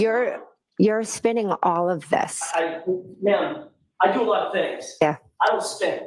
There's a judge here to make sure that I don't spin. I'm asking you a question. It's very direct. I do not believe he asked me a follow-up question. So that was the end of that conversation about Michael Lang, correct? Correct. Mr. Lally didn't have any follow-up questions. I don't believe Mr. Lally was in the room. Who else? I thought you said Mr. Lally, Mr. McLaughlin. They were. They might not have been in the room at that time. I see. So Mr. Lally just happened to, just saunter out? It was a different time. So Mr. Lally was in and out of the conversation? Mr. Lally was not there when this conversation happened. So why is that? Because I met with Brian Tully and he was not there. Is Brian Tully taking notes? No. He's a state trooper interviewing a witness, and He was Objection. sustained. The same report that has you at Michael Lang's house also has you picking up Nicole Albert going by 34 Fairview just before you went to Michael Lang's house. You aware of that? We did not pick up Nicole Albert. So you went by 34 Fairview, then diverted, and right after you went by 34 Fairview, went directly over to Michael Lang's house. What was the reason you stopped by 34 Fairview first? We didn't stop by. Maybe Carrie slowed down, but we did not stop by 34. So you drove by, did a drive-by 34 Fairview. Giggles? What? No, that's how we get to Michael Lang's house. If the report shows that you actually stopped at 34 Fairview and then went to Michael Lang's house, would we have another oh my gosh moment? Nope, no oh my gosh moment. We did not pick up Nicole Albert. Did anybody else go with you over to Michael Lang's house? No, it was Carrie, myself, and her daughter. Your Honor, maybe approach briefly. Okay. Yeah, this is where he's like, I got a whole another day of testimony. Can we end? Yeah. Fast forward, babe. I want them to be thinking about this overnight, Your Honor. Can we stop now? Yeah. I need her stewing. All right, we're a little behind time here. Let's see if we can. Oh, wait. I gotta use the arrows, Bob. I gotta use the arrows. Oh, yeah, the arrows. Sorry, forgot. Allie's putting all kinds of heat on me. I'm scared of her, so I got. Yeah, I got dude, she's terrifying. She's over there. Ms. McCabe, we've talked in some detail about your calls with John O'Keefe She sounds sweet. on the morning of January 29th. Do you recall that Yes. conversation? I want to focus your attention on or at 12:14 a.m., moving up to about 12:50 a.m. You have that time in mind? Yes, You've seen the celebrant extraction from John O'Keefe's phone, which Mr. Lally showed you the other day, correct? correct. And you went through the series of phone calls that were made and that appear on his extraction report, correct? Correct. I just want to run through those time-wise very quickly, just to orient you, if I can, and then I'll ask you some specific questions about it. There was a call at 12:14 a.m., correct? Correct. That was a call that you indicated was answered. You had a conversation with Mr. O'Keefe. Correct. There was a call at 12:18 and 47 seconds. That call also was answered by you. John O'Keefe made that phone call, correct? Correct. Then there's the 12:29 and 44 second call that you indicated was not answered. Correct. And that was a call to you, from you to him. Correct. There was a 12:41 call from you to John O'Keefe, correct? That was, Correct. there was a 12:41 and 54 second call from you to him. Is that right? Correct. There was a 12:43 and 19 second call from you to him. Correct. 12:46 a.m. and 16 seconds from you to him. Correct. 12:47 and 52 seconds from you to him. Correct. and 12:50 and 37 seconds from you to him, correct? Correct. You saw in his extraction report that all of those calls after 12:18 were missed calls, correct? In his report that you showed me? Correct. In other words, the only two calls that were answered were the 12:14 and 12:18. Everything else was a missed call. I believe so. I would have to refer to it again because I've seen so many reports. And Ms. McCabe, according to the extraction reports that you've seen this morning, comparing yours to his, every single one of those calls was deleted off your phone. Correct? According to the reports. According to that report, yes. Let me ask you another question. Have you ever misplaced your phone? Yes. Just in life, everybody does it, right? Yes. What's one of the first things you do if you're with your daughter or your husband or a friend and you're in your house and you misplace Call my your phone? phone. What do you do? Oh, I'll ask them to call my phone. Even over and over and over, right? Correct. Could be as many as 5, 6, 7 times. Usually I hear it the first or second time. Looking for a buzz or a ring. Trying to isn't that find a right? phone. Correct. And you might do that if you're searching for a missing phone, correct? Correct. Tasty. Tasty. With regard to the calls that were deleted from your phone, you were asked about this under oath at another proceeding, weren't you? Correct. And you claimed at another proceeding that you had an explanation for all these missed calls, starting at 12:29, 12:41, 12:41, 12:43, 12:46, 12:47, 12:50. You have an explanation for that, right? Can I see the report? I'm Here asking comes you the about mic prior drop moment. testimony. And I'm asking, About these calls, yes, I'm asking, can I see it, please? I'm asking you a different question. At this other proceeding, which you were under oath, Yes. you explained that these calls were what? These missed calls, incessant missed calls. What were they? You used a word. Matter of fact, 2 words. I believe I used the word butt dials. You claimed that every one of these calls was a butt dial. Is that right? Yes. So according to you, you literally butt dialed John O'Keefe's phone 6 times in the span of 19 minutes. Is that right? I don't remember making any of those calls. So my assumption is I put my phone in my back pocket and that was it. And her butt was hanging up too. When you dial someone by My mistake, butt hung up. right? Thank you. You hit a button, set your phone down. The phone has to be open. You'll agree with that, right? Correct. Can't be locked. It takes several iterations of movement to get a phone open. Face ID or password, right? Correct. So when you hit the button by mistake, walk away, that's a butt dial. People call butt dials. What happens with the call? I assume it goes to voicemail. Ooh, exactly. Good assumption, because that's exactly what it does, isn't it? You had a phone for a lot of years, right? Yes. It rings and rings and rings until it goes to voicemail. Correct. So in order to hang up that butt dial, you have to interact with that phone yet again, don't you? Yes. No, that's a butt hang So up if you there. had 6 Hey, butt Jax. dials, 7, I think it's 7 butt dials. You'd not only have to interact with the phone once to butt dial, John, you then have to interact with it every single time to turn off that phone ringer so it doesn't go to voicemail, wouldn't you? I suppose. Which makes 14 interfaces with that phone over the course of 19 minutes. Is that right? I mean, I guess I don't have it all right in front of me, but there were also text messages I was sending. So again, maybe I said, oh, shoot, I called them and then I turned it off.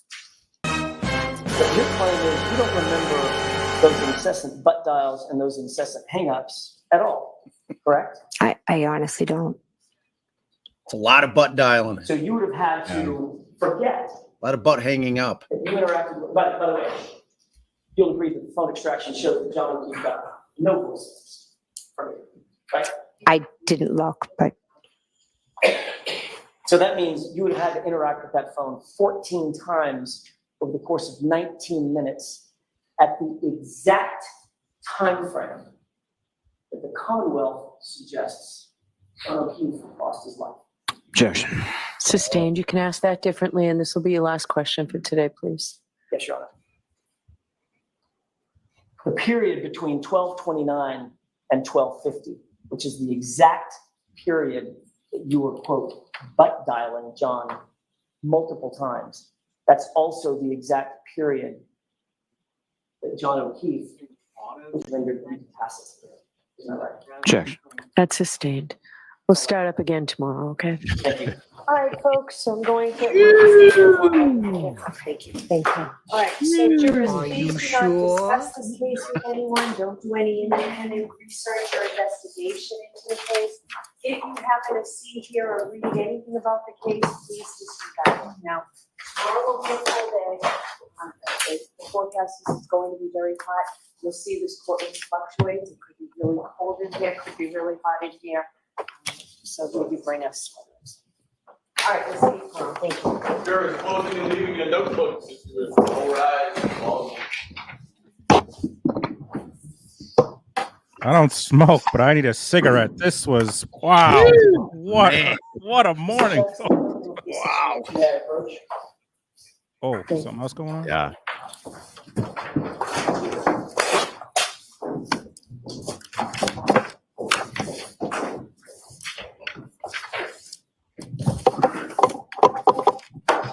Thank you, Shiraz, for sharing Josh's link. I see he is at like 1,400 subs on YouTube. If he's up by 1,500 by the end of the day, me and Bob are coming for you.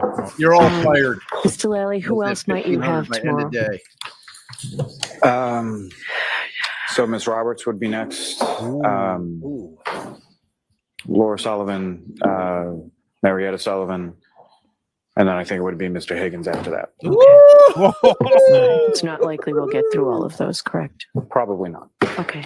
All right. Thank you very much. We'll see you Probably. tomorrow. All rise for the court, please. Boy, Jim, oh I'll see boy. you too. Sure. For lack of a better term, a regular murderer's row due up there tomorrow, man. Wow, man. Man. Well, so that was a lot of fun. Yeah, That that did not disappoint. Hey there, Karen Reed trial watchers. This is a long Easy, Jesse. Easy. Calm down. That's how you end a day, right there. Yeah. That is how you have a bunch of jurors just stewing on these. Yeah. I mean, it's such a huge point. The way he set it up was beautiful when he had her talk about her personal experience, which we all can relate to. Yeah. When you lose your phone, hey, babe, call my phone. Boop, boop, boop. Keep calling it till she picks it up. I got it. That's it. And to lay it into that perfectly, seamlessly, just leaving it in to the jury, just leading the jury right there that they were looking for John O'Keefe's phone, man, was shoo. I mean, he didn't have to say it. Because it takes a perfectly kind of innocent thing that we all can relate to, the idea that we've all, made butt dials and accidentally dialed someone. But when you lay it out the way that he did, now it seems far more nefarious that, oh, wait a minute, that does seem like an awful lot of butt dials. And that is the way I would behave if I'm looking for a phone. You're absolutely right. He set that up perfectly. Beautiful. And with no voicemails. Like, that's the thing. If there's the voicemail, then we're hearing what's going on in the background. The incredible just attention to not leaving a voicemail is so telling, because we've all done it. Butt calls, you get the 7-minute voicemail of my butt talking through the pocket, and then it hears whatever's in the background. Man, that was a really, really powerful way to end this day. And if you think about it, Lally, go ahead, Josh. Josh. Sorry. No, Josh, you go ahead. I mean, again, Lolly kind of leaving her out to dry, because why wasn't He's this always addressed saying. beforehand? Why doesn't she have I mean, not that I'm saying that there's a better answer that should have been coached to her, but why does she seem so caught off guard by this? And also, I mean, if I'm him, I'm saying that this is inappropriate questioning of her in regards to the records, because again, she can testify to, I don't remember ever calling him. Fine. But when you start to go into the records to impeach her, to me, that is something that somebody who compiled the record should be questioned on. But listen, big applause to Alan for getting away with it and continuing to use it, and to great effect, I think, right at the end of his cross. No question. And I was going to say, think about it, and correct me if I'm wrong, because there was a lot that happened today. People were like, "Jay, you need to clip this." I feel like I could clip the entire day, and like, but correct me if I'm wrong. They didn't even get into the video, the thing that we talked about before, and they didn't even get into the how Google long. search. I Yep. mean, think about how much more he can get into tomorrow. He didn't even touch that today. I know. I know. He probably has just as much tomorrow as he had today. I mean, when you think about everything that he did not cover. Yep. He still hasn't gotten into when they arrived on the scene and she runs towards where his body was. All of that, he's going to get it. He's not going to leave any of that just hanging out there and underdressed. Not a chance. And by the way, I put it in the chat. What are the odds you guys think that he uses our little circle in his closing, or like that? I mean, he got some turd to say some things today that were, very much put to that there's a conspiracy or that they're colluding. I mean, right. I mean, our little circle is definitely making the closing. Our close-knit circle. Yeah. I mean, it was, it lived up to what I was hoping it would be. It was, man, like that's why they created cross-examinations. That's why it exists in the Sixth Amendment, that you have the right to, and I mean, she's an accuser. She just is. I mean, she is absolutely accusing Karen Read of killing him. So this is what it looks like when you confront your accusers, and man, he's just a master, man. The guy, it's a master class on how to cross. Like that whole last setup, you can bet your ass I'll be making a video on that, because it was something. I mean, like I wasn't even there. Like my mind wasn't even there, like I hadn't even thought about that aspect of these deleted calls. And remember, he led up to all of it, 20 minutes, a half an hour ago, asking her the questions. Did you delete any calls? I deleted the calls to my daughters. That's it. I did, and it's like, and then he just nails her at the end with this thing. And I don't know how you mitigate it if you're Lally. I just don't know how you do it. I don't think he's got the tools to do it. I don't think I don't know how I mean, there's certainly a way to rehabilitate her, but I don't know if he's up to it. But think about too, just the way that he's switched the narrative on this whole thing, that nobody's thinking about I hit her any longer. Everybody's thinking about the deleted phone calls, this meeting with what's his name, Lang. Everybody's thinking about all of the, I mean, I thought an incredibly powerful point was when she said, I'm having dinner and they're having a conversation and all I can hear is voices. And within a matter of 2 or 3 questions, that becomes, well, I could overhear some of what they were saying. And, that could be a very insignificant point in the overall scheme of who killed who in this case, right? But it becomes a huge point in his hands, and it switches the narrative that now we're looking at all of the problems with this woman's testimony rather than, getting any closer towards whether or not Karen Read was involved in his death. And he wraps that up with her texting. She's telling him everything. You know what I mean? It's like that whole little way that he built that up with using what he knows she texted it, but setting it up, with exactly as you said. I couldn't hear anything. It was like I was eating dinner in the other room. They were interviewing him at my house. What am I going to do? To then, well, okay, I heard a few things, to then you just nail it with, her texting the group, she's telling him everything. Yeah. And then the follow-up is good. Yeah. And it's like we're all saying, like, what is everything? Alan Jackson's never. It's the first rule of cross-examination. You never ask a question you don't know what the witness will respond with. You never do it. It's the most dangerous gambit there is.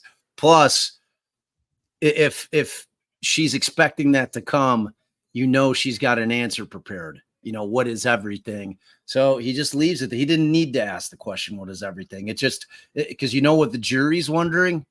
What is everything? Yeah. What is everything? It was beautifully done, man. It was like, There's no way.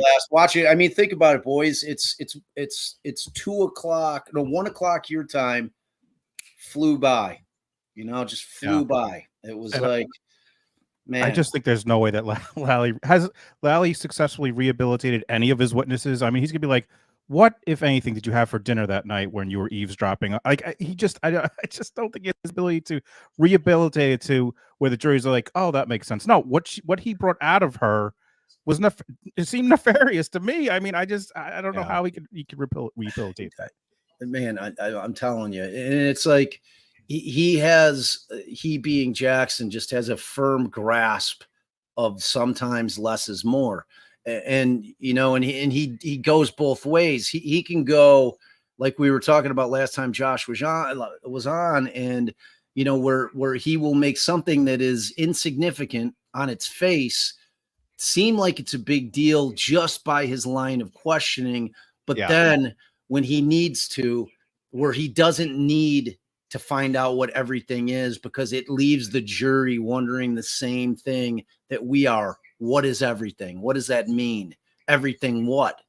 And it's like, it's just, the guy just knows what the hell he's doing, man. It's like, I definitely fanboy on his cross-examinations. There's no question about it. Yeah.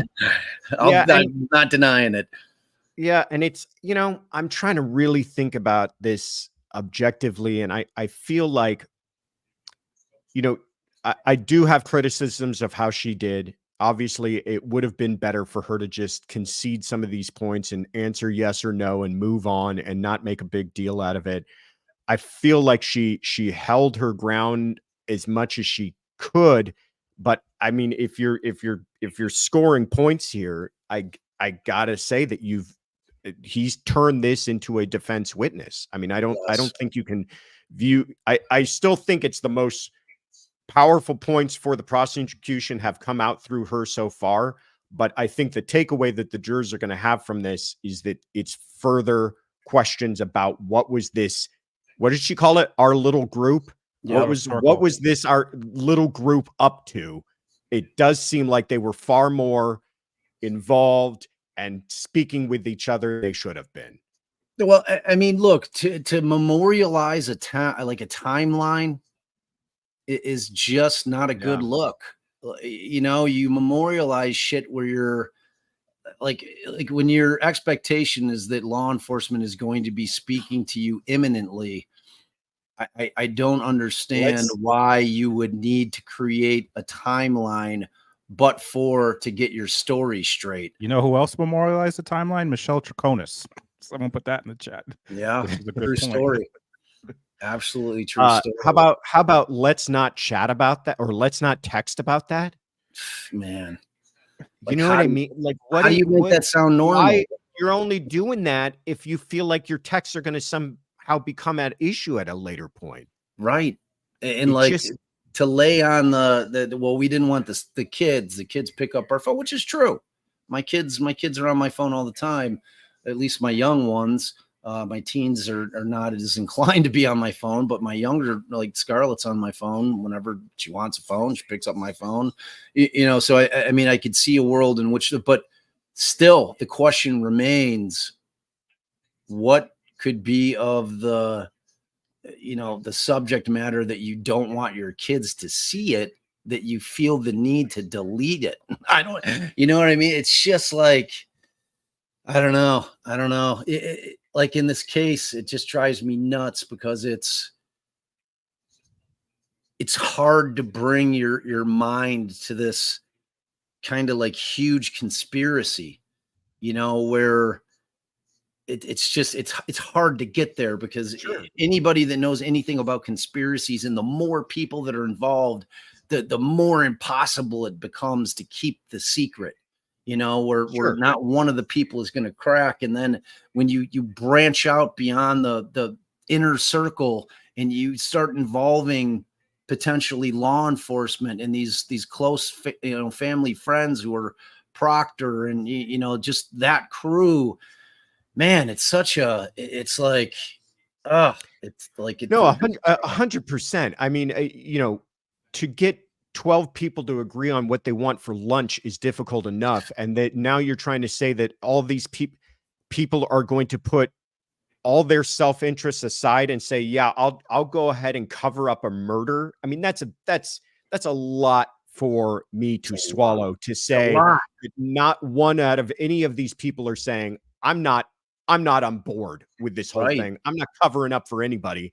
I'm grabbing a lawyer and I'm going to the cops myself for what I saw and heard that really took place that evening. So that to me is a lot to swallow, but particularly they don't really need to get them all there, right? They don't need to get all the jurors that far. They just need to get them going, well, this does sound fishy. And I think this is what we've seen today doing a lot of that.